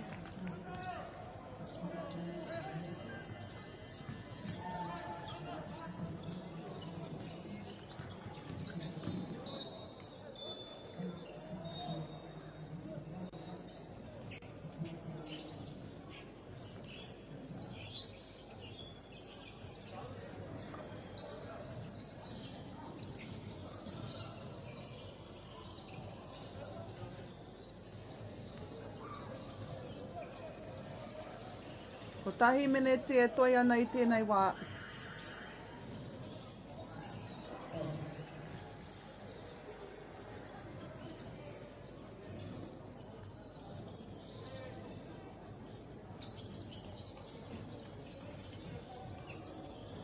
Ko Rākai Pāka e arahi ana manga tatauranga te kaumaono. Oh, in the air. Able to save it though. It was Arthur Pilcher. What a save. I think that was Damien Wade as well. 40 seconds to go in this first half. Got 19 more minutes to go. Aroa mai, 18.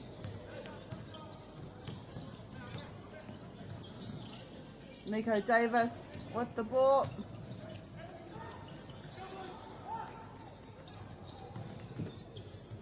That was intercepted. by Nathan Wilson. Gets the points through Steven Sirkovic. Taku whakapai, ruarua noi honga he kona e toi ana Tairawaki ki te tangi o te whio whakamutunga. And that'll be half time. So it is Rakai Parker leading 42-26.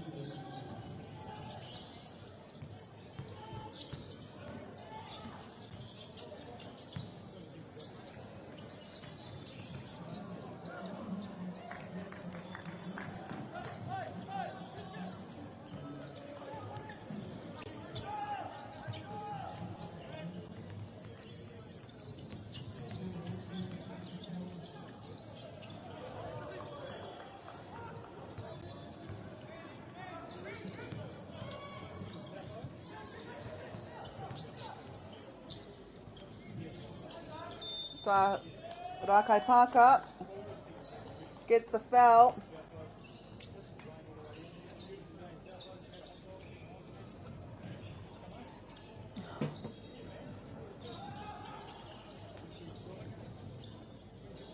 This is Nathan Wilson.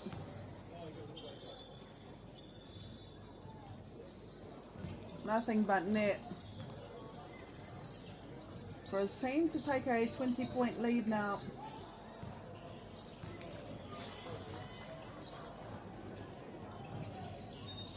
(21)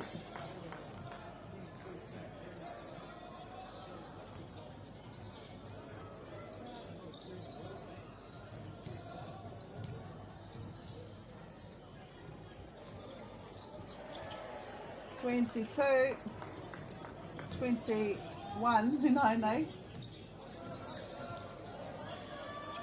Rakai Parker nei atia Raukawa.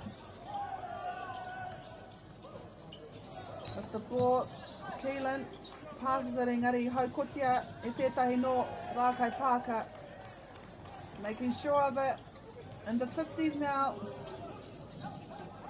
Arthur Pilcher with the ball, passes it to Keelan.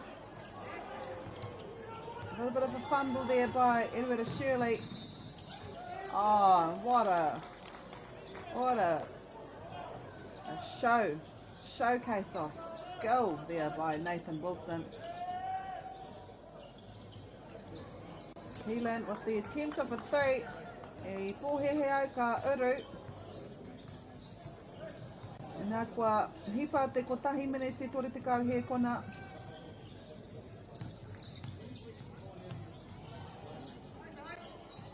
Christian Martin passes it to Nathan Wilson, but there's a save.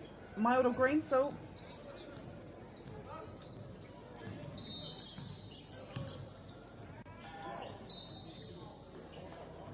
Boyd Surkovic there.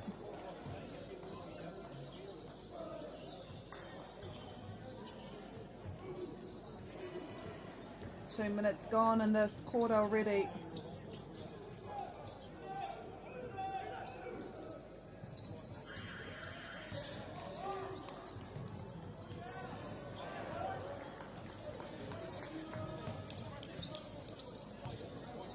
And they are Okawa.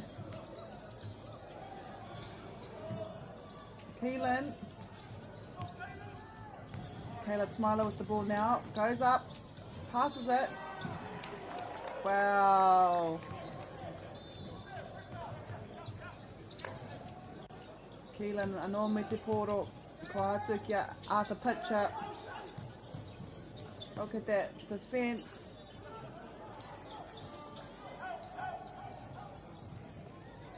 Oh, he rustles out of it. Luca Richards gets the foul.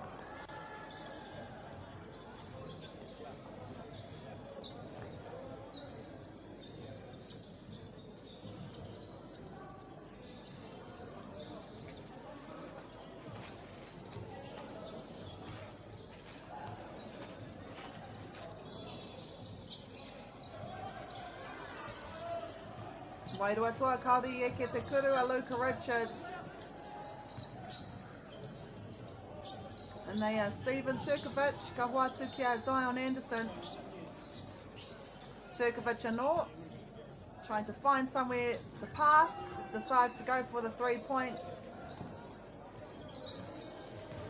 Tata ki te... Oh, tore tekau mā tahi nai nei, ngā piro e arahi ana. That was like walking into a fence for Steven Surkovic.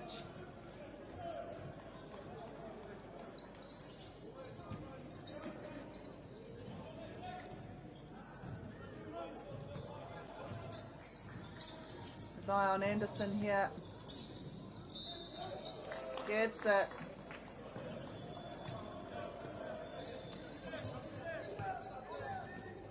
Arthur Pilcher. Wakaranga hia, tētahi hara.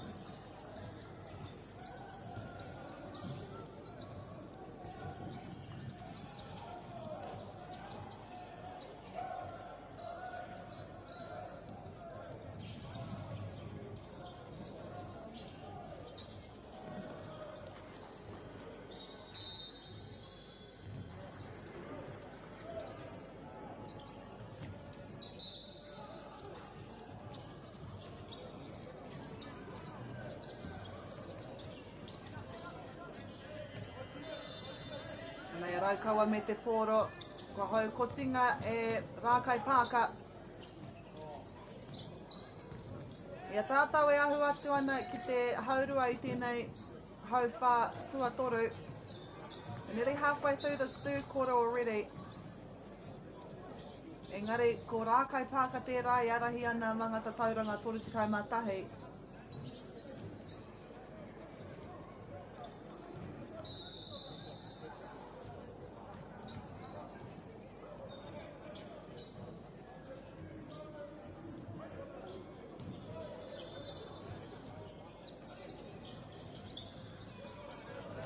Raukaua me te pōro.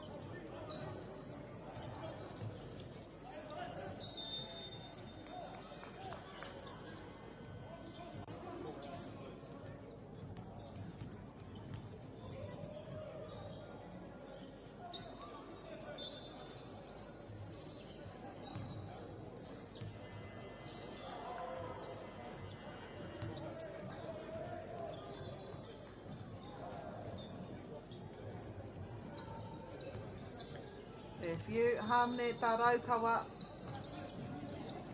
kaore I ke te rāwhiu.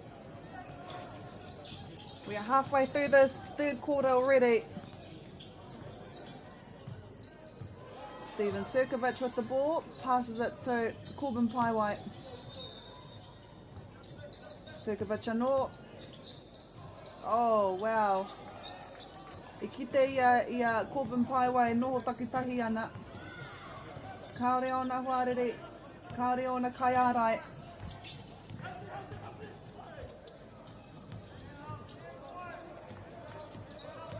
Luta Tirito here. And a foul is called.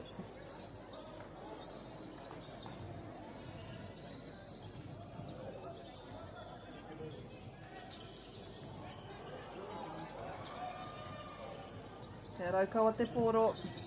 Raukawa throw in. Tipped by Rākai Parker.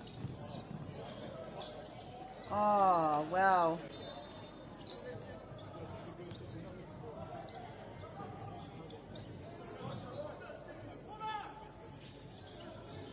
Luca Richards saw an open. Well, Dylan Thompson there with the layup, but he was caught short.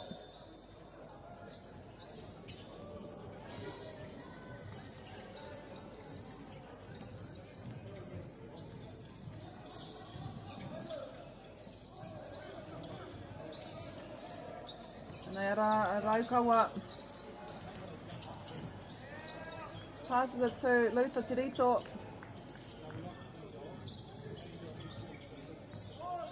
Corbin Paiwai with the ball.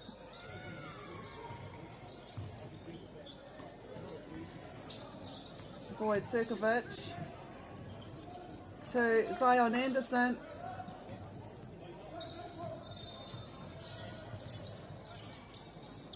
Damien Wade. Watukia Nico Davis. Kei reira e tatari ana a Arthur Pilcher. Aroha mai, e ruera Shirley, I reira ia e tatari ana kia heke mai anō te poro. E nā, kua pāngia ia e te hara.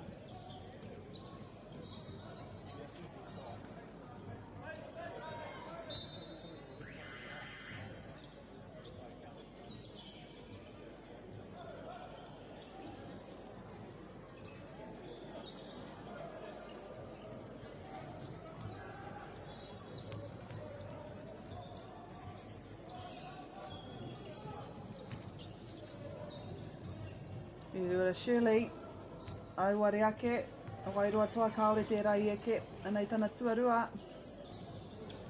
Kua eke, kua piki whakarunga Raukawa ki te rua tikama iwa tatauranga I nainei. Engari e nui tonu ngā mahi kai mua I te aroaro. I nara e arahi ana a Rākai Pāka mā te 38 tatauranga I nainei. Zion Anderson with the 3 attempts. Iti ake I te 2 miniti e toi ana I tēnei wā.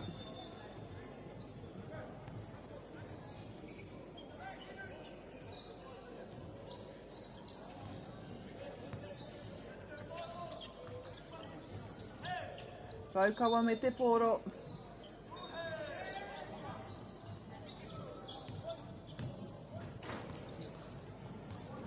Kua eke anō, leading by 40 points now Rākai Pāka, with 1:40 to go. I tēnei hauwha tuatoru. 8 miniti anō mo te hauwha whakamutunga. Engari, he nui tonu ngā mahi kai mua I te aroaro mā Raukawa. Dylan Thompson with the ball, passes it to Boyd Cirkovic for a 3. But waiting there is Damien Wade. Kia eke ai rātou I te papatātai. Oh, wow. It was Dylan Thompson. No one was by him. He had all the time in the world. Feet was positioned square onto the basket. Nothing but net.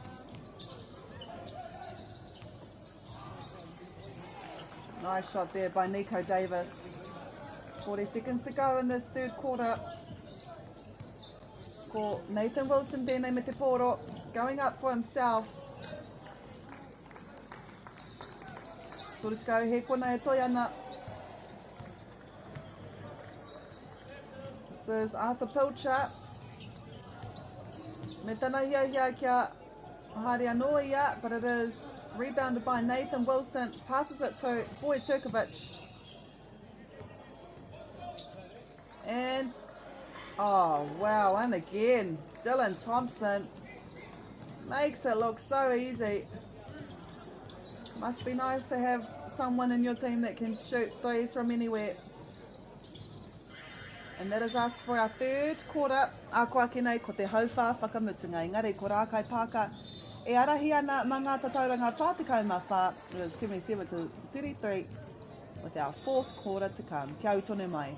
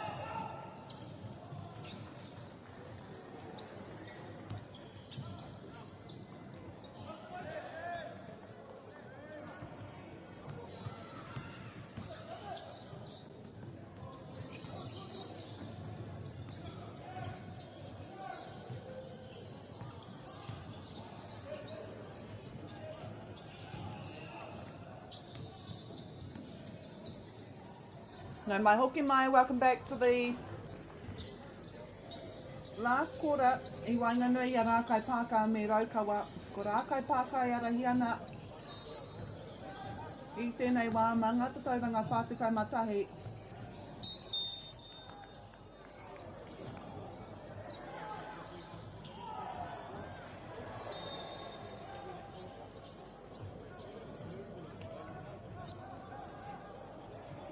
And it will be Luther Tirito to shoot from the tēnei rāwangi hara.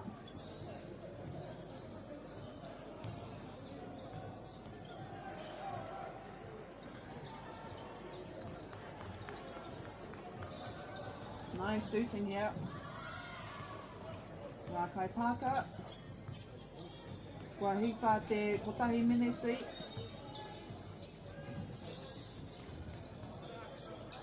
Aranua te ngā mahi kua mahia e rātou.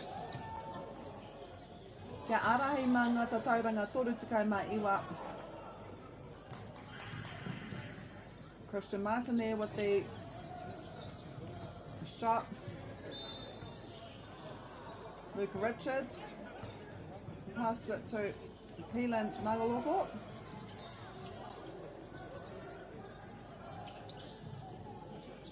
Oh wow, nothing but net.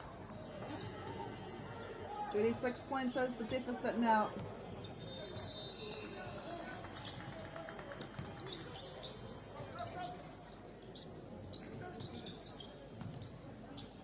Corbin Paiwai passes it to Christian Martin.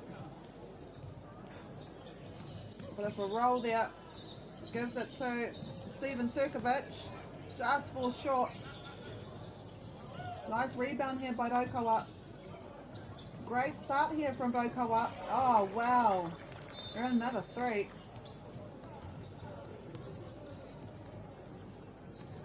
That was Keelan Magalogo.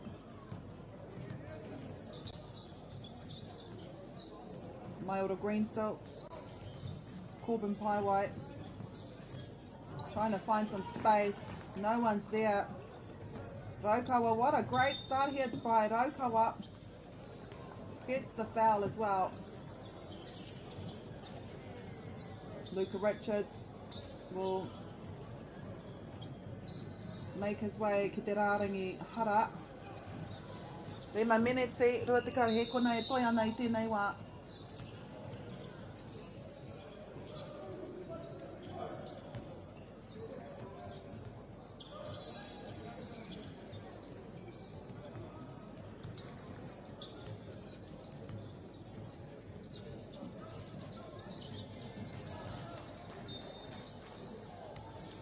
Tōs kai maware piro te tatairanga, te āputa I Wainganui ngā kapa e rua nei.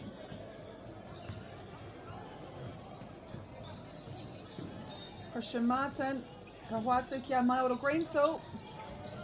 Kei rāra e tatari ana ko Luca Richards anō, ka hoatu ki a Luther Tirito. Luca Richards.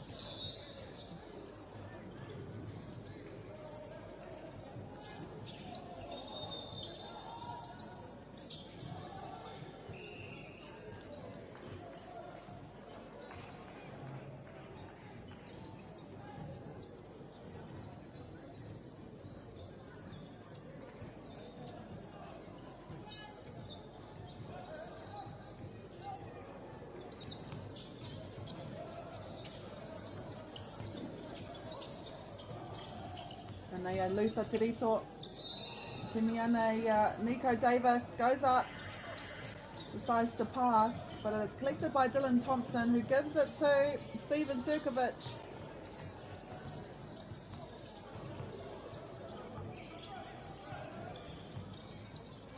Luca Richards, Arthur Pitcher, and finds Richards. Kia riwha I te rua kaute. Mauro Greensill with the ball here. And Kimi ana I tētahi kai tākaro, doesn't see any, so goes himself. We are nearing halfway through this fourth and final quarter between this Tāne Kauri match I Wainganui a Raukawa and Rākai Pāka. And for both teams, kua o ahua orite ngā hua o ngā kapa e rua nei, e rua ngā tuahanga ko tahi te hingana.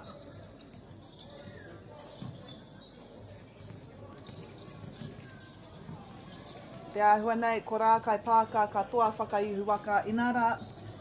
E arahi ana rātou mā te 34 kaute.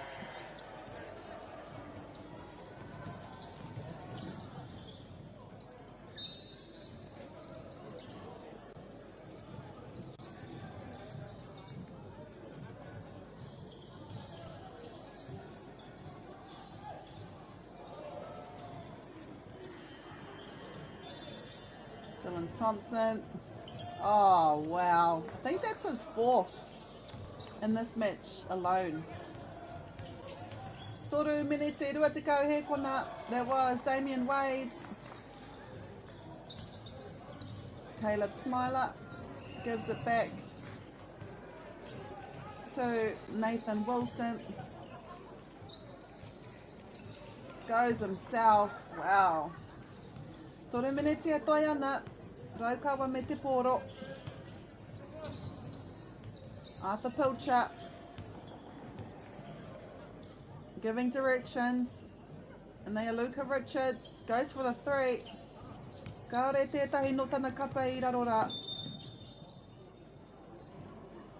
I Hamane kua karanga here with 2 minutes 40 seconds to go.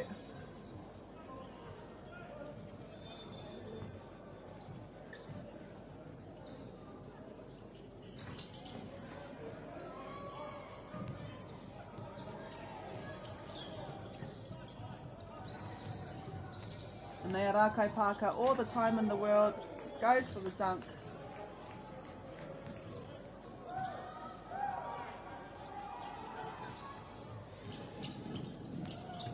Raukawa finds an opening. Got tētahi wana kaitākaro I reira. Nei Christian Martin, ka hoatu kia Caleb Smiler, ka Mauro Greensill. Oh, wow. Rua miniti e toi ana. We've got 2 more minutes in this match between Rākai Pāka and Raukawa. As I was saying before, both teams have had similar results in the last 2 days of the competition. 2 wins, 1 loss each. And it'll be Rākai Pāka that leave with 1 more win, especially with shooting like that. Despite what the scoreboard reflects though, it isn't a reflection of the mahi that Raukawa could have done. Ko taku whakaro ko ngā piro noiho kua eke. Most of Rākai Pāka's attempts at goal have slotted, whereas kua ruarua noiho ngā mea a Raukawa, just like that. Ko tahi miniti e toi ana, Rākai Pāka might make triple digits. This is Damien Wade. Sitting right there though is Nico Davis with the rebound. 52 seconds to go. Christian Martin, ko hoatu kia Nathan Wilson. And it is stolen by Damien Wade. Season opening, here we go. Nathan Wilson there. Tōru te kau he kona e toi ana. Beautiful shot there by Damien Wade. And this might be our last shot of the day. O te rā, o te kēmu, I Wainganui a Rākai Pāka me Raukawa. Just counting down the clock now. And that is it. Ka tua I a Rākai Pāka mā te whātekauma ono tatauranga. It is 98 to Rākai Pāka, 52 to Raukawa. Koe rā katoa ngā mahi konei on behalf of us here at Māori Plus.